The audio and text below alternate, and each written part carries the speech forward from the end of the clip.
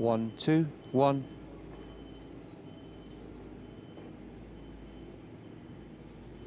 1 2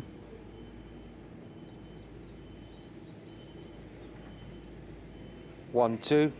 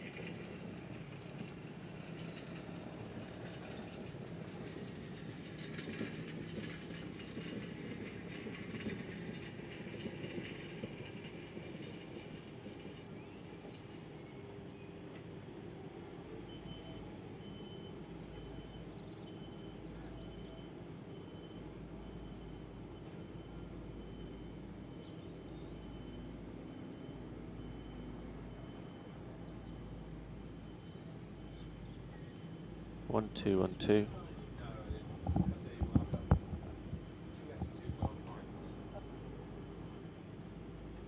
1 2 1 2 1 2 1 2 1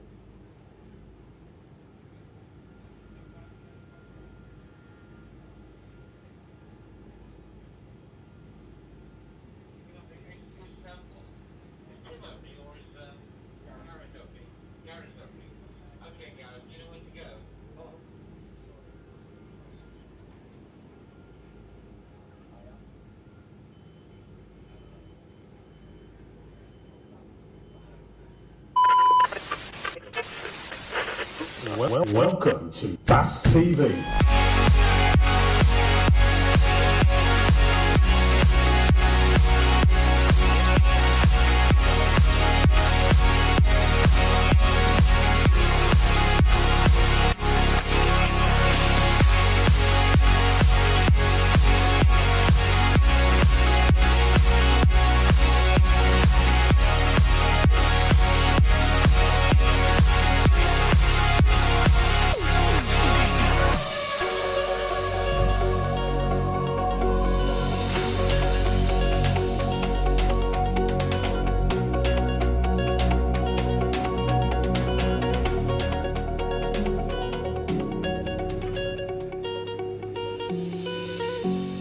Let's go racing. Well, a very good morning to you. If you are joining us on the live stream, and if you are joining us trackside, a good morning and welcome to day 2 of the 4th round of the 2024 Kent Cams and Beresford Chassis and Components sponsored British Autograss Series. There are apparently 300 of you watching at home, so good morning, and you're in for another day of top-notch entertainment. As if you're here at the venue, then obviously you can see the sight of the rows and rows of Class 1 cars making their way down to the holding lanes. And if you're just watching the live stream, then you can just watch the front couple of front rows of those lanes down there on the holding lanes, and you can see the start line marshals and the main track marshals making their way onto the circuit as well. Just a little bit of track work being done overnight, and starting the day off with a little bit of rolling down on the start line. The moisture from the overnight dew just making it a little bit better and easier to work with, and hopefully will allow the surface to just combine just that little bit better. So if you are joining us today for the first time this weekend, then you missed a cracking day's racing yesterday. We did lose about 3/4 an hour to 50 minutes due to an incident on the track, and if you were watching the live stream, then obviously you'd know about that, because there was quite a bit of downtime during that time. But the team here at Border Counties, like I say, after every 3-day event, every club member just seemed to know their role and just crack on with it and just get the job done every time. So yeah, a cracking day's racing yesterday, cracking job by the Border Counties team and everybody else that's here helping as well. And we are going to be going racing very shortly, we are being told, because it's just coming up to 1 minute to 9. Don't think we'll start at 9, but we'll start as possibly close as we can. As yeah, we've got Class 1's machine making their way to the line. I'm joined this weekend. If you were joined us yesterday, then you'll obviously know who was commentating on each and every class. But yeah, fab team of commentators, as always, joining us here and making the BAStv experience even better, as well as the ones that are listening trackside as well. And it was good to see yesterday, especially down this finish line straight, about 6 to 8 deep in places. That is always a good sight to see, because it is all about being spectators as well as drivers, and when both combine, then events like this have a hell of an atmosphere. And if you aren't yet trackside, then it's time to get your bottoms into the deck chair, because we are going to go racing very shortly, and it will be Tim Jones will be taking you through men's Class 1s, and I think the junior specials before he moves on and presents Mickey B to take you through the Class 3s and 5s. I'm Gareth Jones. I'll be taking you through the Class 8s and 9s, and I know that then the junior saloons and the junior F600s, as well as a couple of the ladies classes, Finn Shepherd will be taking you through them. What did Graham Bennett do yesterday? He did F600s and 10s, did he? Yeah, so Graham Bennett then did the the F600 class and class 10s. And who did 4 and 6? Was it back to you? It was back to TJ then, Tim Jones. I don't know if he likes that nickname or not. Is it okay to call you TJ? Oh, you've been called worse. Okay, so yeah, it'll be Tim then that'll be taking you through the third round of qualifying of the Class 4 stock hatch and the Class 6s as well. So yeah, plenty of entertainment, plenty of vocal entertainment as well. Plenty of phrases that you will remember in about 3 weeks' time, hopefully. And if BAStv need to take like sound bites, then I'm sure there will be plenty. West Country Videos, as always, are here filming the event. The message yesterday was that if you pre-order the next version of Dirt Devils here this weekend, then it will be cheaper than if you wait until the release date, £2 off. But if you do decide to wait until the actual official release, then West Country Videos are hoping to get those DVDs out in about a month's time. As well as West Country Videos, we've got plenty of trade stands to our left-hand side.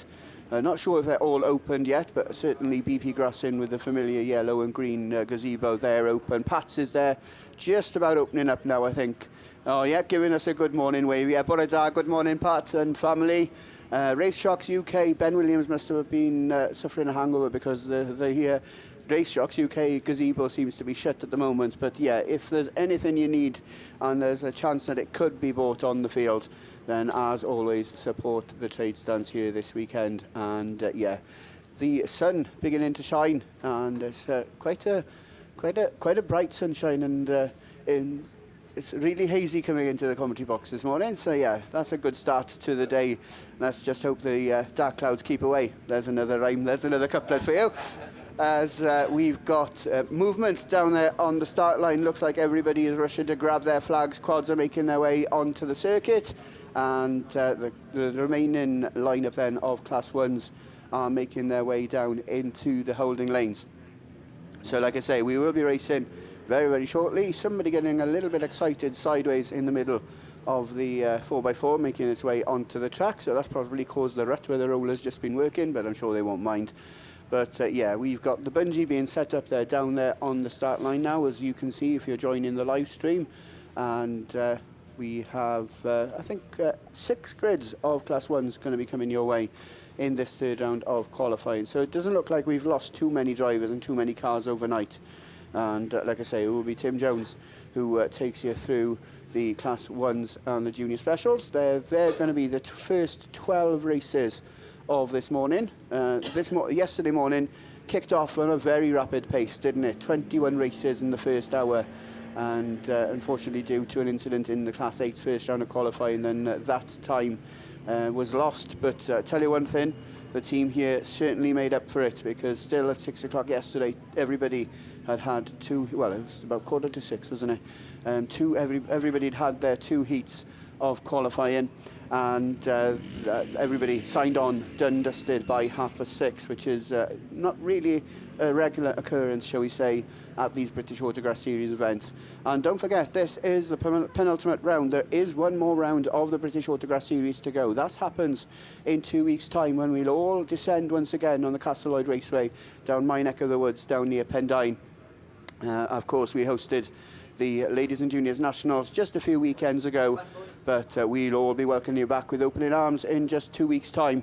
And the team that commentated down at the Ladies and Juniors Nationals all hopefully looking forward to coming back down to help us out with the closing round of this year's series. And what a closing round we can promise you it's going to be. It's going to be full of exciting racing on the super fast speed raceway.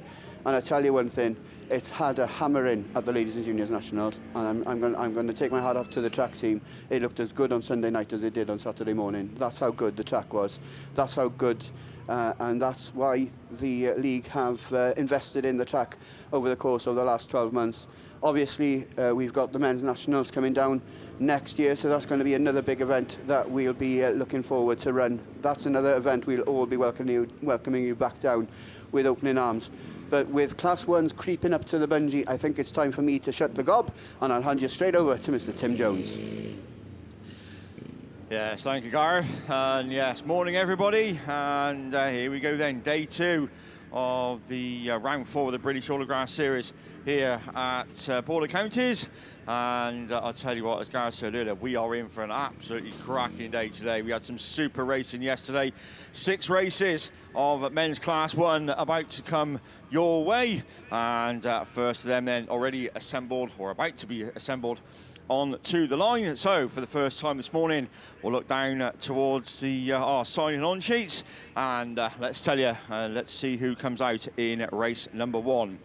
Well, this brings out one of the first unbeaten cars from yesterday. 2 wins out of 2 then. Will Henry in SR19. He starts towards the outside of the grid in lane number 8. Tim Gardner in NASA number 1 also will be there, as Luke Smith, another one, had a fairly decent day yesterday, joint 4th overnight in White Rose 80. Damien Goodman in Forest 12 will also be there, so is Mark Stevenson in North Wales number 20. Next to him, Charlie Richardson in Scarborough 94, and that's towards the inside of the grid. And completing race 1, that will be Andy Hall in Severn Valley 29. And no sooner said than we're away racing. Daniel Brewer, of course, your very kind sponsor, as they all lead into turn 1. Charlie Richardson then is the one that makes the break early doors in the Scarborough 94 machine, and leads the way past it for the first time of asking from Mark Stevenson in North Wales number 80. Just been challenged on that inside line by Will Henry, who's just challenging for that second place slot as they go down the far side. He's not content for second, though. He's going for the lead as he climbed the bank once again into turn 1. We go. It's absolutely locked side by side, isn't it, as they come down the hill once again from SR19, Scarborough 94. Then we go to White Rose 18, North Wales 20. NASA 1 then of Tim Gardner, Andy Hall in Severn Valley 29, and Damien Goodman completes it all in Forest number 12. But looking to go through unbeaten then, and he's doing the right thing then, the boy leading the way. Will Henry, SR19, but Richardson certainly got other ideas in Scarborough 94, looking up that inside line and coming back round towards us once ago. 19, 94, then we go to White Rose 80 of Luke Smith in that 4th place slot. Mark Stevenson going through North Wales 20, and Goodman going through and completing the race order in Forest number 12. But Charlie Richardson certainly not content to sit behind. He's found a bit of a gap through, not quite this time, but it is Will Henry that's going to come round. 3 wins in out of 3, you can do no better. SR19, Scarborough 94, White Rose 80, North Wales 20, NASA 1 of Tim Gardner, Andy Hall in Severn Valley 29, and completing it all then will be Damien Goodman in Forest number 12.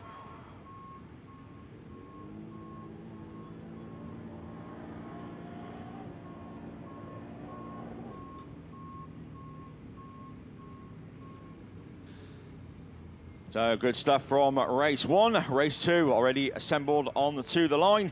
This brings out Rich Parks in Wessex 36.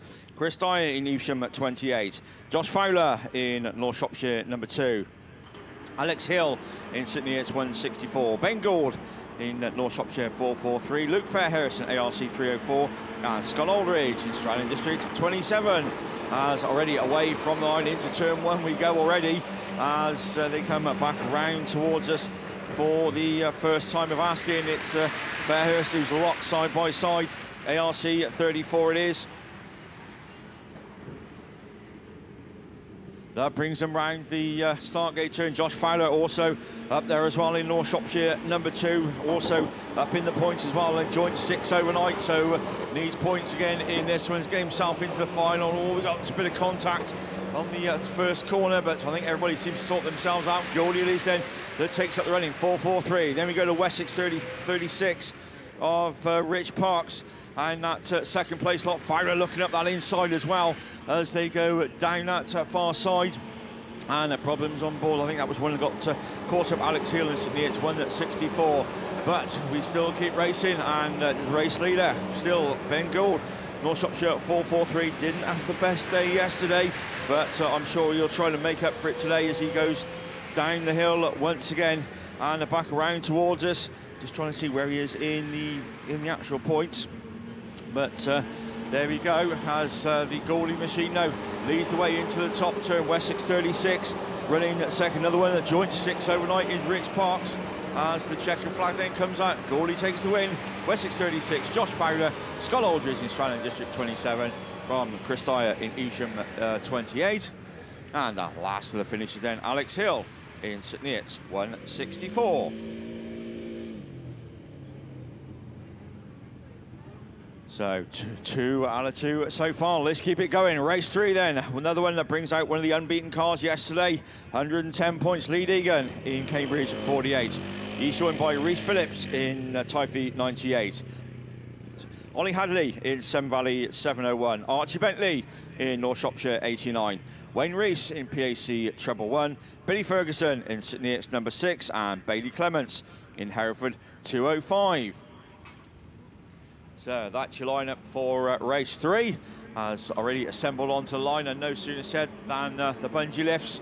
And away we go. Deegan slow away this time, though, isn't he, in Cambridge 48.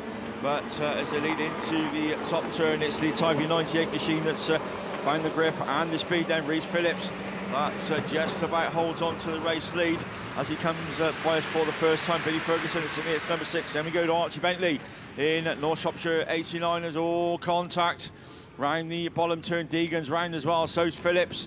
I think that's, I think they'll let them sort themselves out. There may be a few flags involved somewhere along the line there, but marshals will be watching, I am sure. But at the end of all that, who picks up the pieces? I think it's St Neots number 6, Billy Ferguson it is, that still leads the way from the PAC treble 1, Archie Bentley in North Shropshire 89. From Lee Deegan in Cambridge 48. Then we go to Bailey Clements in the Hereford machine 205 from the Will Hadley in Severn Valley number 1, and Rhys Phillips in Tyre number 98. But back round towards us, 1 lap to go then, and it's Billy Ferguson in St Neots number 6. Down the order there was 26, so he had a second and a black flag, so I don't think this will get him anywhere, but he'll certainly want to finish on a high as he goes down the far side. PAC treble 1 still running in third, that's Wayne Rees. And as they climb the bank, once again Bentley still running in third, Deegan 4th. That's your top 4 as the checker flag then that comes out. A good win for Billy Ferguson. St Neots number 6 takes it. PAC treble 1, Archie Bentley in North Shropshire 89 from Lee Deegan in Cambridge 48.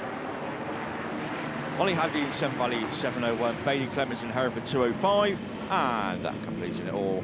First early doors race leader, Rhys Phillips in Tyre 98. So here the race was clear from next door, so onwards and upwards we go. Race 4 then brings out another unbeaten car from yesterday, Andy Kelsey in Evesham at 102, Rhys Roberts in PAC 157, Ryan Powell in North Wales 52, Ian Ullathorne in Yorkshire Dales 52, Will Hadley in Severn Valley number 1, Mark Rees in PAC 72, and Nathan Coles in Ludlow 110. So no sooner said than away we go. Daniel Brewer, of course, your very, very kind sponsor, as they make the break into turn 1. Rhys Roberts was quickest away and leads him into the top turn for the first time of asking, all a bit sideways going through turn 1. But Roberts it is that takes up the running. Kelsey running second in 102. Then we go to Ryan Powell in North Wales 52, looking up that inside line as they go round the start gate turn for the first time of asking. But leading the way down the far side, it's still Rhys Roberts, PAC 157, that leads the way. Joint 10th overnight as well, so this will do him no harm whatsoever and get himself into that final later on this afternoon. 157, Kelsey running second from Powell in 52.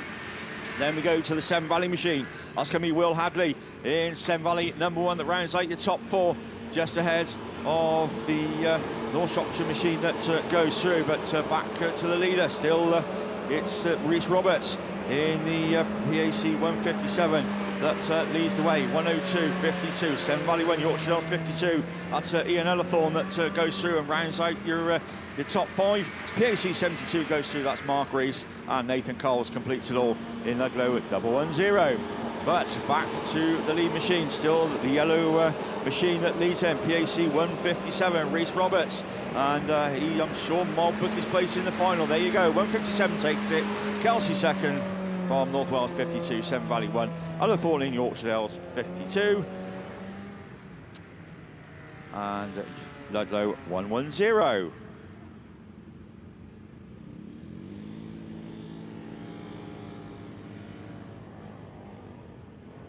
So we are hearing there is a black flag that's gone out in race 4. So Mark Rees, PAC 72, picks up the black flag for a jump start. Right, on to race 5 then of men's Class 1. Riley Diper in Forest number 3. Rich Owen, North Wales 51.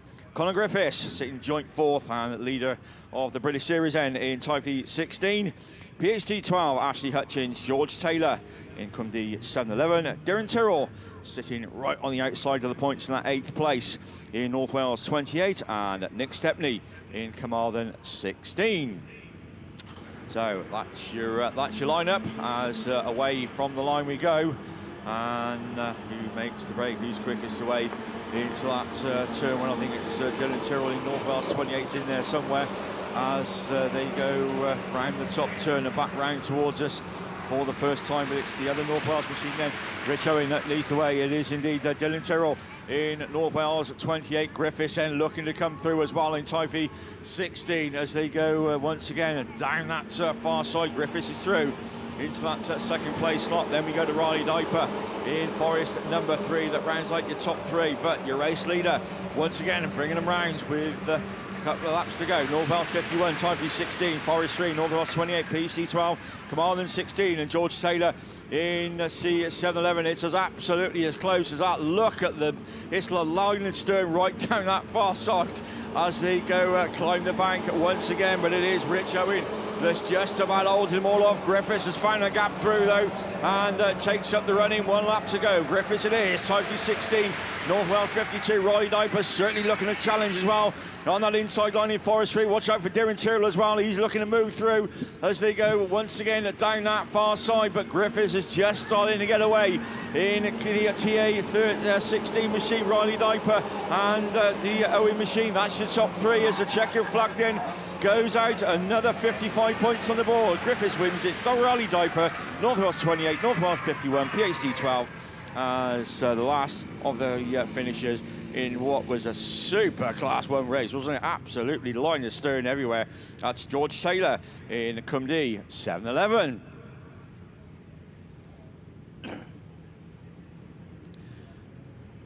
Right, race 6, follow that then. Andy Owen in North Wales 397. Dave Owen in North Wales 97. Oliver Booton in Sturton number 2. Ian Jenkins in Wessex 17. Jack Saunders in Cambridge 82. Finley Roberts in Swansea 116. And Stefan Davis-Williams in Typhy 29. Rounds out the last race of the men's Class 1. As already, once again, assembled onto the line we go. As quad bikes into the centre of the raceway. I think the George Taylor machine just needs a little bit of help to get through the exit gate. That's all sorted. Track looks good, track looks clear. We get track clearance and we were going to be racing very, very shortly. Bungee lifts then, away we go. Race 6 is already away from the line. And it is indeed, I think, Dave Owen that's quickest away and this time and leads them into that all-important turn 1 as they go across the top pole of the circuit for the first time of asking. It is indeed Owen, 97, that leads it. Cambridge 82 running second of Jack Saunders. Then we go to Andy Owen in North Wales at 397 that just slots into that third ahead of the Typhy 29 machine. There's always a bit of a contact and thank God everybody misses him as Oliver Booton goes through. And back to the tail of the field end we go. But the race leader and bringing them round once again round this Monkland Raceway. North Wales 97, Dave Owen. Then we go to Saunders in 82. Owen still running in that third in North Wales 397. And dare I say, glued to his back bumper as they go down the far side. Finley Roberts has made up some ground as well in Swansea 116. Just ahead of Ian Jenkins in Wessex 17. But already a yellow flag with a back cross time. 1 lap to go. North Wales 97, Cambridge 82, North Wales 397, Swansea 116, Wessex 17, and Sturton number 2, and Typhy 29 that completes the race order. We are in the maybe a black flag involved somewhere, but I'll tell you, in a few minutes' time when we know for definite. But what we do know for definite is your race leader is about to become race winner. North Wales 97, Dave Owen takes it. Jack Saunders from Dave Owen. Finley Roberts and Wessex 17 of Ian Jenkins, and completing it all, or nearly completing it all, that's Ian Jenkins, and because completing it all will be Stefan Davis-Williams in Tyre 29.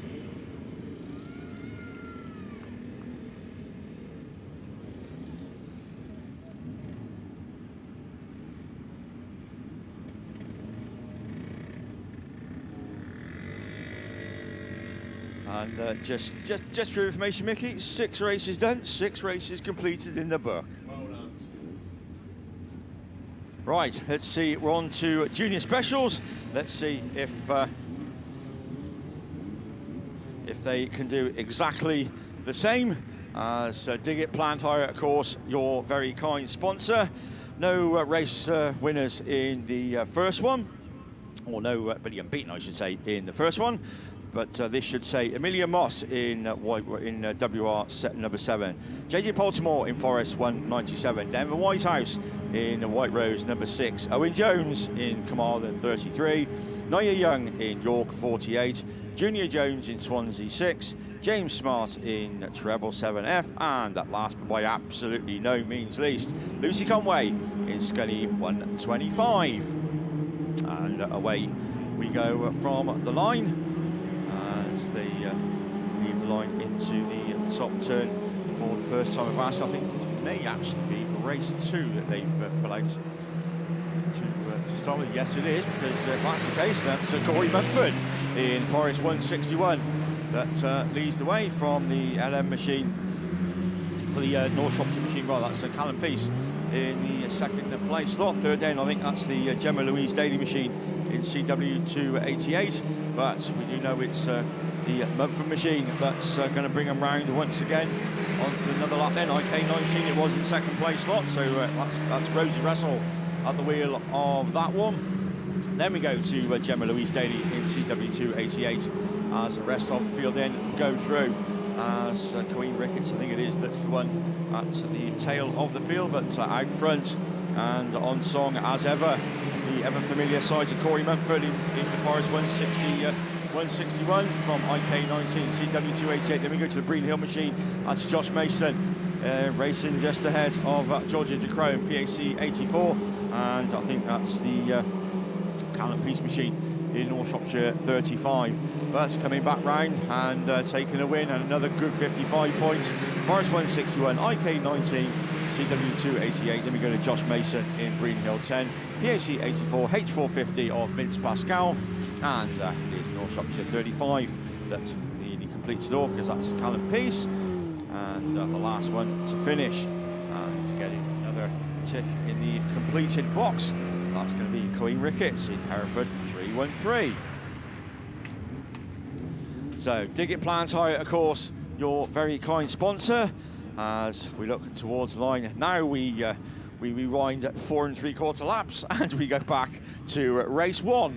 So just a reminder, Amelia Moss in White Rose number 7, JJ Baltimore in Forest 179, Denver Whitehouse in White Rose number 6, Owen Jones in Carmarthen 33, Nia Young in York 48, Junior Jones in Swansea 6, James Smart in Forest Treble 7, and Lucy Conway in Scunthorpe 125.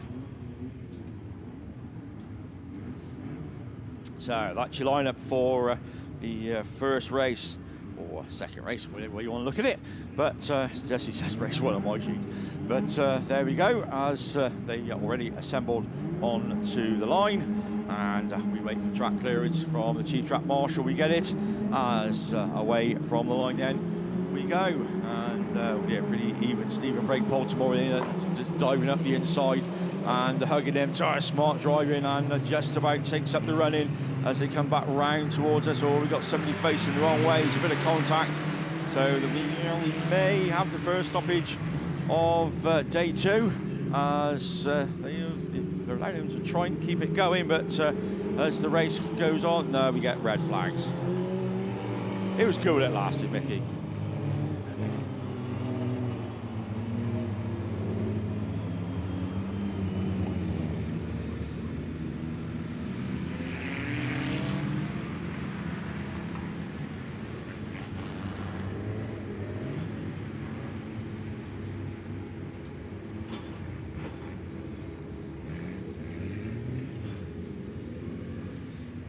So we are hearing over the Marshalls radio that JJ Baltimore in Forest 179 is the one that picks up the black flag and is excluded from the rerun.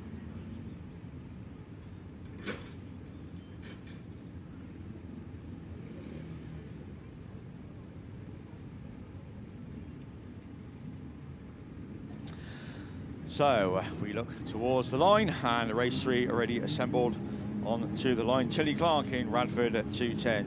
Simon Bradford in Border Counties 117. Austin Bennett, another one of the unbeaten cars from yesterday in North Wales 26. Ben Ayres, Tim Williams, Archie Bennett, Alex Jesse and Dylan Grasby. That's your runners and riders as already away from the line we go. And coming back round towards us, it is the unbeaten car then of Austin Bennett in North Wales 26. That's the first one to show from the Tyre 44 of Tim Williams, just fighting with, I think that's the Bradford machine in Border Counties 117 as they climb the bank once again for another time of asking. But your race leader and getting away already, isn't he? North Wales is 62, Border Counties 117, 44, York 22 then. Up to that 5th place slot, that's going to be Ben Ayres racing ahead of, I think that's Tilly Clark in Radford at 2:10. As once again down that far side we go, and back round towards us. The laps continue to count down, and just one more lap to go this time. I'm looking to go through unbeaten North Wales 26, 117, 44, 22. Then we go to the Grasby machine, Eacham 120 from Tilly Clark in Radford at 2:10. As the Alex Jesse in York 34 going through as well to start his final circuit. But the winner and coming through, 3 wins in out of 3. North Wales 626 it is then 117, 44, 22, Evesham 120, Tilly Clark in Radford 2:10 from the Dylan Grasby and completing, or then Alex Jesse in York 34.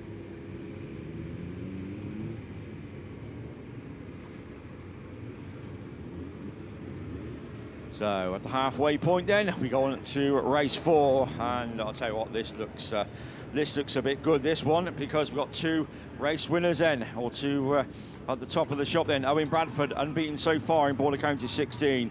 Lily Rose Pratt, unbeaten so far, Scunny 76. Levi Phipps in Stroud in District 13.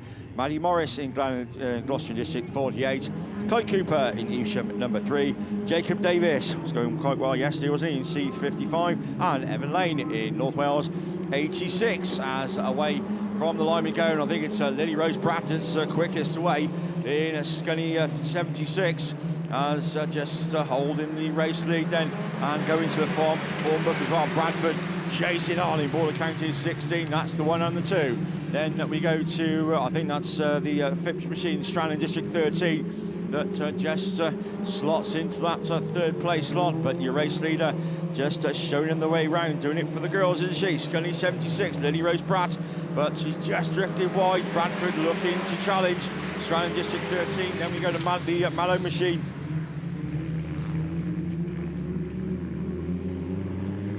In that 3rd place slot, and just challenging going up to that 3rd place, but nobody is challenging your race leader. I think it's going to be just 1 lap to go this time around, and it's indeed Scunny 76, but Bradford's a lot closer this time as they go down the hill for the first time, or for the last time.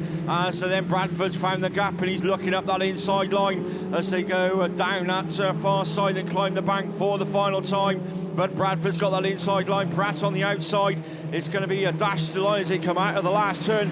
Bradford takes it then. Border County 16, Scunny 76, Mallow 32, Strand District 13, North Wales 86, Jacob Davidson C55, Kai Cooper in Evesham number 3.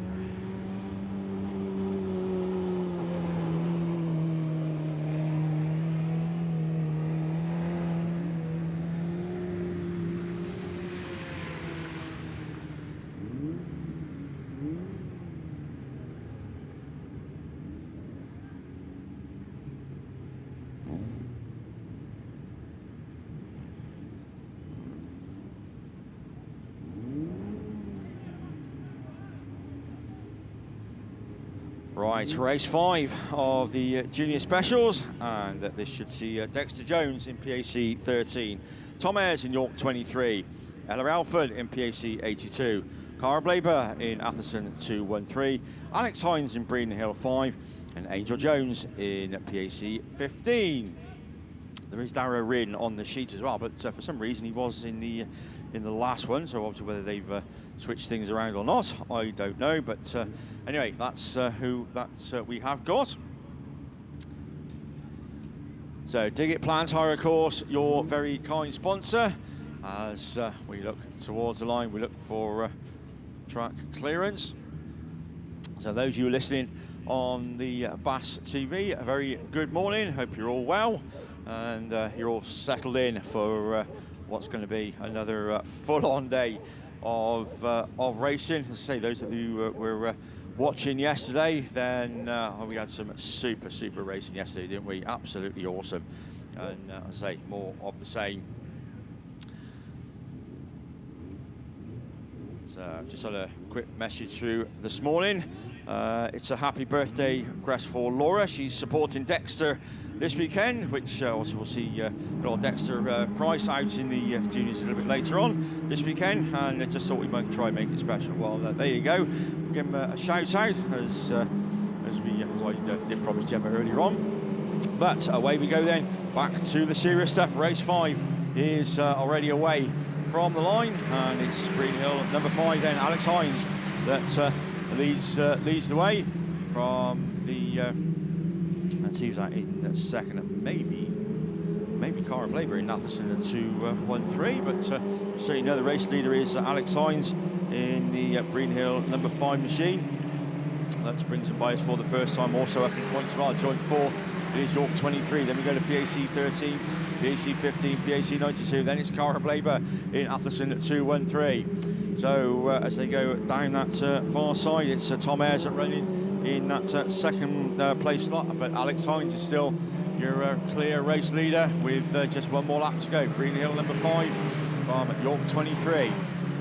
Then we go to PAC 13. That's going to be Dexter Jones ahead of the other PAC machine, Ella Alford, and the Cara Blaber then just looking at that inside to challenge, not quite this time around, but your race leader then, nobody's challenging your race leader and race winner then, Breeden Hill number 5, Alex Hines takes it, York 23, then dash to the line, PAC 13 just ahead of the 15 machine of Angel Jones, then Ella Alford in PAC 82, and Cara Blaber completes it all in Atherton at 213.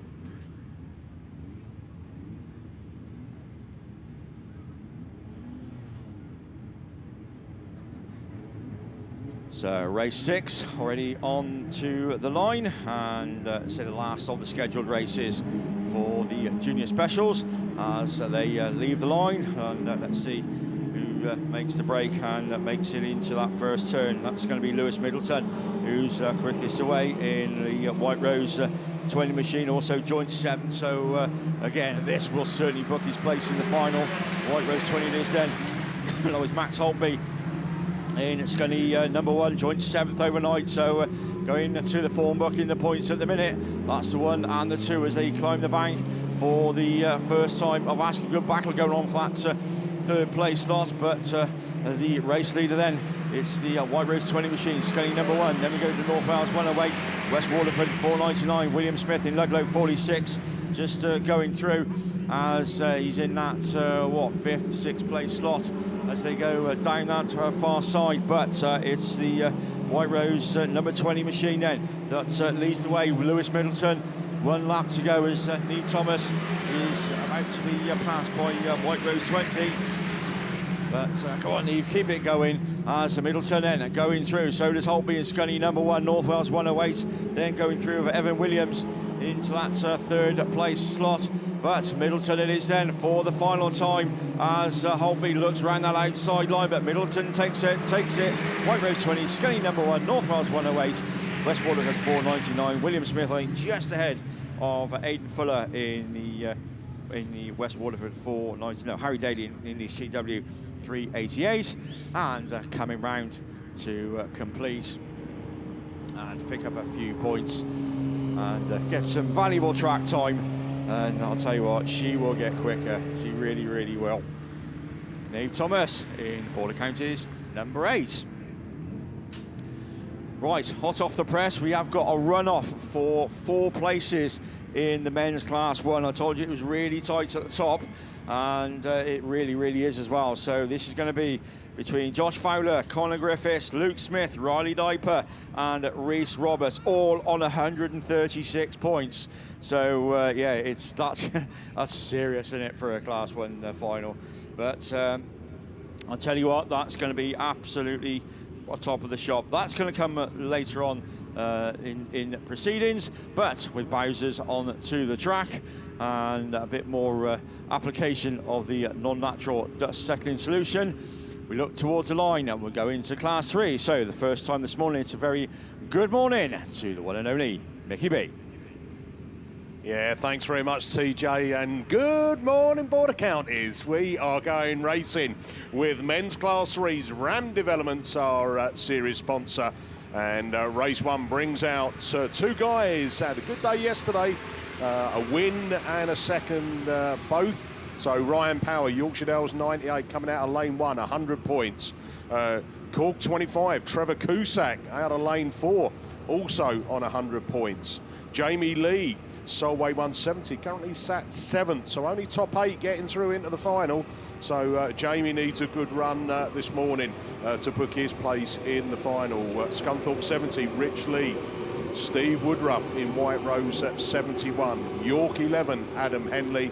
And North Wales 39, Warren Beattie. So there your runners and riders for this first run of men's Class 3s down here at day 2 of the 4th round of the British Series down at Border Counties. In for another cracking day, and as we saw yesterday, these guys, you know, were on top of the track all the way through the day, and we got finished all of our racing for 10 to 6. That's everyone, 2 heats done. So brilliant stuff, great effort. Let's keep it going. So looking around the track, we've got track clearance, bungee lifts. Let's go racing then with men's Class 3s. And who's got the best of the start? Power looking for a move up the inside there. Came out of grid 1 in Yorkshire Dales 98. Slides the back end of that car round, but hold on a minute. It's that Solway 170, Jamie Lee. He's, as I said, running 7th on the points at the moment. Top 2 will get his place in the final, I'm sure about that. But here he goes then. He's looking up the inside of Powell as they go door to door round that turn 1. And they're glued together as they exit turn 2 as well. A little bit of door banging, but that's all nice and fair. Lead in from Power, from a Cusack machine, then Woodruff. Then we go down to Lee, North Wales 39 and Warren Beattie. That's how they're running. I'll tell you what, Jamie Lee, Solway 170 then, up from the running now from Ryan Power in that Yorkshire Dales 98 to Cork 25. Trevor Cusack just biding his time. He doesn't need to do anything mad, does Cusack, because, whoa, a little bit of mounting there, and that was Ryan Power on the back of that Jamie Lee car, but they all keep running on that. So Cusack, a 3rd place, books his place in the final. Oh, just didn't get away, did he? Adam Henley just parked watching the racing, but it's checkered flag now. It's going to be Solway 170, is it? Yes, from Ryan Power. Trevor Cusack in 3rd, 4th goes to Scunthorpe 70, Rich Lee. Then we go down to White Rose 71, Steve Woodruff, and North Wales 39, Warren Beattie. So first run of the men's Class 3, race called clear. And Adam Henley, problem on board with that car. And is he going to drive himself off, or is he going to be lifted off with the forks? Well, we'll let them sort it out. While we're doing that, that's going to race 2, Mickey. Righty-ho. Right, top point scorer, unbeaten yesterday. 2 wins out of 2. Sam Gould, North Shropshire 343. And guess what? Alongside him, Martin Gould. Martin in the North Shropshire 334. That's going to test me in it. I know. You're going to get it wrong, Mickey. Don't worry. 100 points. He had a win and a second, and they go side by side. Then there's a real mix coming up here. Rupert Lomax, North Wales 99, running in 8th. Paul Stevens, Ludlow 69, running 10th. and Mick Sumner's equally 11th on points. So it really is going to be a competitive one. That on coming out of grid 1, it's Psychedelic Steep Parking in Scarborough 38, and then lane 8, Evesham 13, Stan Brocklebank, and we are already off and running. And I think it is Sam Gould, North Shropshire 343, that's going to take him up the hill for the first time of asking. But is he going to pop out in front? Yes, he is. So it's Sam Gould there from that Ludlow machine. And Paul Stevens running 10th. Tell you what, second place, Paul. And that really will mix it up as we look further back. Martin Gould then running in 4th place at the moment. We've got pressure on the outside of him. But North Shropshire 343 then. Sam Gould on his way from the Stevens machine. North Wales 99. Looking, that's Rupert Lomax up into that 3rd place. Sumner's now making a show in that 4th place in the Radford 169 as they come out start gate turn. Then it's Martin Gould still in that 5th place. Is that going to be enough? 5th place, 21 points. Might be, but who knows? North Shropshire 343, one more lap to go then. Sam Gould to make it 3 wins out of 3. Lud 69, Paul Stevens still holding on to that 2nd place as he gets some pressure building behind him, and Lomax there in the 99 machine. Summer still in that 4th place. Martin Gould, Psychedelic Steep Parking, and Stan Brockleback. But checkered flag already. North Shropshire 343, Sam Gould 3 wins out of 3. Wow, this is close. Oh, I think Lud 69 just gets it. Paul Stevens from Rupert Lomax. Then it's Sumner's across the line. Martin Gould next to show. Psychedelic Steep Parking in Scarborough 38 and Evesham 13. Stan Brocklebank. So, yeah, permutations now. Who's going to make it through in the final? And we know definitely Sam Gould's there, mate. That was a storming drive. And Paul Stevens with 45.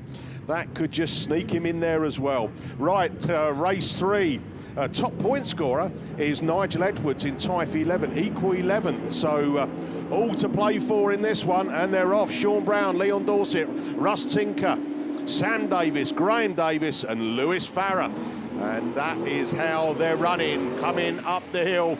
And they throw it round, and this track is quick. Tinker's up there, and the North Shropshire 293 of Leon Dorset. Oh, hold on a minute. Dorset and Tinker have gone wide, but it's paid off for Dorset because he gets that momentum and carries it there. Sam Davis in that Cumdee 555 is holding that 2nd place. Then it's Nigel Edwards in Tyre 11 running 3rd.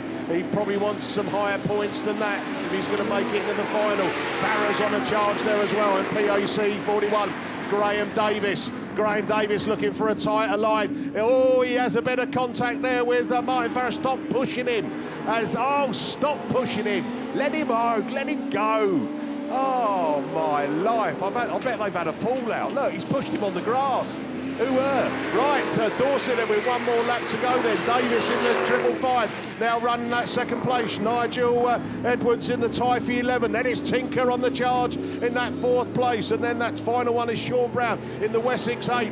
Farrer's got himself going, but he's a lap down now. As also PAC 41 gets going, but it's checker flag. Leon Dorset, North Shropshire 293 takes it from Sam Davis. Woo-hoo-hoo! Wow, get off the fence. Oh, no.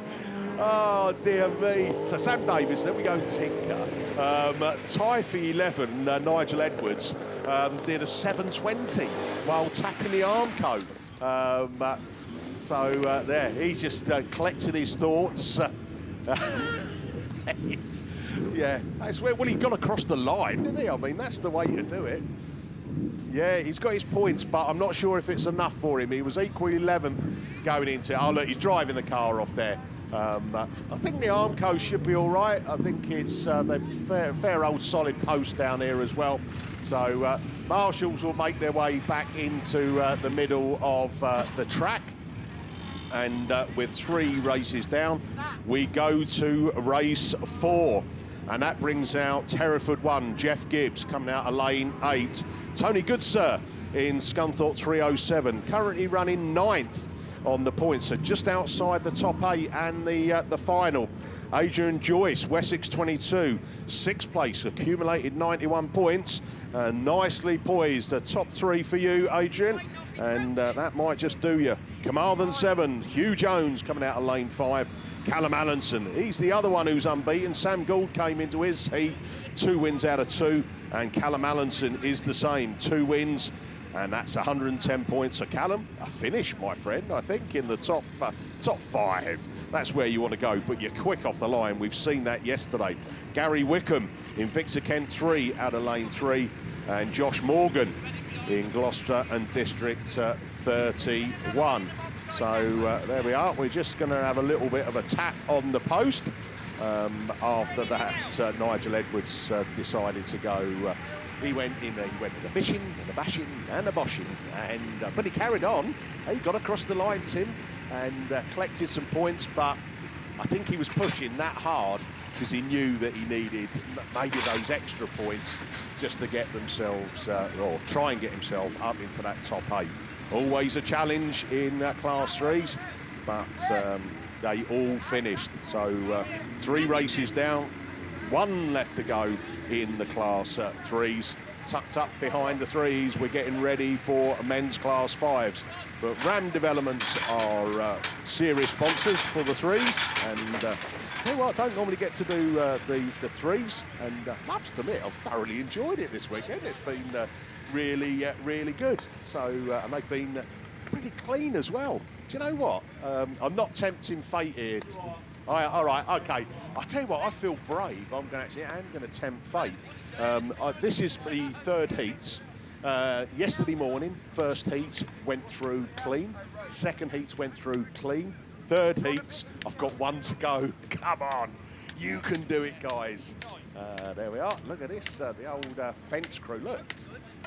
It's like, you know that old joke, was it? How many people does it take to change a light bulb? Hey, they're all at it, and well done, guys. It's exactly what we want. Yeah, nice and solid again. We're going to get ready to go back racing. Well done to the Border Counties team. You know, as ever, really super efficient. They're on it, and within what seems like no time at all, we are back racing. 9:45 in the morning, 45 minutes into racing, and again, just seem to get it really sorted pretty quickly down here. Plenty of track to work on, though, isn't there? That's what we've seen. You know, you see the guys coming into turn 1. There's about 3 or 4 different race lines if you want to choose. You know, and I think that really does help get the cars around the corner. Normally, once you've got them round turn 1 and 2. You're on a good chance of getting there. Yeah, it obviously the track's pretty wide, pretty fast and big as well. So yeah, brilliant. Over to you, Mickey. Yeah, here we go then. We're off and racing, and tell you what, Callum Allenson not going to be the first to bring it into the first corner, and see if he can get the grip down there and bring it down there. But it's Adrian Joyce takes it then from Callum Allenson. There we go. Wickham's up there in the Invicta Kent 3 and sliding it down here. Oh, Joyce has got a slingshot. Wessex machine takes it round the outside of Callum Allenson there, back up into turn 1. Back in the lead. Allenson looks for the cut back up the inside there. Can he make it pay? No. Joycey then from Allenson from Wickham. Then we go down to the Josh Morgan machine. Tony Goods 1 place further behind. Carmarthen 7, Hugh Jones, and Hereford 1, Jeff Gibbs. That's how they're running. But eyes back front. This will take him into the final. Wessex 22, Adrian Joyce. Round he comes for one more time of asking. It's 1 lap to go down the hill. Woohoo! Joycey then from Callum Allenson, from that Gary Wickham in Victor Kent 3. Then there's a real battle going on for 4th place. Oh my life, who's going to come through on this one? Carmarthen 7 looking at Hugh Jones, looking to come up the inside as Good Sir goes right round the outside, but eyes back front as they come out of the final turn. Checker flag at the ready. Adrian Joyce takes it. Wessex 22, yourselves 34, Callum Allenson. IK3, Gary Wickham. Oh, Good Sir. Oh, I tell you, I can't split the others. I tell you what, Josh Morgan and Hugh Jones came across there side by side, and Hereford 1, Jeff Gibbs crawls it across the line.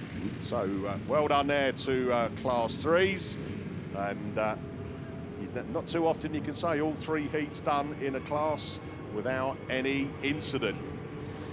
Yeah, so sorry about you, Mickey. We've just had a message through from J. Whitfield. Can you give a shout out for Vince Pascal?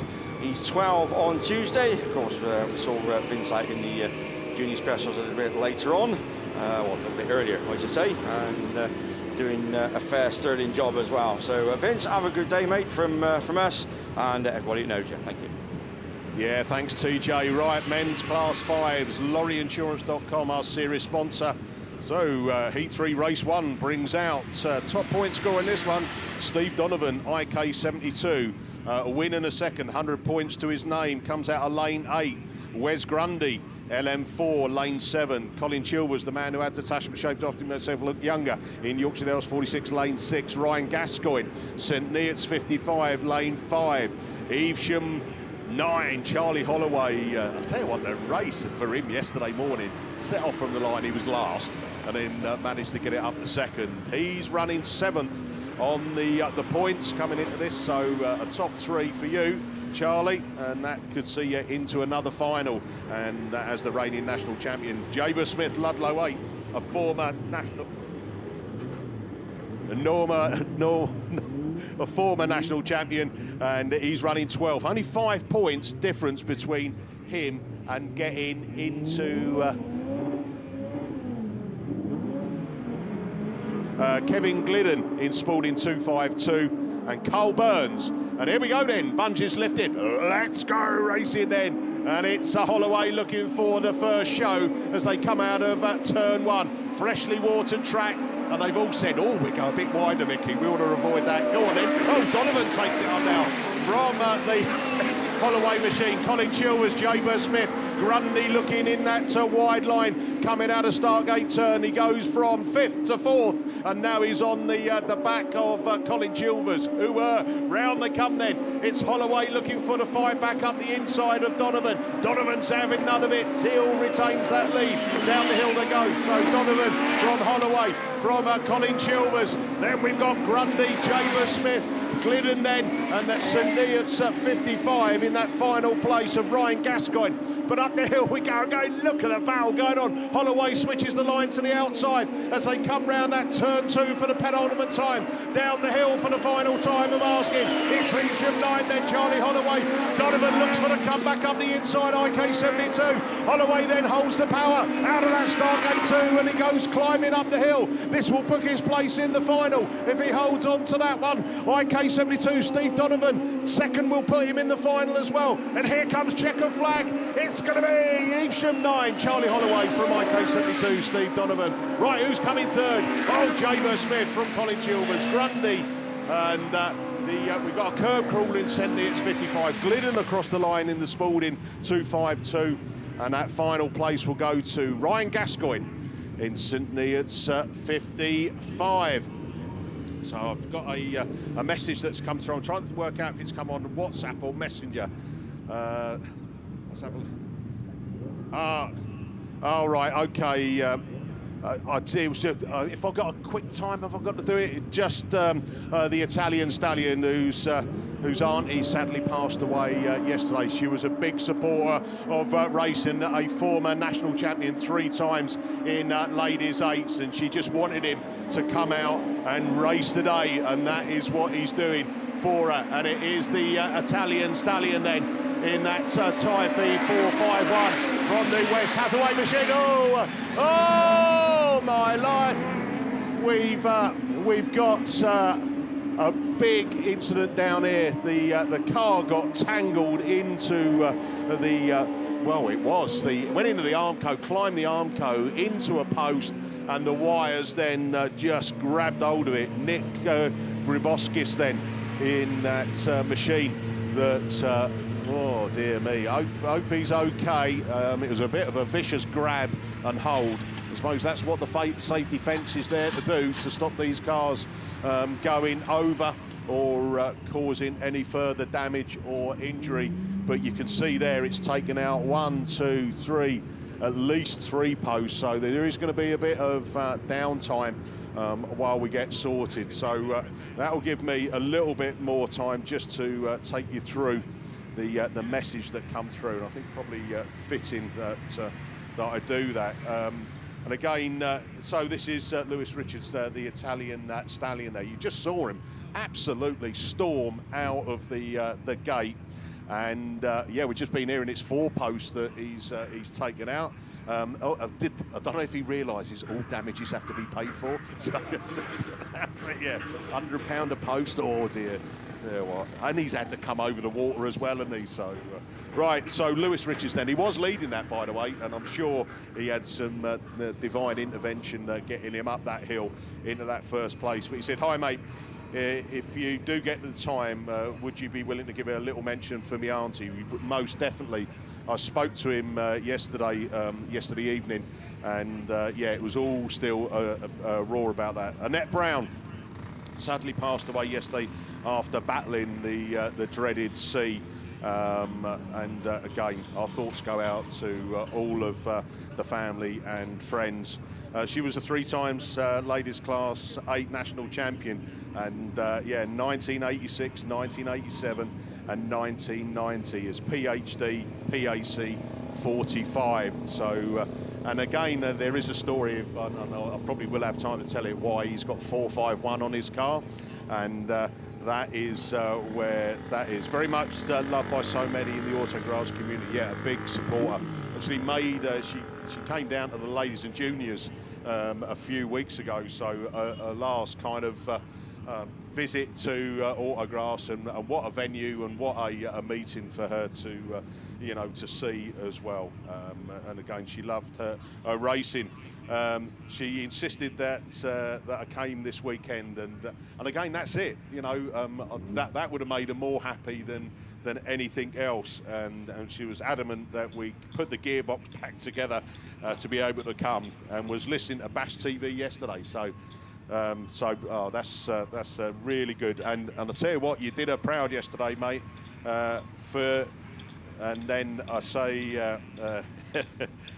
she was, I think, yeah, that last bit I will hold on to. So, yeah, good stuff. Well done, Lewis, and we look forward to seeing you back out in that rerun. Let's do it again. Yeah, absolutely, and I just go with the same sentiment. She was an absolutely lovely woman, and she would make sure that whenever you called at HQ of Rebel Motorsport, that you were fed and watered. There was no other woman that could do hospitality like Annette, and yeah, very, very close friend, and I'm glad I visited this week. I visited on Monday, and she was in really good spirits on Monday, and she was talking about our bus, and she was full of optimism, but yeah, she was a lovely lady, and she will be heavily missed. Yeah, thanks very much, voice of an angel, and yeah, what a you know, I think in the sport, don't we? We've lost some real characters and legends, and yeah, and yesterday saw another one go up to the Grassing family upstairs. So you know, again, I know it's all still raw emotions, but you know, hopefully some kind of respite that you know, she'll be no doubt looking down and super proud, not just of Lewis, but all of the racing family putting on a brilliant show. And again, listening to BAStv yesterday as well. So right, Class 3s, we've got our finalists. So North Shropshire 343, Sam Gould, 3 wins out of 3, 165 points. So greedy, look at that, 106, unbeaten. Callum Allenson then, we've just seen him come across the line and with a second, so 155 points for Callum, but that car is quick off the line, as is Goldie, hence why they've accumulated those points. Adrian Joyce just coming back there with a win, and he started off yesterday morning with a win, then picks up a third in the afternoon, and then this morning back with a win. 146 points got him third place in the finalist list. Equal fourth in 145 points. That was Solway 170. Jamie Lee, we just seen Jamie. I was telling him that he, you know, a top 3 would get him there, and he went on and won it. So well done to Jamie. And also Yorkshire Dales 98. Ryan Power, who has had a win and 2 seconds, same record as Jamie there, and also 145 points. Trevor Cusack in the Cork 25 has made it through with a Ted Rogers 3-2-1 on the results and 136 points. Who else has made it through? Oh, the old Gouldy family are going to be heavily represented in the Class 3 final. North Shropshire 3-3-4. Martin Goulden makes it through. And his third heat, as we just seen him there, he had a fifth, didn't he? Whether or not it already worked out that he didn't need to do anything more than that, I'm not sure. If he is, he's a clever man. But he's got 121 points to his name. And the final place in the men's Class 3. Oh, dear me, that is... that's a shame, really, because... just outside of it is North Shropshire 293, Leon Dorset. He's missed getting into the final or into a runoff by 1 point. So that win was all for nothing, Leon. A brilliant show, by the way, mate. You gave it all big licks. But the last place in the men's Class 3 final later this afternoon is Ludlow 69, Paul Stevens. So well done there to our Class 3 finalists. We are looking forward to that. They've been super quick, super clean all weekend, and we hope that continues. Right, race 3 then up on the line while they do that. I think they're doing a good job. I think they're nearly there. So race...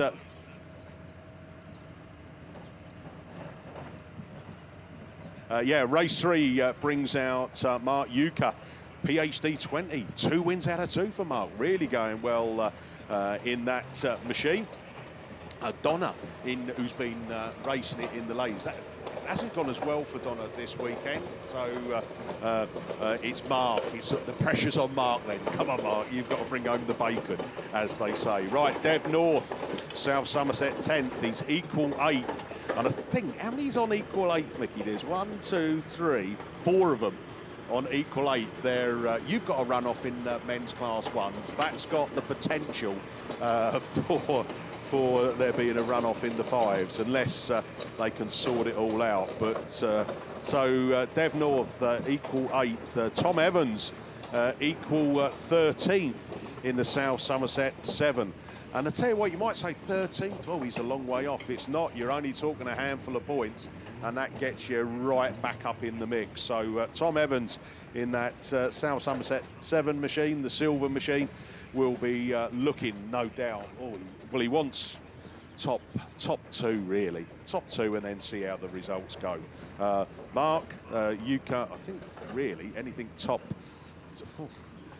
4, top 5, you know, and I think you're through. So you just don't want to not break down. That's it. Hopefully that's not commentator's curse. Lud 24, Jordan Powell in lane 4. He comes out alongside Dan Morris in the North Wales 918. He's coming out of lane 3. CW 37, Sean Lambert out of lane 2. Alex Fudia in North Wales 3 out of lane 1. Simon Chadburn is the one coming out of lane 8 in White Rose 70. So, I've got a shaking head here. I should look up on the line. And, he's not up there. Look, they can see you on the telly then.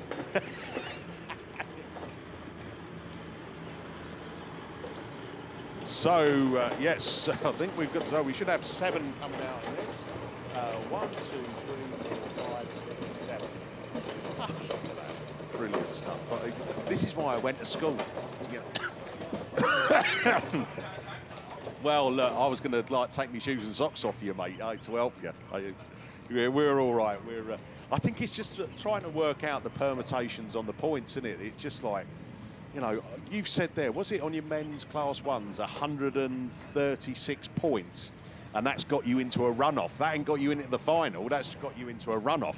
Yeah, 136 points, say 4 cars in the runoff, and yeah, that's absolutely mad, isn't it? But I was saying to you yesterday about there was, I thought it was Stride or something that in the Class 5s there was something. There was 130, 140 points, something just to get into the final, which say just proves how close the racing actually is. And how competitive this whole job is. Well, I'm going to go and see Stato Steve in a bit, because I reckon Steve will tell us what has been... Oh, actually, the voice of an angel's just strolled in. You'll know, won't you? Stato.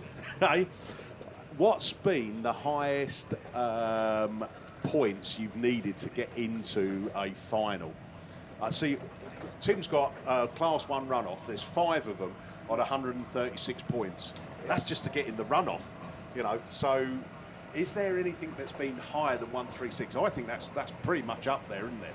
We saw that in the men's nationals in the Class 4s, didn't we? That was 136 points to get you into the final. So if anyone knows the answer to that... Russ would know. Hey? Russ would know, yeah, I'll tell you. Is Russ, if you're tuning in, Russ, send us a message and let us know if 136 points is the highest to get into a final.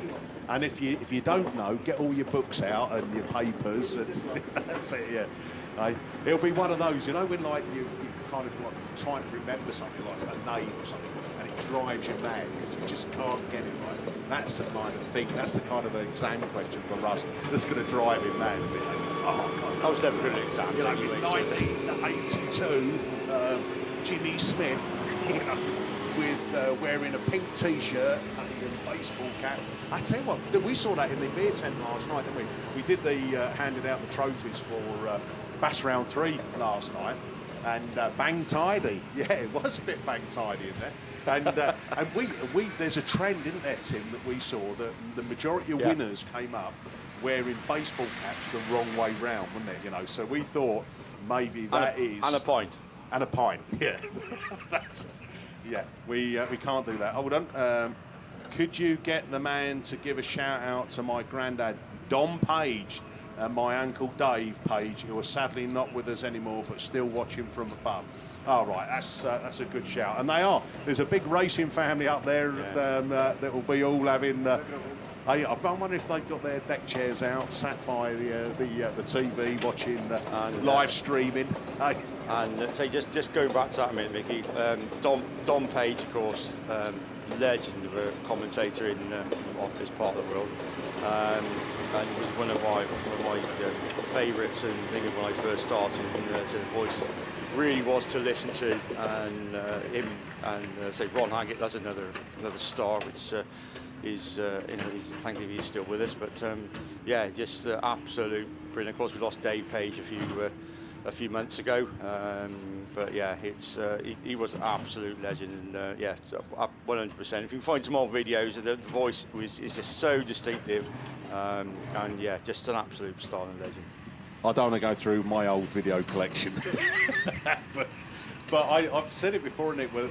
We are custodians for our time, our period of time, and there's people that have been, have been before us, and there'll be the people that will go beyond us as well. And I think that's it. Enjoy it while you're doing it, and I'm sure Don, it sounds like enjoyed it and was a top guy. And it's great to follow in the footsteps of people like that, and to hopefully leave a little bit something behind to say that in our time, we had some fun. We did our best. Sometimes it's not always the best. We might say some stuff that you can't erase these days, but it's all in good fun. It's great. Just the banter we have here is just right way across the. On the passing, and when me and Gareth, we did the 3 day. It's absolutely, it's amazing. It really does. It makes it, I think, and I hope everybody enjoys it at home and whatever. And it's it's brilliant. It's just, I think it just gets better. It really does. Well, it's the only reason really that I kind of I'm part Welsh now, because obviously the mileage I've done this year, it's not that I like racing, it's just that I like to come down and have a bit of fun and a bit of banter, and you guys are pretty good, by the way. You are good sports. Yeah, like I say, if you're watching the live stream at home, then you've got the nearest thing to being a fly on the wall in these units, because obviously you can see it sometimes. But yeah, it would be good as well if there was like well, sometimes it would be good because sometimes there's banter that goes on and the mics are off at that time, so you don't get to hear about it, and we have inside jokes that you probably think, what the hell are they laughing about and what's going on now? But yeah, like you say, you got the next best thing to being a fly on the wall. You can actually see us, even though you may not be able to hear us all the time when we answer back and things, but yeah. It's really good to be part of the team. The people who are watching at home, you'll probably see. I think that picture will put them off, to be honest, wouldn't it? Oh my God! Well, the that's rose it. between two thorns. That's it. Is that you'll see that I use a handheld mic. I can't wear the Madonna headsets that these boys. You know. Obviously Gareth's out from the music industry. He's used to wearing earpieces and in-ear monitors. Yeah, that's it. Yeah, you're used to people like maybe or listening to stuff in your ear.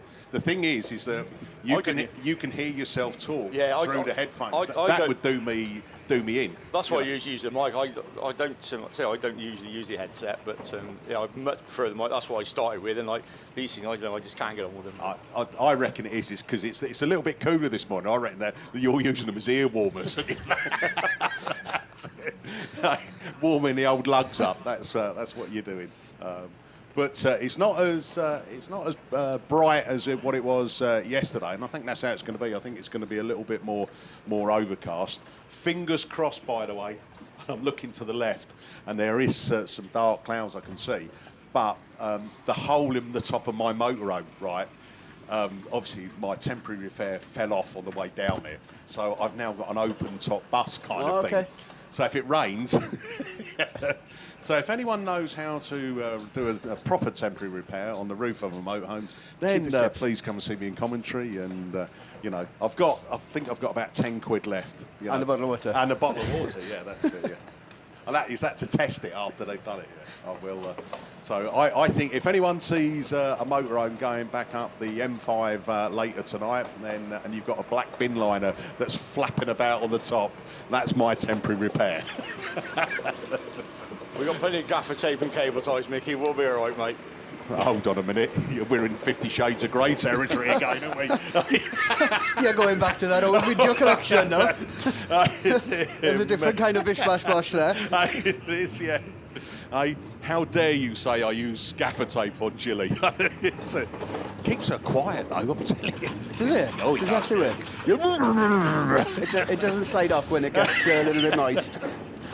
No, it doesn't. It's really grippy. But especially the silver one stuff. That really it sticks to anything. That's the expensive duct tape. Is it? Yeah. Oh right. Who did you nick that off?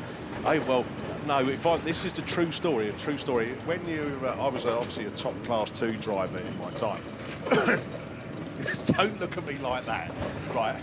And one of the tools you have in your toolbox being a Class 2 driver is silver duct tape, because it used to hold the panels on and the bonnet and stuff like that. But whose toolbox was it in originally before you pinched it up? Because that silver one is really expensive. Actually, I don't know where I got that from, but I did acquire a roll, and I've still got it about 25 years later, and it still works. Yeah. It still. It's just congealed into one strip now.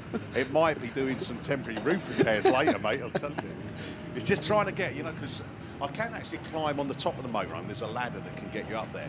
But I'm not sure if it's meant for someone of my size, you know what I mean? Because it does creak when I go there. So I don't know. Good job that it's your camper and not mine then. Yeah.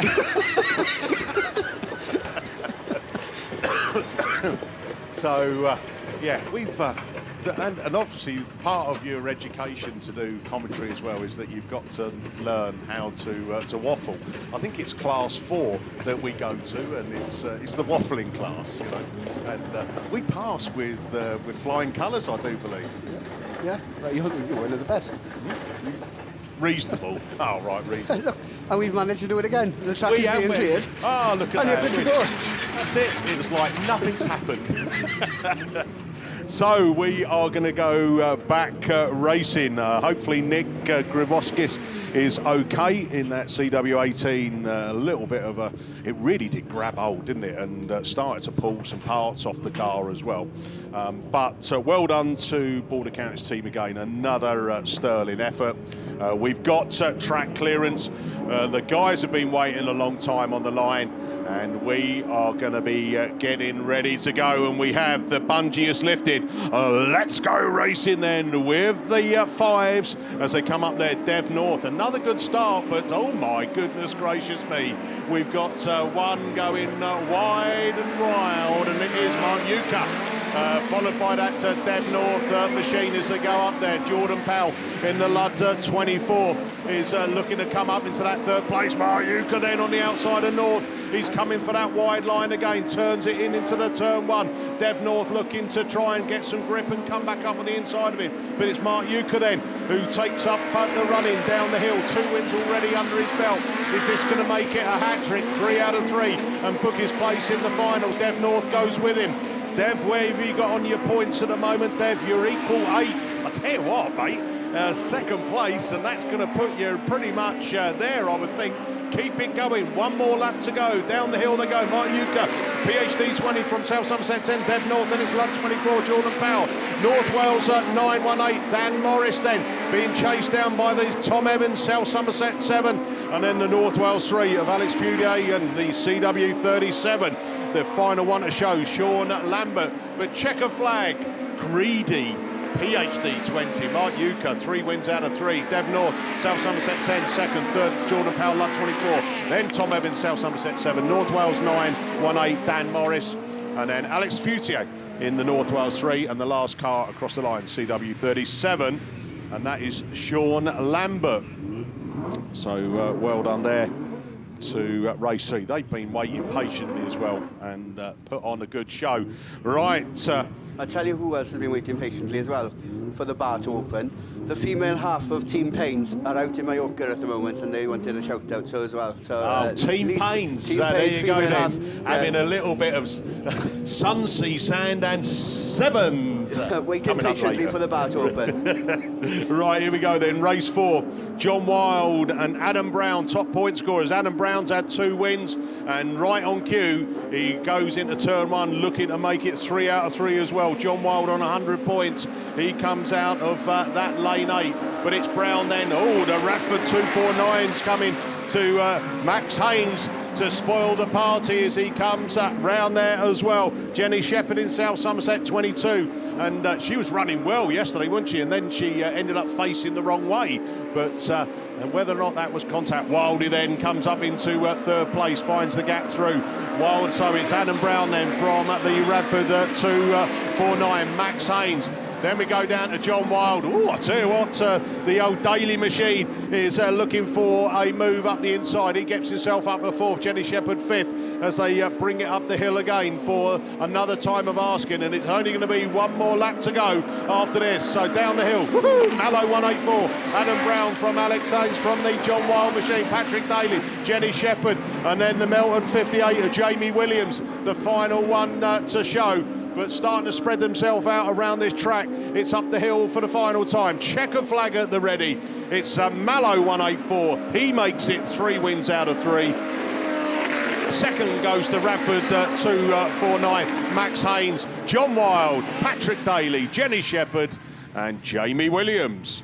So well done there. We'll definitely see Adam Brown in the final. We will see John Wild there as well in the 7. I think 136. That should do him, unless he's going to be miss out, and it's going to be a record number of points to get into a final. Who knows? Our old commentary pal messaged to say that you'd need 136 points to get into the Class 8 semi-finals after North Shropshire Bass a few years ago. Wow, right, okay, so 136 points to get into a Class 8 semi-final. Wow, that would have been good just to work that up to see what the top 8 point was then, if they hadn't got semis. Right, here we go in the final race of the men's at Class 5. Baxter Parker, Sarah Howe, Alex Trow, Ollie Howe, Lee Cox, Tom Evans, Andy Godfrey, Brian Neal. And Sarah Howe just got the back end square round, but Pargetter goes side by side with Ollie Howe, and there's a coming together. Baxter, Baxter Pargetter gets one in the rear quarter. And he's stopped, isn't he? I think we're going to go red again. Oh no, he's kept it going, keep it going. Woohoo, that's what we want to see. Lee Cox, while all that's been going on, has taken up the lead. but Ollie Howe looks for the cut back up the inside. North Shropshire won then. Ollie Howe leads it from Lee Cox, then Tom Evans in the south, and the Stroudon District 33 machine climbing up there. Sarah Howe in Stroudon District 1 in. She's like Billy No Mates. Look, she's out there on her own. Come on, Sarah, they love you really. Right, one more lap to go. Well, an eventful race thus far, and it is Ollie Howe then coming round to pick up maximum points. He'll go into the final unbeaten, 3 wins out of 3, as Ellis now moves a place further up into second place from that Lee Cox, Forrester Dean 2. But checker flag, if for the 3rd time this weekend, Ollie Howe, bing bong, takes the win from Tom Ellis in second, Lee Cox, Forrester Dean 2 in third. 4th is Sarah Howe. The 5th place is going to go to the Evesham 200, Alex Trowell. Sturton 11 of Andy Godfrey, and then that final place is going to go to Nottingham 45, and that will be Baxter Pargeter, and Baxter came into this one equal 8th, and that's cost him his place in the final. Right, looking up on the line, we're going for, well, it looks like a rerun to me. Tyre 16, Forrester Dean 3, PAC 157. Oh, Timmy Jones, if you're about, my friend, it looks like you've got a. It's the runoff for your men's Class 1 final. So 5 in the runoff and 4 that are going through. As Tim makes his way up the steps, we have got 5 in the run. 4 will pick up their places, and only one's going to be the sad victim, isn't he? And it is the North Shropshire 2 that takes up the running. Josh Fowler. Yeah, thank you, Mickey. So, here we go then. Josh Fowler it is then in North Shropshire, number 2, as they go down the far side. PAC, I think the 16 machine running in there as well, but it's Josh Fowler that's going to bring him round for another time of asking. North Shropshire number 2. Then we go to Riley Diaper from Roberts in 157. Then we go to Comp from the Griffiths machine in Typhy 16. It's all pretty close as they go down the far side, but Josh Fowler just starting to get away in North Shropshire number 2, looking to book his place in today's Class 1 final as he brings the field back round towards us once again with Riley Diaper in Forest number 3. Then we go to the Reese Roberts in PAC 157. Colin Griffiths going through in Typhy 16, and the last place then just ahead of the last of the cars. I think that's Luke Smith in White Rose number 80, but your race leader, and he's coming in back round towards us with just this is the checker flag then. So Josh Fowler, Riley Diaper, Roberts and Griffiths, that's your finalists, as Midland just clips the fence but gets away with it.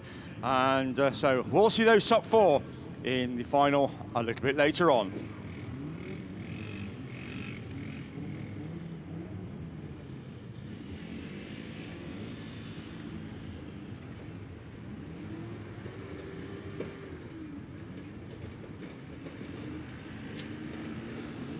So sticking with me, junior specials then for Heat 3, and we were on about this earlier on, but now just had a message from the Oracle of everything, Russ Thompson.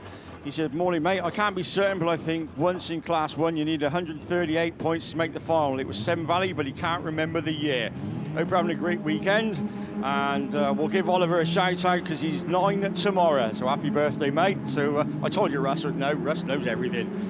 But there we go then, that's Heat 3 of the junior specials, and rerun away from the line as they make their way back round towards us. It's Command 33, Owen Jones, that leads the way from Junior Jones in Swansea, number 6, just slotted into that second place slot as they go down that far side.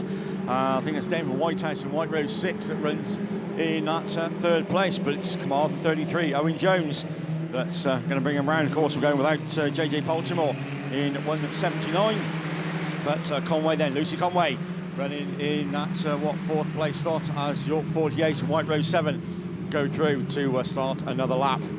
Owen Jones though is you're holding on to the race lead as they go down the far side and round the top turn for the penultimate time, because the very familiar yellow flag with a black cross goes out. It's Swansea 6, White Rose 6, treble 7F of James Smart, like we haven't mentioned.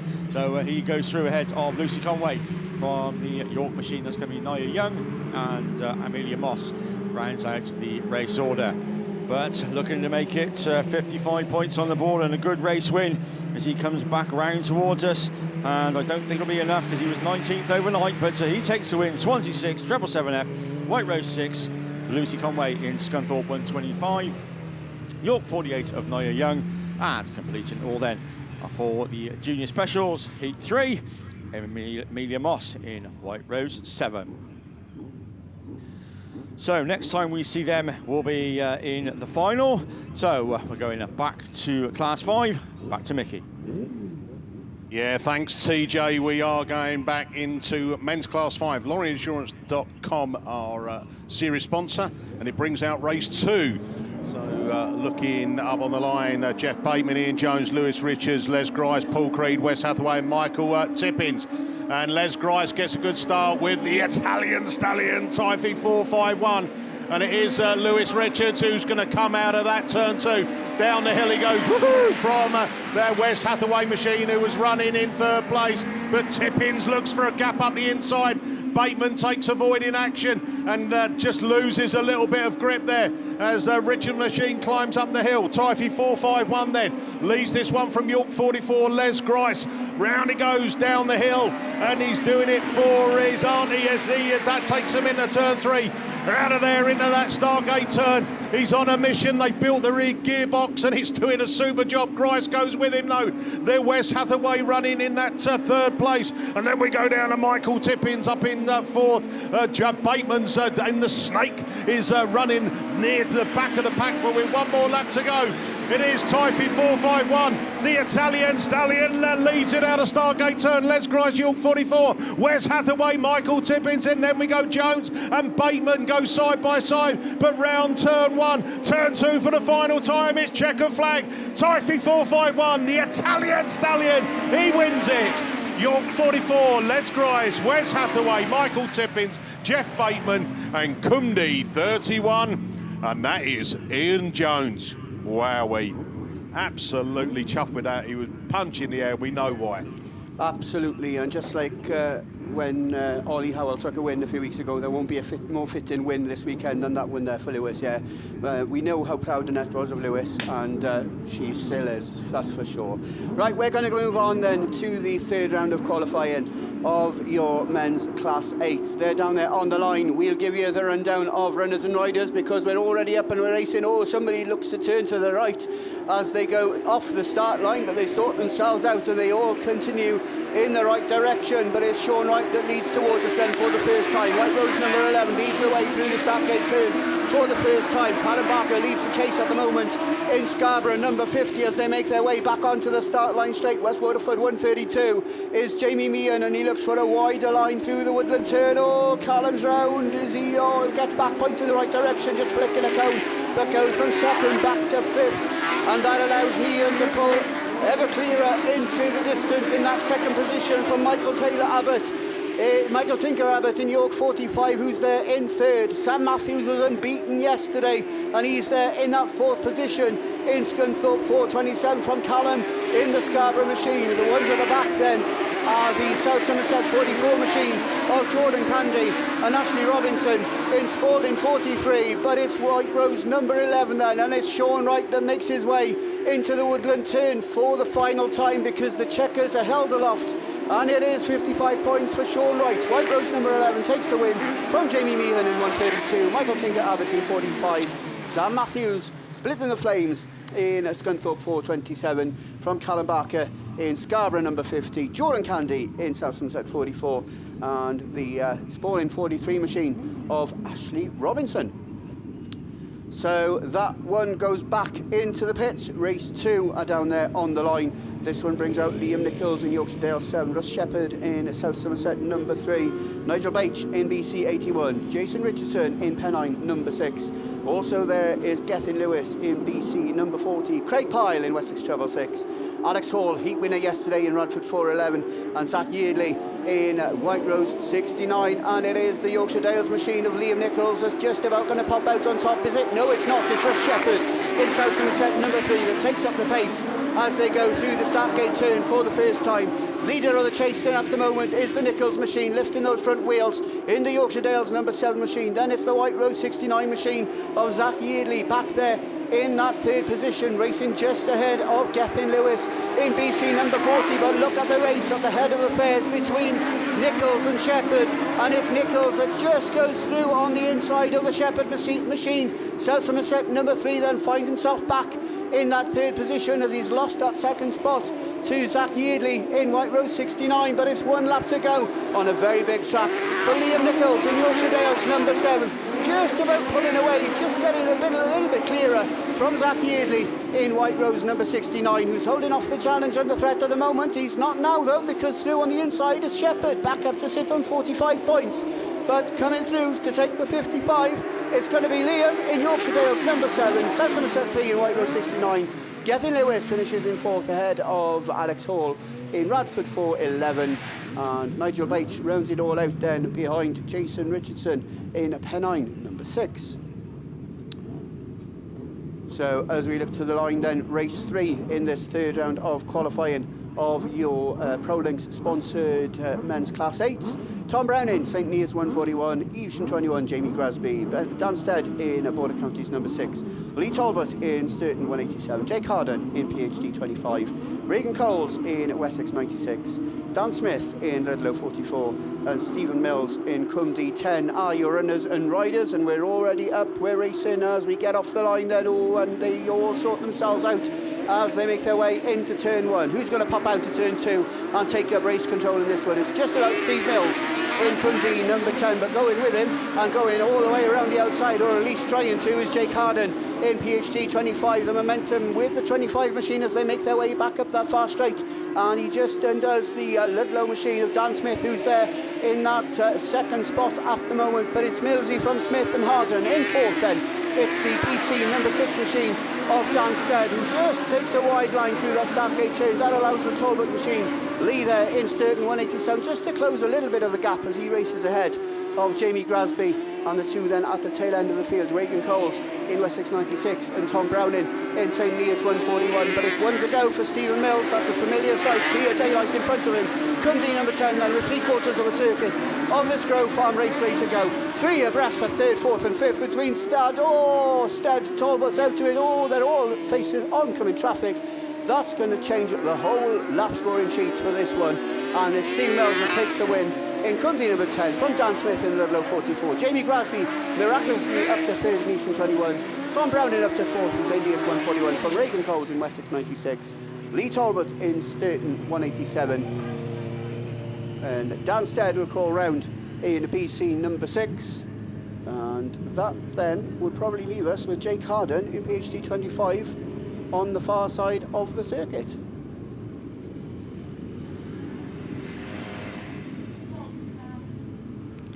So race 3 then, discussions being carried out from the team on the inside as well as the team on the outside. As soon as we get any information on exclusions or reruns from that one, then we'll obviously pass that information on to you just as soon as we get it.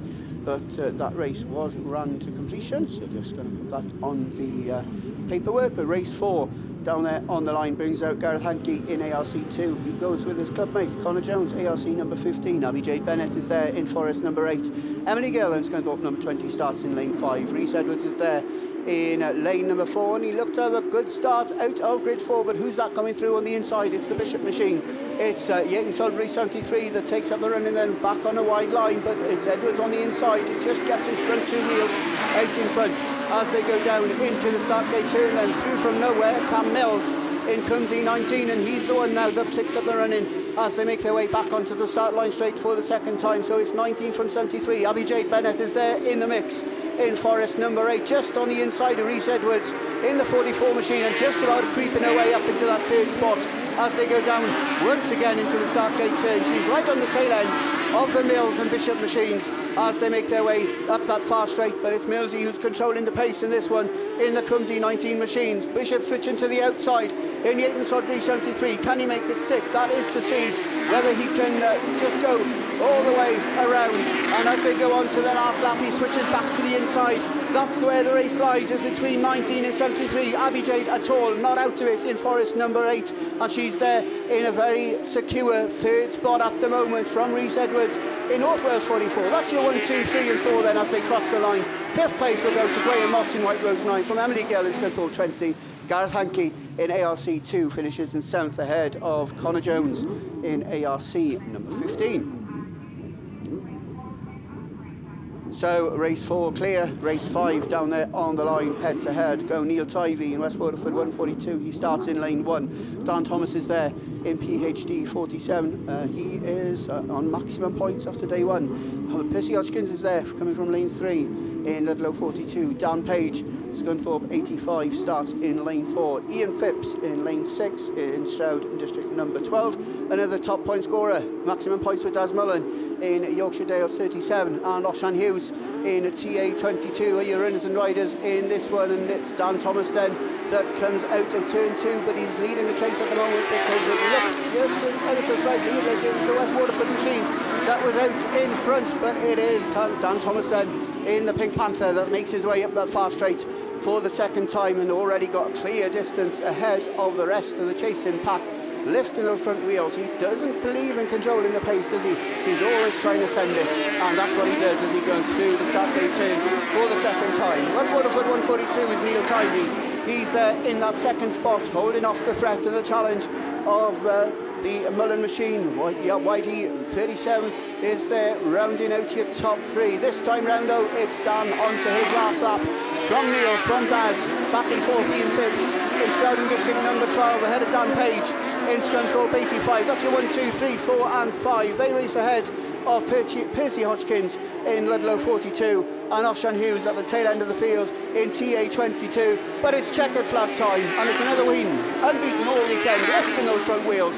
Dan Thomas in PhD 47. The rest of the field then follow on through in the following places, and we have a set of finalists for the hot off the press, and we'll just try and see whether we're going to get time. I don't think we are, so we'll continue with the class 8s for now, just as the last few cars make their way back into the pits, but we will then announce the finalists that we've got. We've got the set of finalists for the junior specials and class 5, and I'll tell you one thing, the one that we'll all be missing this weekend, she'll be proud because he's made it.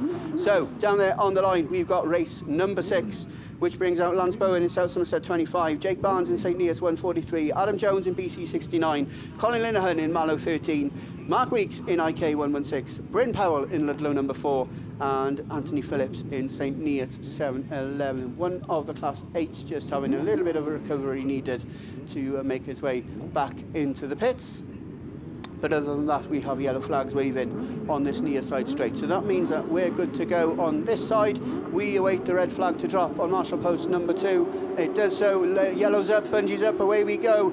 And who's going to make the break this time? It looks like a fairly even break from here, but it's Jonesy just on the inside, and he's just seen the boss take a win, and he wants to do the same. And it's 69 that leads past us for the first time. Is Jonesy on maximum points as well? I think he is.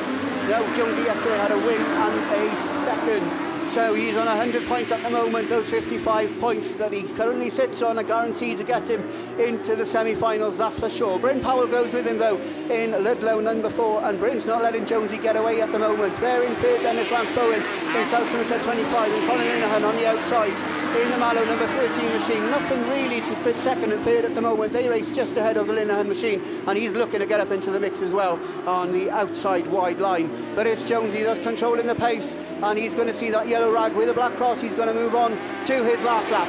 69 from 4, 25 and 13. Anthony Phillips then in 7-11 is there in that third position from Mark Weeks in IK 116, and Jake Barnes rounds it all out in St Neots 143. But your 1, 2, 3 and 4 look pretty much secured as Jonesy makes his way across the top part of the circuit, looking to add 55 points to his 100 and managing to do so. Bryn Powell in Ludlow 4 Where was Bryn yesterday? He was well down the order, was he?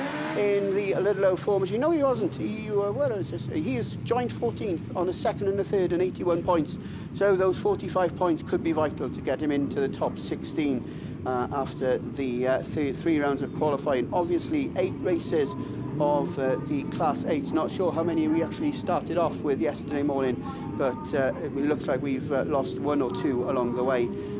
But we probably still have 60 signed on for day 2 here at the 4th round of the British Autograss Series here at Border Counties. Right then, down there on the line, we've got the penultimate lineup, or the penultimate scheduled race at least, of your men's Class 8, because we've got Chris Juggins down there in Scunthorpe number 50. He's right on the outside. He'll start in lane number 8. Scott Aldridge is there in Stroudon District number 5, as is Spencer Mills in Ludlow number 5. James Bow in Pennine number 9 then is the one that leaves out of lane 4, and he's the one that leads into turn 1. Aldridge sideways through the woodland turn, looking for grip on that outside line, just about gets into that second spot ahead of Spencer Mills as they make their way then down past us for the first time. Billy's there in 4th in PhD number 2. He races just ahead of Chris Juggins in Scunthorpe number 50, who currently rounds out your top 5 in this one. But it's Aldridge on a charge, but it's Bow in full control as they pass us then for the second time, completing their first full lap of this Border Counties Raceway. It's 9 from 5 and PhD 2 now looking up the inside of the Aldridge machine as they make their way up the far straight for the final time. No, it's not the final time, it's the penultimate time, because it's last lap flag time this time for James Bow. That sounded like Alan Patrick then, didn't it? But it's James Bow in Pennine number 9 from Aldridge, holding on to that second spot at the moment from Phil Rogers, who's there in 3rd in PhD number 2. That's your 1, 2, 3. That's not going to change, is it, as they cross the top part of the circuit for the final time. It's 55 points for Bow, 45 for Aldridge, 36 for Billy, 28 for Chris Juggins in Scunthorpe number 50, as the rest of the field then finish out their 3rd round of qualifying. They were Scott Shell, Owain Williams and Spencer Mills, one of them picking up a green flag on the bottom part of the circuit for some reason. But race 3, I believe, is race 7, I believe, is clear. Race 8 are down there on the line, and coming out to play in this one, we've got Mark Barker in Evesham 21. We got Wes Green in Scarborough number 3. Amber Powell in Ludlow 99. She's just seen Brother Bryn take a second. She'll be looking to pick up 45 points or even more as well. Also down there, Steve Duggan in BC number 10. He starts in lane 5. Dan McKenzie in Cambridge 44 starts in lane number 6. Again, he is another maximum point scorer yesterday. Mitch Wells is there with a 3rd and a win yesterday in Evesham 356, and Harry Russell IK 65 on maximum points. So plenty to race for in this one. Some will get through, some will miss out. Who are they going to be?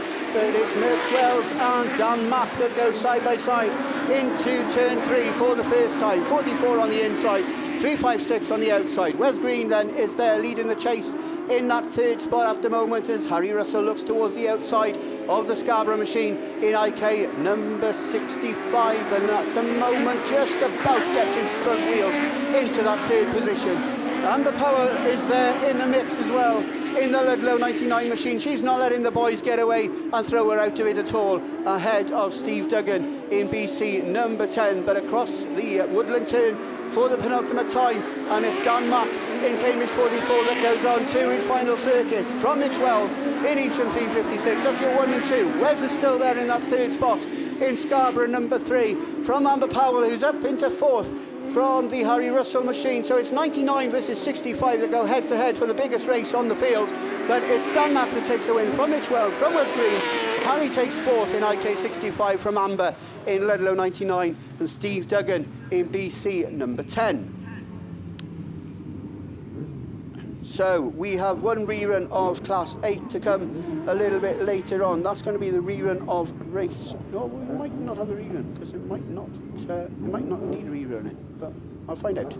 So for now, we're going to leave Class 8. We're going to go into Class 9 territory for the first time today. And again, we've got yellow flags waving on this near side straight, so that means that we don't have time to give you the runners and riders and the qualifiers for the junior specials. Or we might. somebody's going to need a push. So we'll start with the junior specials then.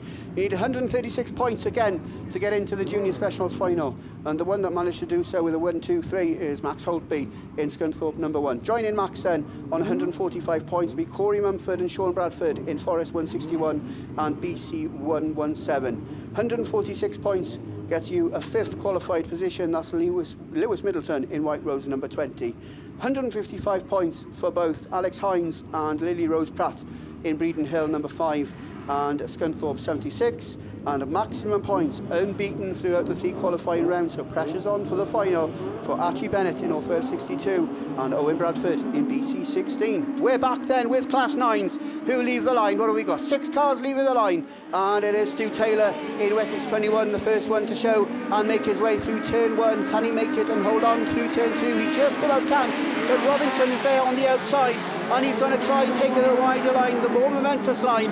Through the start gate turn, he's going to try and cut back on the inside, and it looks like he's made it stick in the 71 machine. 71 then on the inside of 21. Then in that 3rd position is the Matty Jones machine. Swansea number 8 is there in 3rd. Just a little bit of tangling of wheels between Taylor and Robinson, and that allows Matty Jones to get up into the mix in the Swansea 8 machine as they go through the bottom part of the circuit once again. Russ Adiman is there in 4th in York number 6. Oh, Matty on 2 wheels. Well, he's back down to earth with a bang though, isn't he? And a collapsed front driver wheel. He pulls that into the infield. That allows the race to develop between Robinson and Taylor as they make their way through the bottom part of the circuit. But it looks like Adam Robinson's got this one in the bag, signed, sealed and delivered almost, in the North Shropshire 71 machine from Stu Taylor in Wessex 21, who's still there holding on to that 2nd spot, and that's how it's going to stick. 55 for 71. 45 for 21. Then in 3rd it's going to be Russ Adiman from Sean Roberts, who takes 4th in the North Wales 17 machine, and Matty Jones unfortunately needing recovery back towards the pits, and Maxton Young in York 49 a non-starter in that one. Right then, so Class 5 finalists, you needed 127 points to make your way into the Class 5 final, and you needed a win and 2/3. So, joining Lee Cox, your last qualifier in that final, will be John Wild in Causeway number 7 on 136 points. He's joined by Lewis Richards on exactly the same, a 1-2-3 and 136 points. And Lewis Richards, TA451, goes in as joint 6th qualifier. Joint 4th qualifier, 145 points for Steve Donovan in IK 72 and Charlie Holloway in Evesham number 9. And 3 men unbeaten throughout the 3 qualifying rounds. They must have had their ratios right for this weekend, mustn't they? Ollie Howell in North Shropshire 1, Adam Brown in Mallow 184, and Mark Euchre in PhD number 20. So they're the 8 that we need to keep an eye out for when it comes to finals time in Class 5 later on. Right then, back to race 2 of your 3rd round of qualifying of Class 9, and it's Tonto that leads into the Woodland turn for the first time, exiting turn 2 on a very wide line that allows Barry Ashmore in Yorkshire Dales 154 to lead the chase down into the start gate turn for the first time. 5 abreast almost. It's even 6 abreast almost as Tonto takes that wide line. Hornshaw's up on the inside, Barry Ashmore in the middle in 154. That's going to be a close race, but it's Ashmore that just pops out and throws the dust back into the face of Tonto as they come back towards us. Oh, look at this race, 3 abreast once again as they go down into the start gate turn. Luke Jenkins in PhD number 7 looking to get up into the mix as well, and doing so as he's there on the inside of Tonto. But it's Hornshaw, your new race leader in 78. Barry Ashmore and Tonto won't give up, and that's for sure, because it's last lap flag time. Ashmore changes his line, he's back on the inside. Oh, and a tangle of wheels and a clutching of front ends as they all come together on the way into turn 1. So the only one that keeps going out of the front end of the race is Luke Jenkins, and he's going to make his way across the top part of the circuit and on the track, and as something changes, he's going to take 55 points for the first round of qualifying, and we've got red flags on that one. So we will await the verdict on that one. Not sure whether we're going to... Oh, there's a black flag being given there. Was that for Barry Ashmore, I think, in Yorkshire Dales 154? Don't know whether that's been confirmed or not yet, but it looks like they might take a result from that one and exclude Barry Ashmore from the result. I'll just pop next door to see whether that is the case, but I'll be back there to take you through race 3 in just a few minutes' time.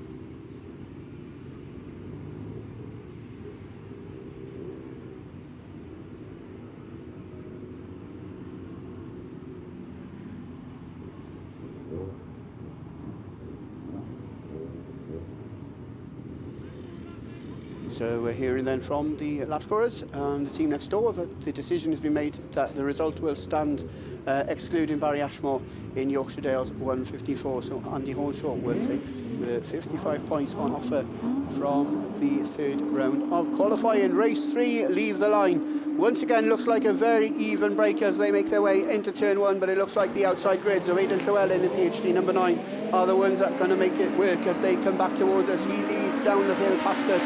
From Lee Seagreaves in ARC number 3, he's there in that second spot as Sam Pinches just tags along the back end of the Mark Barker machine and gets it all wrong. He joins the field at the tail end in the Radford 35 machine. Not sure whether she popped out a gear there or not, but it's Aidan Llewellyn that makes his way into the top part of the circuit then for the second time. PhD number 9 continues to lead from ARC3 down into the start gate. Here they go side by side. Mark Barker, his best result of the weekend, back there in that third position, but that just allows Aidan Llewellyn to pull them clear as they make their way up the top part of the circuit with one more lap to go. It is PhD 9, ARC3 and Eushan 26. Then in that fourth spot, it's the Zach Mills machine. It's Ludlow number 12. He races ahead of Lee Waldron in Forest number 4 and Sam Pinches in Radford 35. Everybody name and number check, but camera and all eyes back up at the front because it's Aidan Llewellyn in PhD number 9 that exits turn 2 for the final time. 55 points for number 9, 45 for number 3, 36 to 26. Zach Mills takes fourth in Ludlow number 12 from the Lee Waldron machine, and rounding it all out then was Sam Pinches in Radford 35. Oh, somebody's being checked out on the camera.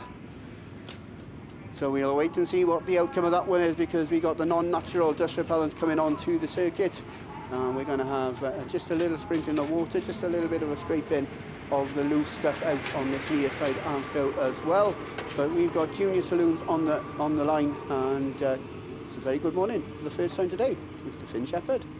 Yeah, thanks, Gareth. Good morning, Gareth. Good morning, everybody in and off the field, whether you're watching on BAStv or across the field. So, yeah, as I said, good morning. So we got Junior Saloons on the line. This one should bring out Rio Xian. He had a win and a third earlier on today. And Tyler Davies, yesterday, sorry. Tyler Davies, he had a win and a sixth, I think. Casey Jones, Layla DeCrow, Travis Markley. I'm pretty sure he had a win, actually. He too. I think he might have had like a win and a sixth off the top of my head.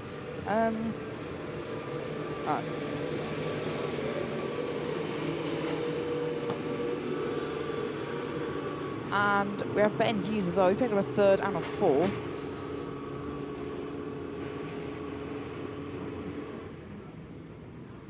Far away. Yeah, so hot off the press, and we have the semi-finalists for Class 8. You need 119 points to make your way into the top 16. The last driver to book his place in the semi-finals was Phil Rogers in PhD number 2. So the first semi-final we'll give you later, because we've got Bowser's making their way off the circuit. We've got track clearance, and I think we're going to be going in the next few seconds. So we'll be back over to Finn once he's found his paperwork and found out who took heat wins yesterday. Yeah, that's right. So I was right. Travis Markley did pick up a win. We had a DNF as well, so he's down in the points. So he's looking for something better today. Although talking of something better, Rio Xian, he's going to top off his third from heat 3. He's gonna at the moment have himself a win if he carries on like this. Tyler Davies is there as well, Type 60 with Travis Markley. I said he needed something good, and he's there in that second position. He probably needs a win at least, and a bit of luck to get himself into the final. That'd be 110 points. He'll be there or thereabout, but I don't know if I'll get him enough. But at the moment, he's only in second, so he's going to need a bit more than this. Rio Xian, though, doesn't look, just has something to say about that as he goes down my side with 2 laps to go. It is going to be Xian. He had a win earlier yesterday and a third, so a win is definitely going to see him in the final. Travis Markley, like I said, not entirely sure. Tyler Davies, he had a win and a sixth, so a third, maybe probably second will definitely get him in. A third might do him all right. But we look back to the front, because it is Rio Xian coming down to move on to his final circuit. PAC 33 it is from PAC 9, Type 60, Euston 127, Ivic again 530, and Layla DeCrow is stopped in the infield in PAC 48. But we look back to the front, PAC 33 it is. Rio Xian, he is going to be racing to go into the top turn. I can't see anyone heading anywhere near close to him, so he's going to come around the final corner and take the win. So Rio Xian it is, makes it 2 wins and a third. Travis Markley has a second. I don't think that's going to see him in the final. Tyler Davies, I'm not sure, in Type 60 with a third. And Ben Hughes, he had a third and a fourth, so fourth on top of that. I don't think we'll be seeing him in the final. And neither will we see Layla De Croo, because she is stopped on the infield, so that'll be a non-finish for her. So we look down to the line, and race 2 should bring out Levi Adams in Hereford 969 in lane 2. Rory Jones in Cambridge 32, Molly Mosley in PhD 48, Jack Owens, he had a win and a fourth, so yeah, he's going to need a solid result, maybe like a third or a fourth to get himself into the final. Bo Bennett had 2 seconds, so another one will definitely see him in the final, maybe a third or a fourth, maybe in a fifth. But Grace Williams as well, and Frankie Taylor and Come Do 171, the last one to mention. So they are your runners and your riders. With Levi Adams in lane 2, Frankie Taylor in lane 8. They are who is coming out in this one. Type 5 is going to be your first of the show and last of the late breakers down into turn 1. Jack Owens it is in Type 5. Win will definitely see him in the final. So he just needs to hold on where he is. But as I say, we've got someone all the way around the outside and holding his line is Green Hill 33. So Bo Bennett in piloting that one. He's going to slot back into our second position. And he had 3 seconds. Will do him very nicely. We'll see both of them in the final. Would Jack Owens and Bo Bennett, but Bo Bennett wants to win. He's looking for a move all the way around the outside. That'd be a really good move. And indeed, he is finding a little bit of grip. So Jack Owens is trying to hold him off, but Bo Bennett, where is all of this coming from? It is important in Green Hill 33. Surely you can't hang that all the way. But he's been sat by the outside for nearly a lap now. Is he going to slot back into second? No, as he goes into a top turn. He's getting closer and closer every lap going into our top turn. But he is going to slot back into our second position away from Grace Williams in Cambridge 142. So Jack Owens it is away from Green Hill 33. Bo Bennett, Grace Williams in Cambridge 142. Rory Jones in Cambridge 32. And Levi Adams in Hereford 969. So, and the two just mentioned are Molly Mosley and Frank Taylor. We look back to the front because it is going to be Jack Owens to come around the final corner. He's going to take the win. We'll see you in the final. We'll see Bo Bennett in the final as well. From Cambridge 142, Grace Williams, Rory Jones in Cambridge 32, Levi Adams in Hereford 969. Number 2 left to mention is, I think Frank Taylor just going to beat Molly Mosley across the line in PhD 58. So race 1 and race 2 run to completion. We're going to look down to the line for race 3. This one should bring out Reece Tipton. He had a win. He had 2 wins yesterday, and Lewis Milton right next to him. He had a win and a second. Bo Chamberlain, he had 2 thirds, so we need a good result. As is Mackenzie Elson, he had a third and a fourth in Forest 18, and Lee Chapman in Forest 10. Corey Reed in Type 222, and Dale Hodgkins in Ludd 39. So what a cracker this is going to be. So we're going to be away and racing. According to the stats, it should be Reece Tipton, but we know it could be anyone's race. As I said, Type 222, Corey Reed's going to be your first show going down into Stel 1. Lewis Milton's there as well, goes with him. So Reece Tipton is swallowed up by the oncoming traffic. Bo Chambers there as well. And as I said, Reece Tipton, I think he might fall back to third, although White Rose 80, Lewis Milton looking for a move all the way around the outside. That'll be a very good move. And the Junior Sims really are keen to try this outside move, aren't they? But we look back to the front. Oh, Corey Reed, I think a bonnet's fallen off. Oh, that's not ideal for him, but we keep it going. For the moment, I think maybe we're going to have some kind of flag issue there, because Corey Reed might need it on, and indeed he does get a black flag. Oh, no, yeah, so he's going to have to put himself back into the pits. So White Rose 80, Lewis Milton takes up the running away from Reece Tipton in Ludd 1. So if it stays like this, we'll see both of them in the final with 2 wins and a second. But Reece Tipton looking for a move all the way around the outside. Last our flag being made ready. It is Lewis Middleton in White Rose 80. He's coming down into the bottom corner away from Reece Tipton in Ludd 1. Lee Chapman in Forest 10. Mackenzie Elson in Forest 18. And Bo Chamberlain in Forest 22 with the one less to mention. I think that's Ludd 39. But we look back to the front because it is White Rose 80. Reece Tipton looking all the way right outside in Ludd 1. We're going to stick with these two. No way does he make that work. As he comes down the final corner, it's going to be a drag race to a line. Oh, I think it's going to be... Oh, Reece Tipton takes it away from White Rose 80. I think Reece Tipton had that. Lewis Milton's going to have to settle for second. I think that was really close. on the line. That was a very, very, very good drive from Reece Tipton in the final lap. I think we're just going to have to see who actually gets that. Yes, just confirmation there. Reece Tipton, what a move. He went all the way around the outside of the top corner. That is not something you really expect from a junior saloon, but there we go. He found the grip and he made it work. So low on, Reece Tipton goes into the final unbeaten with 3 wins. But anyway, we're going to look down to the line because we go on to race 4. Kerry Weaver is going to be first year out, although as I say that, Molly Bubb's there as well.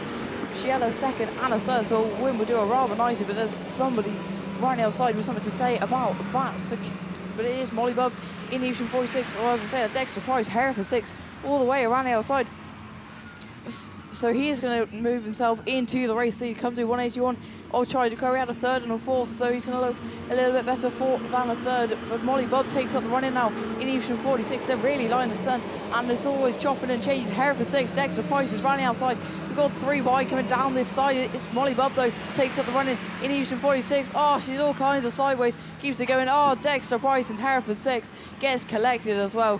Molly Bubb, I think that's a wheel pointed in the wrong way, but she's off the racing line, so we might be able to keep it going. But we look back to the front because now PSC 181 tried to grow. He emerges in the lead of the race. He had a third and a fourth, but win would do him rather nicely. I think that should get him in the final. So it is 181, moving on to his final circuit away from Kerry Weaver in come to 35. St. Leah 16, Maddie Tilson's 7 Valley 29, Hereford 6 of Dexter Price. And come to 515 is the one left to mention. That's not Maddie Tilson, that's Betty Tilson, sorry. Highland St. Leah 16, talking of William Halls all the way around the outside. We look back to the front because it is going to be PSC 181. We'll see, I think we'll see Shai DeCrow in the final in 181. Away from Kerry Weaver in country 35, 7 Valley 29, William Hall, Betty Tilson in St. Leah 16. She had a second and a fifth. So another fourth. I don't think we'll be seeing her in the final, but I'm not entirely sure. Country 515 is Kerry Bennett, and the last one to mention is going to be Molly Bubb in Division 46. She's going to come across the line, but definitely problems on board there.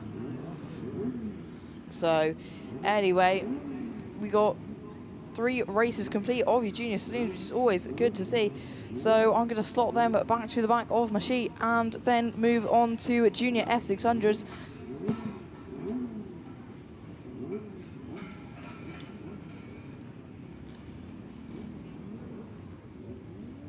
So as I said, SPD Electrical Contractors Limited, Industrial, Commercial and Domestic Electricians are your sponsors for junior F600s. So Justin Forden coming out in this one.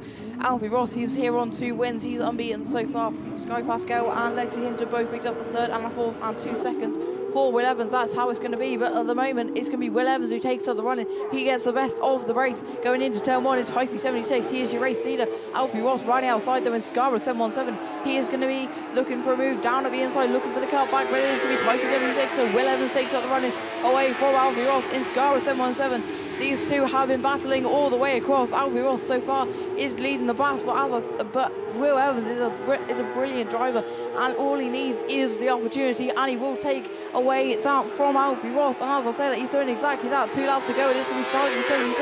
That is Will Evans away from Alfie Ross. In Scarborough 717, Sky Pascal and Hereford 50, and Lexi Hinton in Forest 32. The 2 left to mention. We look back to the front of the field because it is Typhy 76. Will Evans going into that top turn away from Scarborough 717. Alfie Ross second, me 1 and 2 coming down my side, moving on to the final circuit. It is Will Evans, and he's trying to stretch himself away, but Alfie Ross, not allowing any kind of a gap to form away between the 2 of them. And it is Typhy 76. Will Evans going into that top turn. He is your race leader away from Scarborough 717. Alfie Ross, they are 1 and 2 coming down my side, and it is going to be Typhy 76 to take the win. So Will Evans with a brilliant win away from Alfie Ross in Scarborough 717. Then we move down to Sky Pascal and Hereford 50. And the last one to mention is Lexi Hinton in Forest 32.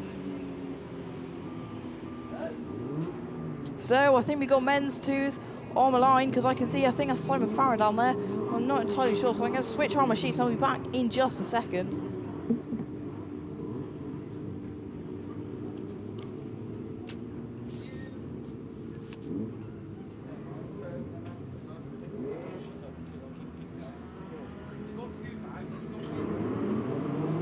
So I've got an announcement. Everyone needs to pick up their dog poo. If it's on the floor or anywhere, just pick it up. If you get a bag or whatever, just pick it up and put it in the bin. Thank you very much.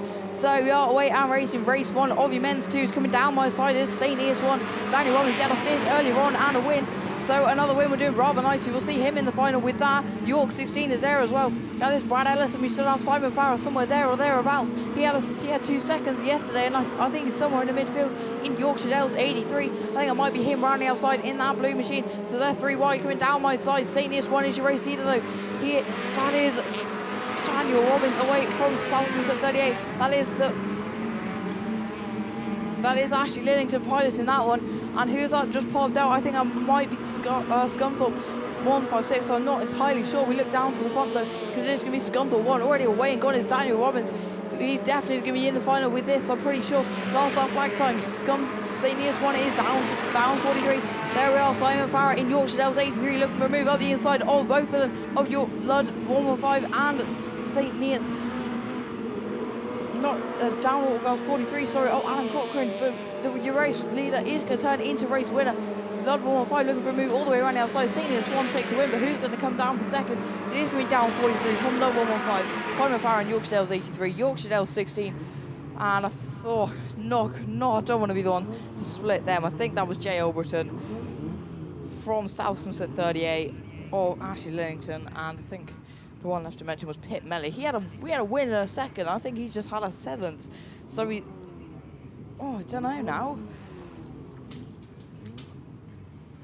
He was looking good. He was your second qualifier overnight, and now I think he's had a 6th or a 7th, which is really not ideal. So Pip Melly has really swung the door wide open for the rest of the field.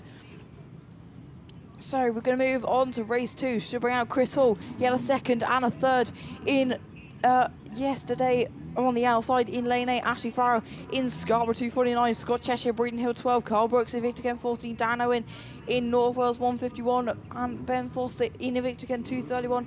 And Seb Thacker had a win and a 6th yesterday in Raffle 171. You can see him in the corner of your screen if you're watching it on BAStv, as well as Jack Hodgson in Yorkshire Dales 104. So they are your runners and riders. Yellow flag starting to fly. They're just sorting out where all the cars need to be on the start line. Make sure they're all dead level to make sure there is no advantage given to anyone. So the marshals just sorting that out, and I think it should be okay for the moment. So I've been through all of my races without a red flag, although I might have just commentators cursed it, but we will see. Graham thinks this one's going to be a red flag. I'll hold you to that. So we're going to be down into turn 1. Who's going to be your early race leader? I think it's going to be Chris Hall in Scunthorpe 227 round the outside, but I think it's Scarborough 249. Ashley Farrow is going to take out the running, coming down my side from Scunthorpe 227. So Chris Hall switches here from outside to inside, but it is Scarborough 249 away from Scunthorpe 227. That's a Cheshire machine. Scott Cheshire piloting Breeden Hill 12, and they're going to be your 1, 2, 3 going down that far side of Victor 14 should be there as well. North Wales at 151 of Dan Owen is there in that 4th position, looking for a move down the inside, that round the outside, sorry, of Scott Cheshire, and surely that ain't going to be able to work. Well, as I said, it gets held up a little bit by Chris Hall, and now they are going to be all kinds of everywhere. We look back to the front of the field, because it is going to be Scarborough 249. Ashley Farrow trying to lead him away from Chris Hall in Scunthorpe 227, a 2nd, a 3rd, and a 2nd. We'll see him in the final with that. As I said, Victor 14 down the inside of Scott Cheshire, all kinds of sideways for, I think I might be Dan Owen, but we will see. Last off flag time, it is going to be Scarborough 249. That is Ashley Farrow away from Scunthorpe 227. That's Chris Hall piloting that one 2nd, 3rd, 2nd. As I said, we'll see him in the final with that. Raffle 171, Seb Thacker, he's in 5th or 6th, which shows how competitive he is. We had a win yesterday, a win and a 6th, so another 6. We won't see him in the final, but check a flag. It is Scarborough 249, Ashley Farrow to take it away from Chris Hall. We'll see him in the final. Scott Cheshire, Victor Kent 14. That's Carl Brooks, and Seb Thacker, as I said, I think he picked up a 5th there, so I doubt he's going to be there, but we will see. Dan Owen in North Wales 151, Ben Foster in Victor Kent 231, and Yorkshire Dales 104. Jack Hodgson was the one left to mention. So Graham's, what were we saying about red flags there? Did you get a red flag? No. Rerun? Nope. So, as always, I'm right. Anyway, we're away and racing with race 3. Who's going to be the first one to show going down into turn 1? I can see David Mullins there in Appleton 2-1-1-2-4, but it is Lars Scunthorpe 1-2-6. Craig Conway had 2 wins yesterday, and he's looking to do exactly the same. He's in the lead. Is looking to follow exactly the same as Jess does in the ladies. In Scunthorpe 1-2-6, so leading the way away from Tyre 2-1-2. I think that is Tyler Carr piloting that one. As I said, that he's the one that's just piled into the infield, so maybe something going on over there. We will see. Whoa, all kinds of sideways for someone in there, but we keep it going in the midfield because it is Scunthorpe 1-2-6. That is the Conway machine. Craig Conway piloting that one. He had 2 wins earlier. Another win will definitely see him in the final. 165 points, top qualifier. But as I said, we should have St. Leas 1-2-4 as well. Should be there as well. William Drayton. As I say that, I can't see him there, so I'm not entirely sure where he is. Last time, 5 time it is, so Craig Conway. If he is again 2:33, David Mullins, Aston 1-2-4. The Robinson machine is Sporting 26, and there is 2 St. Leas 1-2-4 of William Drayton. He had a 2nd and a 4th, so another 5th will not do him the best, or will not do his chances the best of good, and neither will Jordan Robinson. A 4th will probably not see him in the final with a 3rd and a 4th, but Conway we will see in Scunthorpe 1-2-6, away from if it's again 2:33. And David Mullins in Appleton 1-2-4. I'm not going to be the one to call that, but I think it was if it's again 2:33. A black flag being given to, I think that's St. Leas. I don't know, that's Breeden Hill 40 of Tom Crean. Not entirely sure why, but we will find that out in a second. So we move swiftly onwards and upwards to race 4. We should have North Wales 1, James Epsley, Jamie Lennington, South Somerset 45, Ryan Smith, Swansea 12, picked up a 3rd and a 4th in yesterday. If it's get 1:30, Jack Bromley and Ludd 15, Tim Harbour. We should have Darren Williams. He had a 2nd and a 3rd in Come to 6. And Ryan Rowland in North Wales 12 is the one that is left to mention. We just get Tyre 2-1-2 back into the pit. So they are your runners and riders. So the ones to watch, definitely Darren Williams and Ryan Smith. They need these points to get themselves into a final. I think most of the rest of them racing for fun here, but we will see. So we're going to look for track clearance, and we're starting to get yellow flags flying. We look to first marshal, we does the Amway Junkers pirouette, and we are away and racing. So who's going to be first show as they go down into turn 1? We should have North Wales 101, James Epsley there, but who's that down the inside? All kinds of sideways for a lot of the people just getting tagged on the rear and whatever. But we look back to the front, because it is Lodge 15, whoa, Swansea 12, Ryan Brullen. They're getting it all kinds of sideways. So Ryan Smith just tags back. Oh, I think that was Lodge 15, and indeed he's going to emerge as your race leader is Ryan Smith. So we had a 3rd and 4th, so winner will do him rather nicely. But it is going to be Lodge 15. He is your race leader coming down my side. It is going to be Tim Harbour. He is your race leader from Swansea 12, Commander 6, North Wales 12, if it's again 1:30, South Somerset 45, and North Wales 101 of James Epsley. But we look back to the front of the field, because it is going to be Lodge 15. Tim Harbour is your race leader, come to 6 in that 3rd position, who you can see on your screen if you're watching on BAStv. It is now Lodge 15 away from Swansea 12. They are you two trying to break away from the rest of the field. So Lodge 15 it is. That is Tim Harbour. I think that's a black flag being shown to Ryan Smith and Swansea 12, but we're not entirely sure. As I say, that Swansea 12 falls a little bit back away from Lud 12, 15, sorry, but he gets right back in contention. And we look to see if the check flag is being made ready. So it is going to be Lud 15 to take away. Not sure about Swansea 12. Commander 6, Victor get 130, North Wales 12, North Wales 101, and South Somerset 45. Jamie Lillington will complete.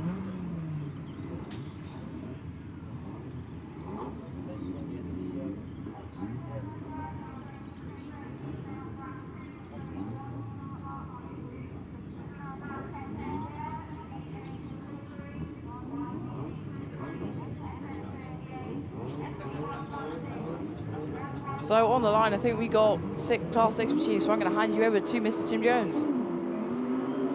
Thank you, Finn. Yeah, so away we go then with the D&M Design and Fabrication sponsored men's Class 4 for their 3rd heat.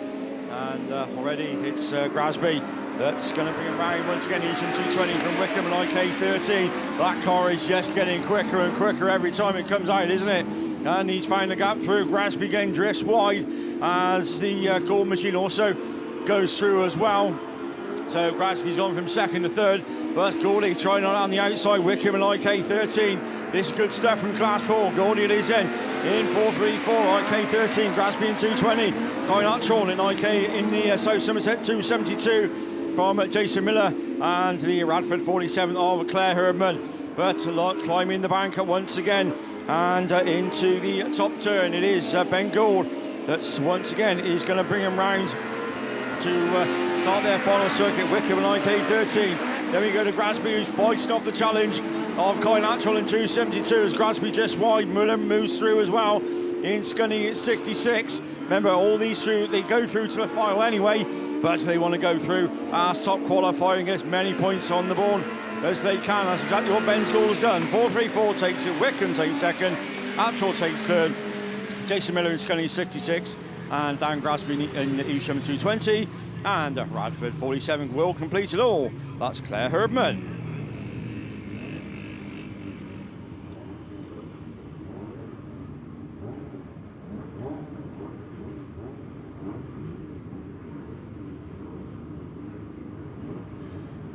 So we'll leave Class 4 for the minute. We're going upwards and upwards to men's Class 6 and Heat 3. And I'll tell you what, this first one looks a bit tasty, it's got to be said, because it brings out Andy Russell, who's joint second overnight. Matt Manning, joint second overnight. Darren Bryan, Adrian Lewis, the only unbeaten car from yesterday. Stephen Parsonage in North Shropshire, 146. Tristan Daniels and Carl Proctor as Manning just throws it into turn 1. Andreas White turn round turn 2. Parsonage up the inside in 146. Daniels goes with him in Type V at 36. Then we go to York 77 of Proctor, but Manning is in doing what he needs to do and a lead from the front. Evesham 152.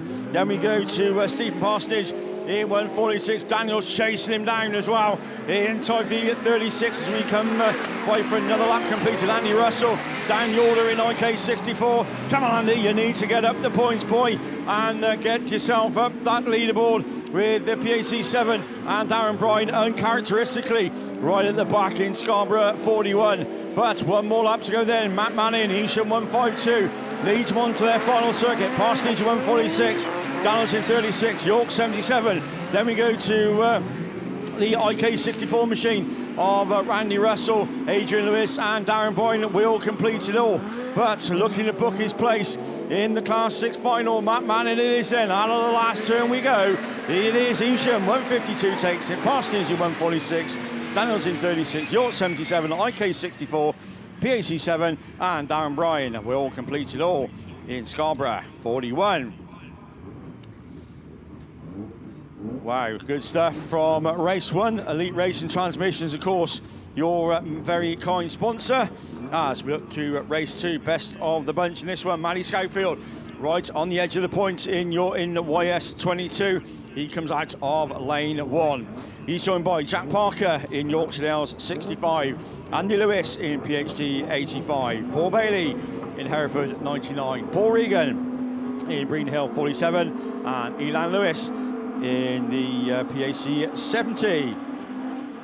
So as they leave the line, and once again swapping all the orders around. So that's certainly not race 2. What's this? Ollie Souls. That's got to be race 4. So Ollie Soul is in, sitting here at 6.68 from York 35, who runs in second. That's Jordan Tinker, joint 5th overnight from Tomo in White Rose number 3. But we get red flags on that one.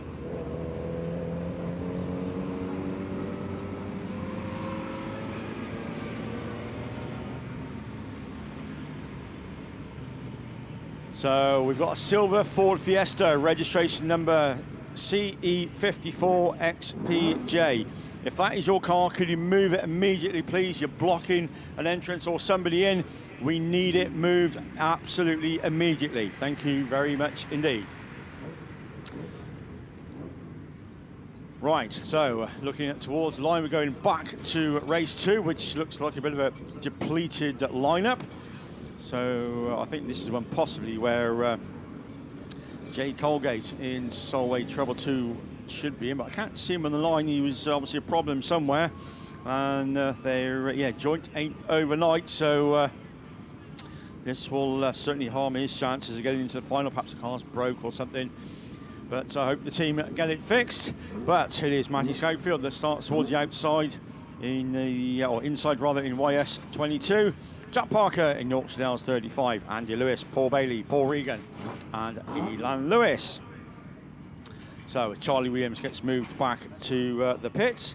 As I say, best of the bunch then is going to be Matty Schofield in YS 22. 7th yesterday, 1st and a 4th.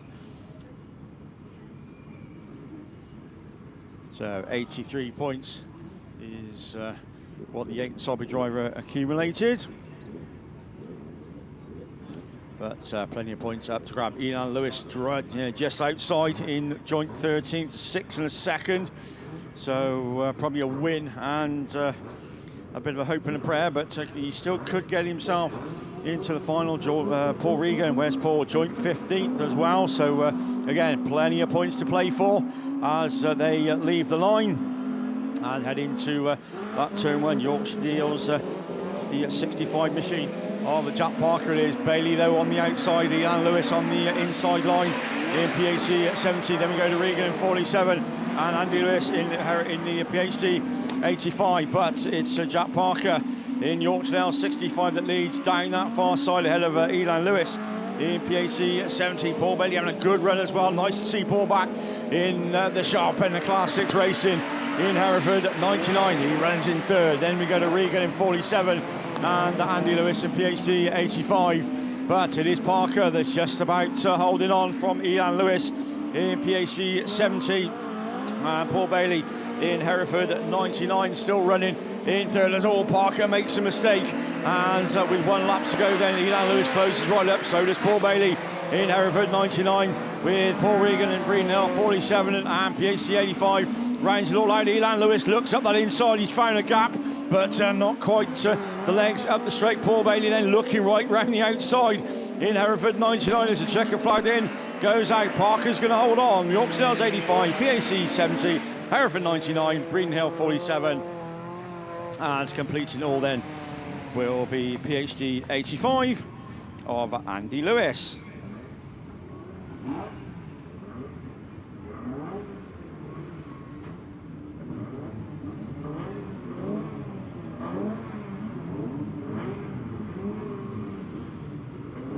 So no Matthew Schofield in that one either, so a bit of a depleted lineup in that one. But on to race 3, and this sees Ben Gasby joint 5th overnight, Pennine 7, Russ Tilson, Simon Morgan, Rob Lancaster, Jack Brown joint 2nd overnight, and Dave Houghton in Radford at 27. And away we go. It is then Jack Brown in Mallow 182 that's going to bring him round for the first time of asking. Dave Houghton on a good run in Radford 27, Gasby running in 3rd in Pennine at number 7, Tilson instantly it's 96, then slotted into 4th. Problems for poor old Rob Lancaster in Radford for 71, not to be this time. But out front and on song is still Jack Brown, Mallow 182, Houghton now coming under some serious challenge from Gasby in the ex-Dolt Thomas machine. Then Pennine at number 7, Houghton now running in that 3rd place ahead of Russ Tilson. Instantly it's 96. We've also lost Simon Morgan as well in Seven Valley 62, but we haven't lost your race leader. Got still Jack Brown, Mallow 182, Gasby running 2nd, Houghton 3rd with certainly it's 96 of Russ Tilson picking up the 4th place position, and just the 4 cars racing, but leading it from the front then. Mallow 182, but Gasby looking right round that outside. That's a brave move right round the outside. Can he do it? It's a dash to the line. Jack Brown just ahead of Gasby in Pennine at number 7. Then we go to Radford 27, Dave Houghton. Good run from him, and Russ Tilson will complete it all. It's at near 96. So Elite Racing Transmissions, of course, your very, very kind sponsor. And as we look down towards the line, we're moving onwards and ever upwards to the first or the last round of qualifying for the stock hatches. And we're going with race 1. That brings Dan Ferguson, Charlie Musto, Darren Lewis, Mark Robbins, Paul Lickley, Paul Harrington and Corey Paisley. So that's your race order.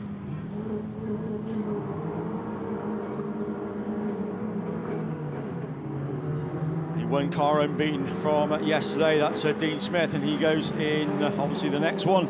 But as they get away then from the line, and Paul Harrington was the Solway 19th best of the other bunch, and he's leading it or just about from the front, but he has got challenge on that inside from Paul Lickley. It's Scully 95 as they go down that far side. Paul 10th overnight, so he's really does need a bit of a win. Second might just do him, but Paul Harrington certainly second. Well, the win certainly will be enough.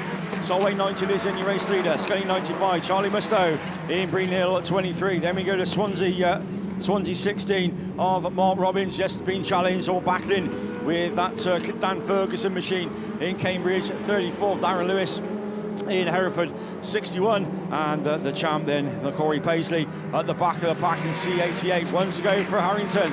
Solway number 19, 95, 23, 33. Then we go to Swansea 16. Darren Lewis just getting under challenge by Corey Paisley as they go down the round the pitch bend and down the far side. But nobody's challenging your race leader. And Paul Harrington, Solway 90. We will see you in the final. Solway 90 takes it then. 95 takes second. Charlie Mustoe in 23. Cambridge 34. Swansea 16. Darren Lewis in Hereford 61. And Corey Paisley in C88. So another tick in the completed box. D&D Transport, your very, very kind sponsor.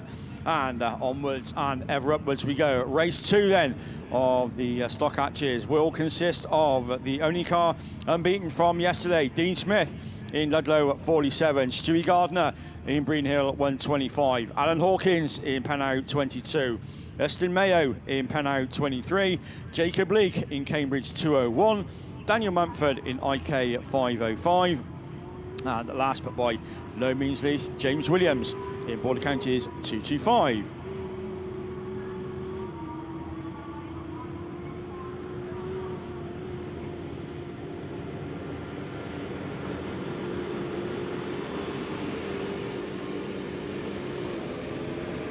So, give them all the rundown, but the Bowsers then on to the track. So, there's some application of some non-natural dust settling solution.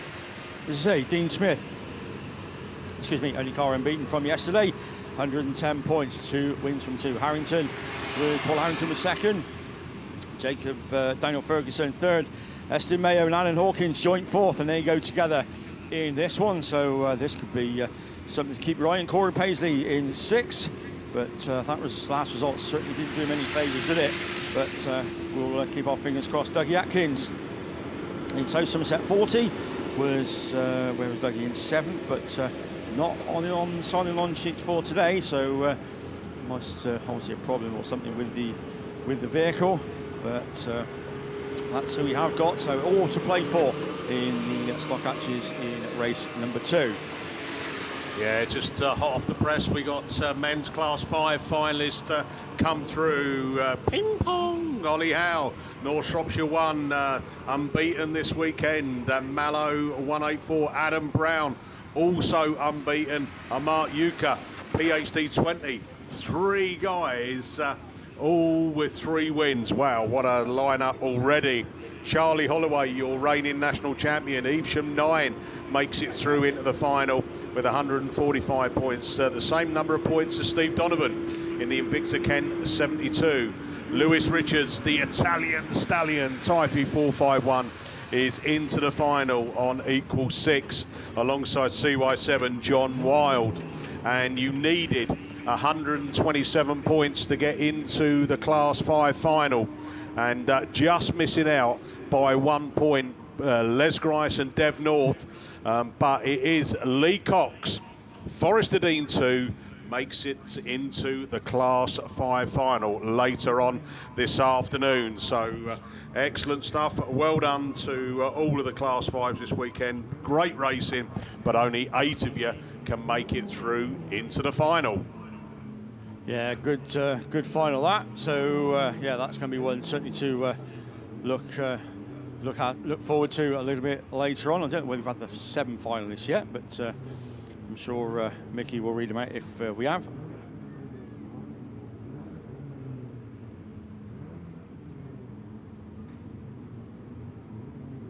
So Bowser's, I think, just about done their evil job once more.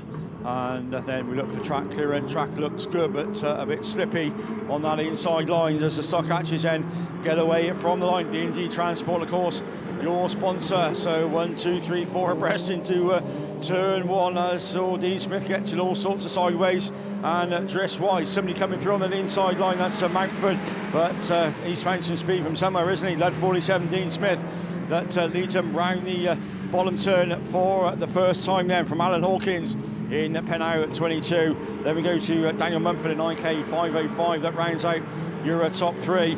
Fourth then goes to home racer on his track, on his own circuit then, James Williams, Border Counties 225 as they come back round to complete another lap. Dean Smith at his end, 47, 22, 505, 225. Then we go to Jacob Leake in Cambridge 201. And at last of the runners and riders, that'll be Stewie Gardner in Breen Hill 125. Not quite, because that goes to Eston Mayo in Pennow 23.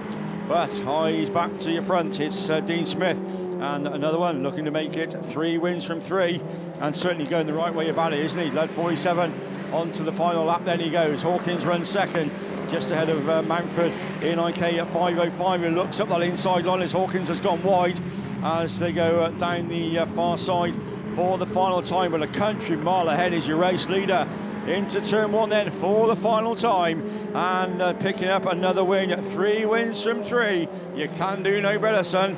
Led 47 it is that takes the win from IK 505 takes second, Hawkins third from Jamie Lewis in Border Counties 225, Stewie Gardner in Breen Hill 125, and completing it all is Eston Mayo in Pennow 23.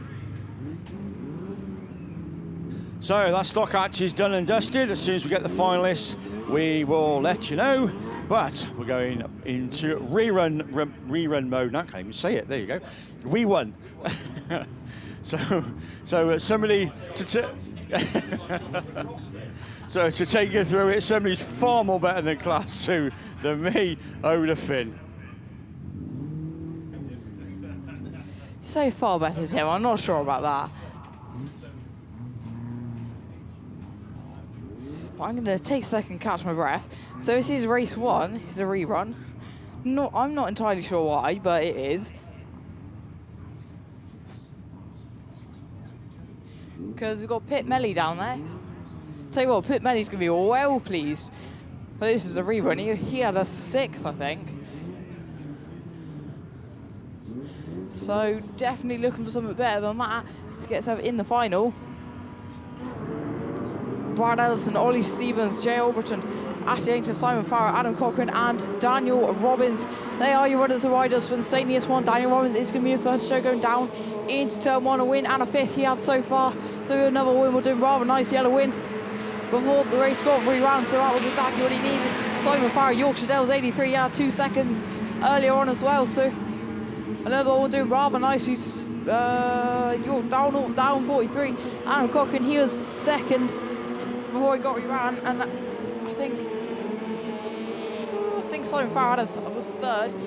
I know that was the third one with 5 of Ollie Stevens. I think Simon Farrer was 4th. Not entirely sure though. Who's this standing inside him? Brandon Ellison. He's just arrived from absolutely nowhere. He's second now. He's come from 5th to 2nd in just a corner. So Brad Ellison, he is going to be your second place finisher for the moment. Down 43. 42 Pit Melly. Oh, there's a lot of contact. Low 115. Ollie Stevens, he keeps it going though. I think someone stopped at the side of the track. We look back to the front. So this St. one under a lot of pressure now. Away from Brad Ellison. New York 16.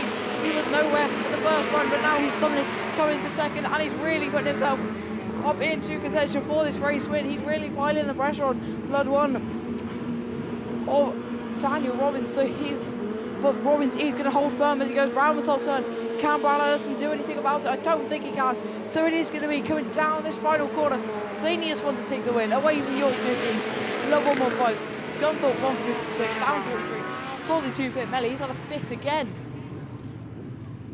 Simon Farrer waves his hand. He was second until it all went wrong. And now he's all the way back at the rear of the field. So now I can definitely say this one has run to completion. So I can see Graham readying himself. Excited, mate. Come on. Let's go. He's ready to go, so I'm going to hand you over to Graham to take you through the semi-finals of the men's eights. So imagine my excitement then when I walked into the bus here, or the trailer here, and Gareth said, oh, would you mind doing Class 8 semi-final for me? Of course, no problem at all, sir. CA44, then he and PhD 47, Dan Thomas, are on wins. Oh, a bit of a wheelie for Tyre on the outside, and another wheelie. What have they done to that car? He was flying in the heats, wasn't he? They might have just took a risk on that. So who have we got in this one then? CA44, BC69, IK65, C19, C10, Y73, Y1442. And who is it? It's the young man IK65 then, who's showing the old boys the way round. Alex Hare in second place with the Jigsaw Thou. Down the back straight they go then. Young Russell then, as he goes around, learnt his craft in the F600 as he come out of the junior specials into the top bench, showing them the way round here, isn't he? IK65, Dan Mack, you got some work to do, boy. You are in form. And Jonesy, oh, there'll be some posts on Facebook later if he don't gain a position, won't there? We won't say what site he goes on, but down the back straight they go then. IK65 driving a superlative race, isn't he? Puts it in sideways, fantastic lad. And then R411 doing exactly what he knows how to do, nice and tidy, and there shouldn't be any swapping really, boys. You're all in it, but Y73 comes through, 411, and Dan McKenzie's there. Who's that trying to come through? Steve Mills, oh, and Cam's there as well. So the Jigsaws, oh, 3rd, 5th and 6th I think they are. But down the back straight, Jones has dropped right back to the back. Not sure what happened there, but here we go then. Checker flag time. Put your hands together for this man. He is in the final. What a drive, IK65. Y73, 411. I reckon Cameron might have got it from Dan Mack, but I don't know. We'll quickly nick next door and have a quick look. I reckon Cam might have just stole that on the line, but let's have a look. Go, ladies, quick. We're all anticipated. Cam got it. Dan McKenzie. Oh, he might have celebrated too early. Thought he had that, but Cameron Mills, the old Jigsaw, look, the old moped, flying along on the inside, and just takes it on the line. So, fantastic drive then for IK65 Young Russell. What a drive that was. Cam Mill gets in there on the 4th place. Matty gets through Y73 and R411, and we're away again already then. So let's have a look who makes this one. Liam Nichols on the inside, Darren Mullen on the outside, race side by side, don't they? Yorkshire Dale's most qualifiers up there. Oh, we got one up in the air. That's Scott Aldridge on the outside, but it is Daz Mullen and CSC 247. Dan Thomas, he was the one on 3 wins. He'll be desperate to get through in this final. He's taking that favoured wide line. It almost looks like he's going for the Joker, doesn't he? But he gets the slingshot down the back straight, gains 2 places. Here we go then. So it is Daz Mullen. He's there in first place. And SC247 Sam Matthews sat on 2 wins and a 4th. He's nipped on the inside. Mullen will come back. Try and get at the inside. Nothing stupid, boys. You're already in the final. It doesn't matter what happens in this race. Down the back straight we go then. SC247 then from YD37 with Dan Thomas. He don't like 3rd place, does he? Dan, just keep your head, boy. You're still in the final. And meanwhile, Liam Nichols has gone. Let me have a piece of it. YD7. Mitch Wells, your current mass leader. I think, boy, he's very high up there anyway. He's back in 5th. There'll be no messing around here. Sam Matthews, who was comfortably in the 1st place, has now dropped back to 4th. He just needs to keep his head. But we're round here now for the checkered flag, and it's going to be the other moped-powered car, the 1000cc and a little bit, YD37. There we got, oh God, way out of the way. Darren Mullen then. Liam Nichols went through. Dan Thomas went through. Sam Matthews went through. Mitch Wells, you've missed out on this one. He'll be devastated. Mitch Wells was sat on a 3-1-2, so he's got some good points to go through. Other cars that missed out there was S5D, Ludlow 4, PhD 2. Phil Rogers, I never even noticed him in the race. Well, he's done some racing this weekend, so he's excused because he's a bit older now, isn't he? So, whew, Mickey, follow that with your 7s. Oh, yeah, no, well done. Before you carry on, C19, green flag. Now, obviously, Dan McKenzie knew that and let him by, but C19's got a green flag, so he does miss out on the final, and Dan McKenzie will get back in that final. He got some luck. Right, here we go then, men's super saloons. It's race 2. They've brought out first. Ayrton Ellison currently equal 11th on points. No semi-finals in the 7, so it's the top 8 that go through. And it is the Ellison machine, Tyre 32, running in that 2nd place, Alan Jenkins. And we go red already. And, well, that's not very good, is it? Why have we gone red? We'll try and work that out, but wowee, what a set of Class 8 semi-finals there. Graham Bennett there enjoying that, and wow, you know, it's just like the different lines people were taking to try and get themselves into that top 4. And yeah, brilliant stuff. Well done. And well done to all the Class 8s this weekend. Put on a great show. Only the top 16 can make it through. Some disappointment around, I know. But, you know, be proud of what everyone's achieved. You go again in 2 weeks' time. We are going down to South Wales for the final round of the British Series. Round 5. That's it. And then once round 5's done, it's nearly Christmas. And then we'll all be looking forward to the start of the 2025 campaign. Right, let's have a look down at what we got here. Oh, hold on a minute. They seem to have brought them all the way back round again. So, oh, that's handy, isn't it?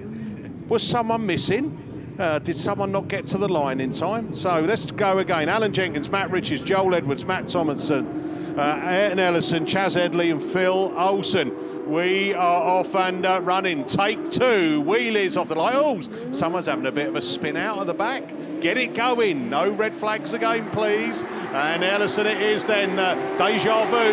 Chaz Edley gets a little bit of contact there and we go red again. My life.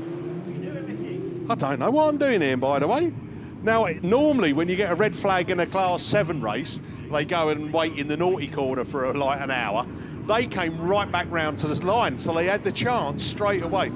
Same race. And then and they've gone red again. All because we had a spin out down on that bottom corner. And looking down there, it is that South Somerset 36 machine, Matt Thompson, who had spun out. Whether or not there was contact there, I didn't really see.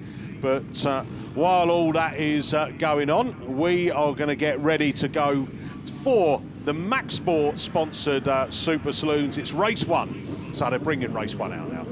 I don't know why they switch it round at times. It's always interesting to me. But who's out there, Mickey? Well, you got 2 lads that have had a win in a second. Andy Holtby, Scunthorpe 61 out of lane 3. Archie Bentley, the young lad in Border County 7 out of lane 7. Simon Hawthorne running 8th on the points at the moment in Radford 176.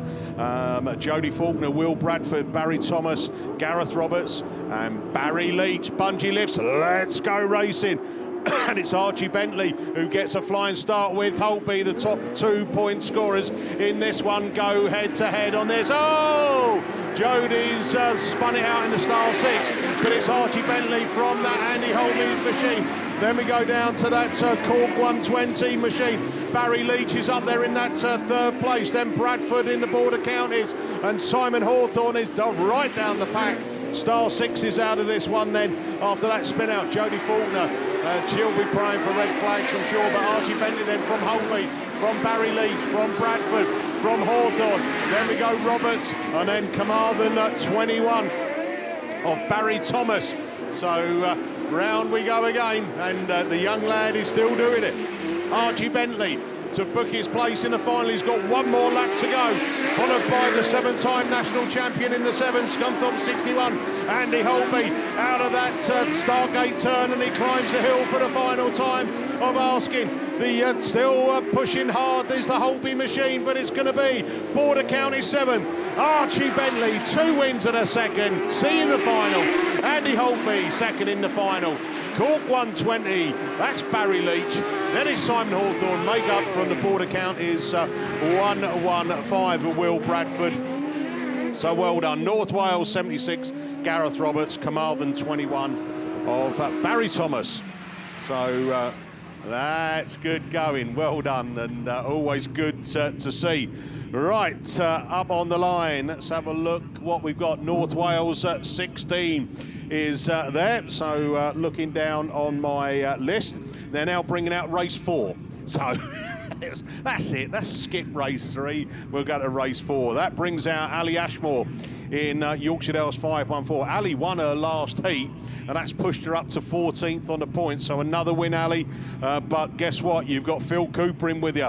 ARC 6, 2 wins out of 2, currently leading the BAS as well, and he's, I think, just started to extend his lead a little bit with results. So thus far this weekend, Scunthorpe 383, Dan Johnson. coming out of lane 4, 100 points. He's had a win in a second. And Phil Barliman coming out of lane 1, a Pennine 23, equal 11th on points. So not too far behind. Phil, you need a 1-2, and it's such a tough heat as well, isn't it? Lee Dodd, North Wales 16, Lewis Woodruff in White Rose 72. Bungee Lifts, let's go racing then. And it is Cooper gets a good one. Johnson showing his undercarriage, who misses, but he's going to come into their turn 1 and lead it, but coming out of turn 2, it's Cooper then from Johnson, from that Harris machine. Woodruff, Matt Ashmore. Then we go to Robertson, then the Pennine 23, Barliman, who's at the back of the pack as they climb up the hill. Cooper then, 2 wins already under his belt.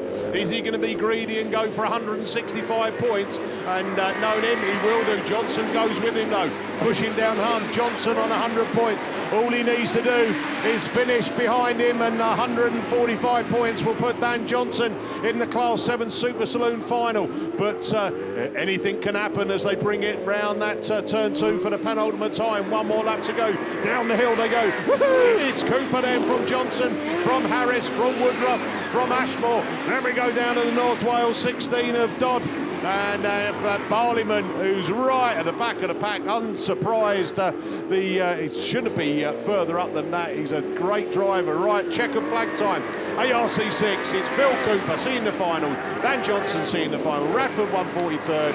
Ryan Lewis Woodruff. Oh, Dodd and Ashmore across the line together. And that final place goes to Pennine 23 of Phil Barliman. Right. Let's have a look now. Where are we going? Oh, we're going to go to race 3. That's it. So we've gone race 2.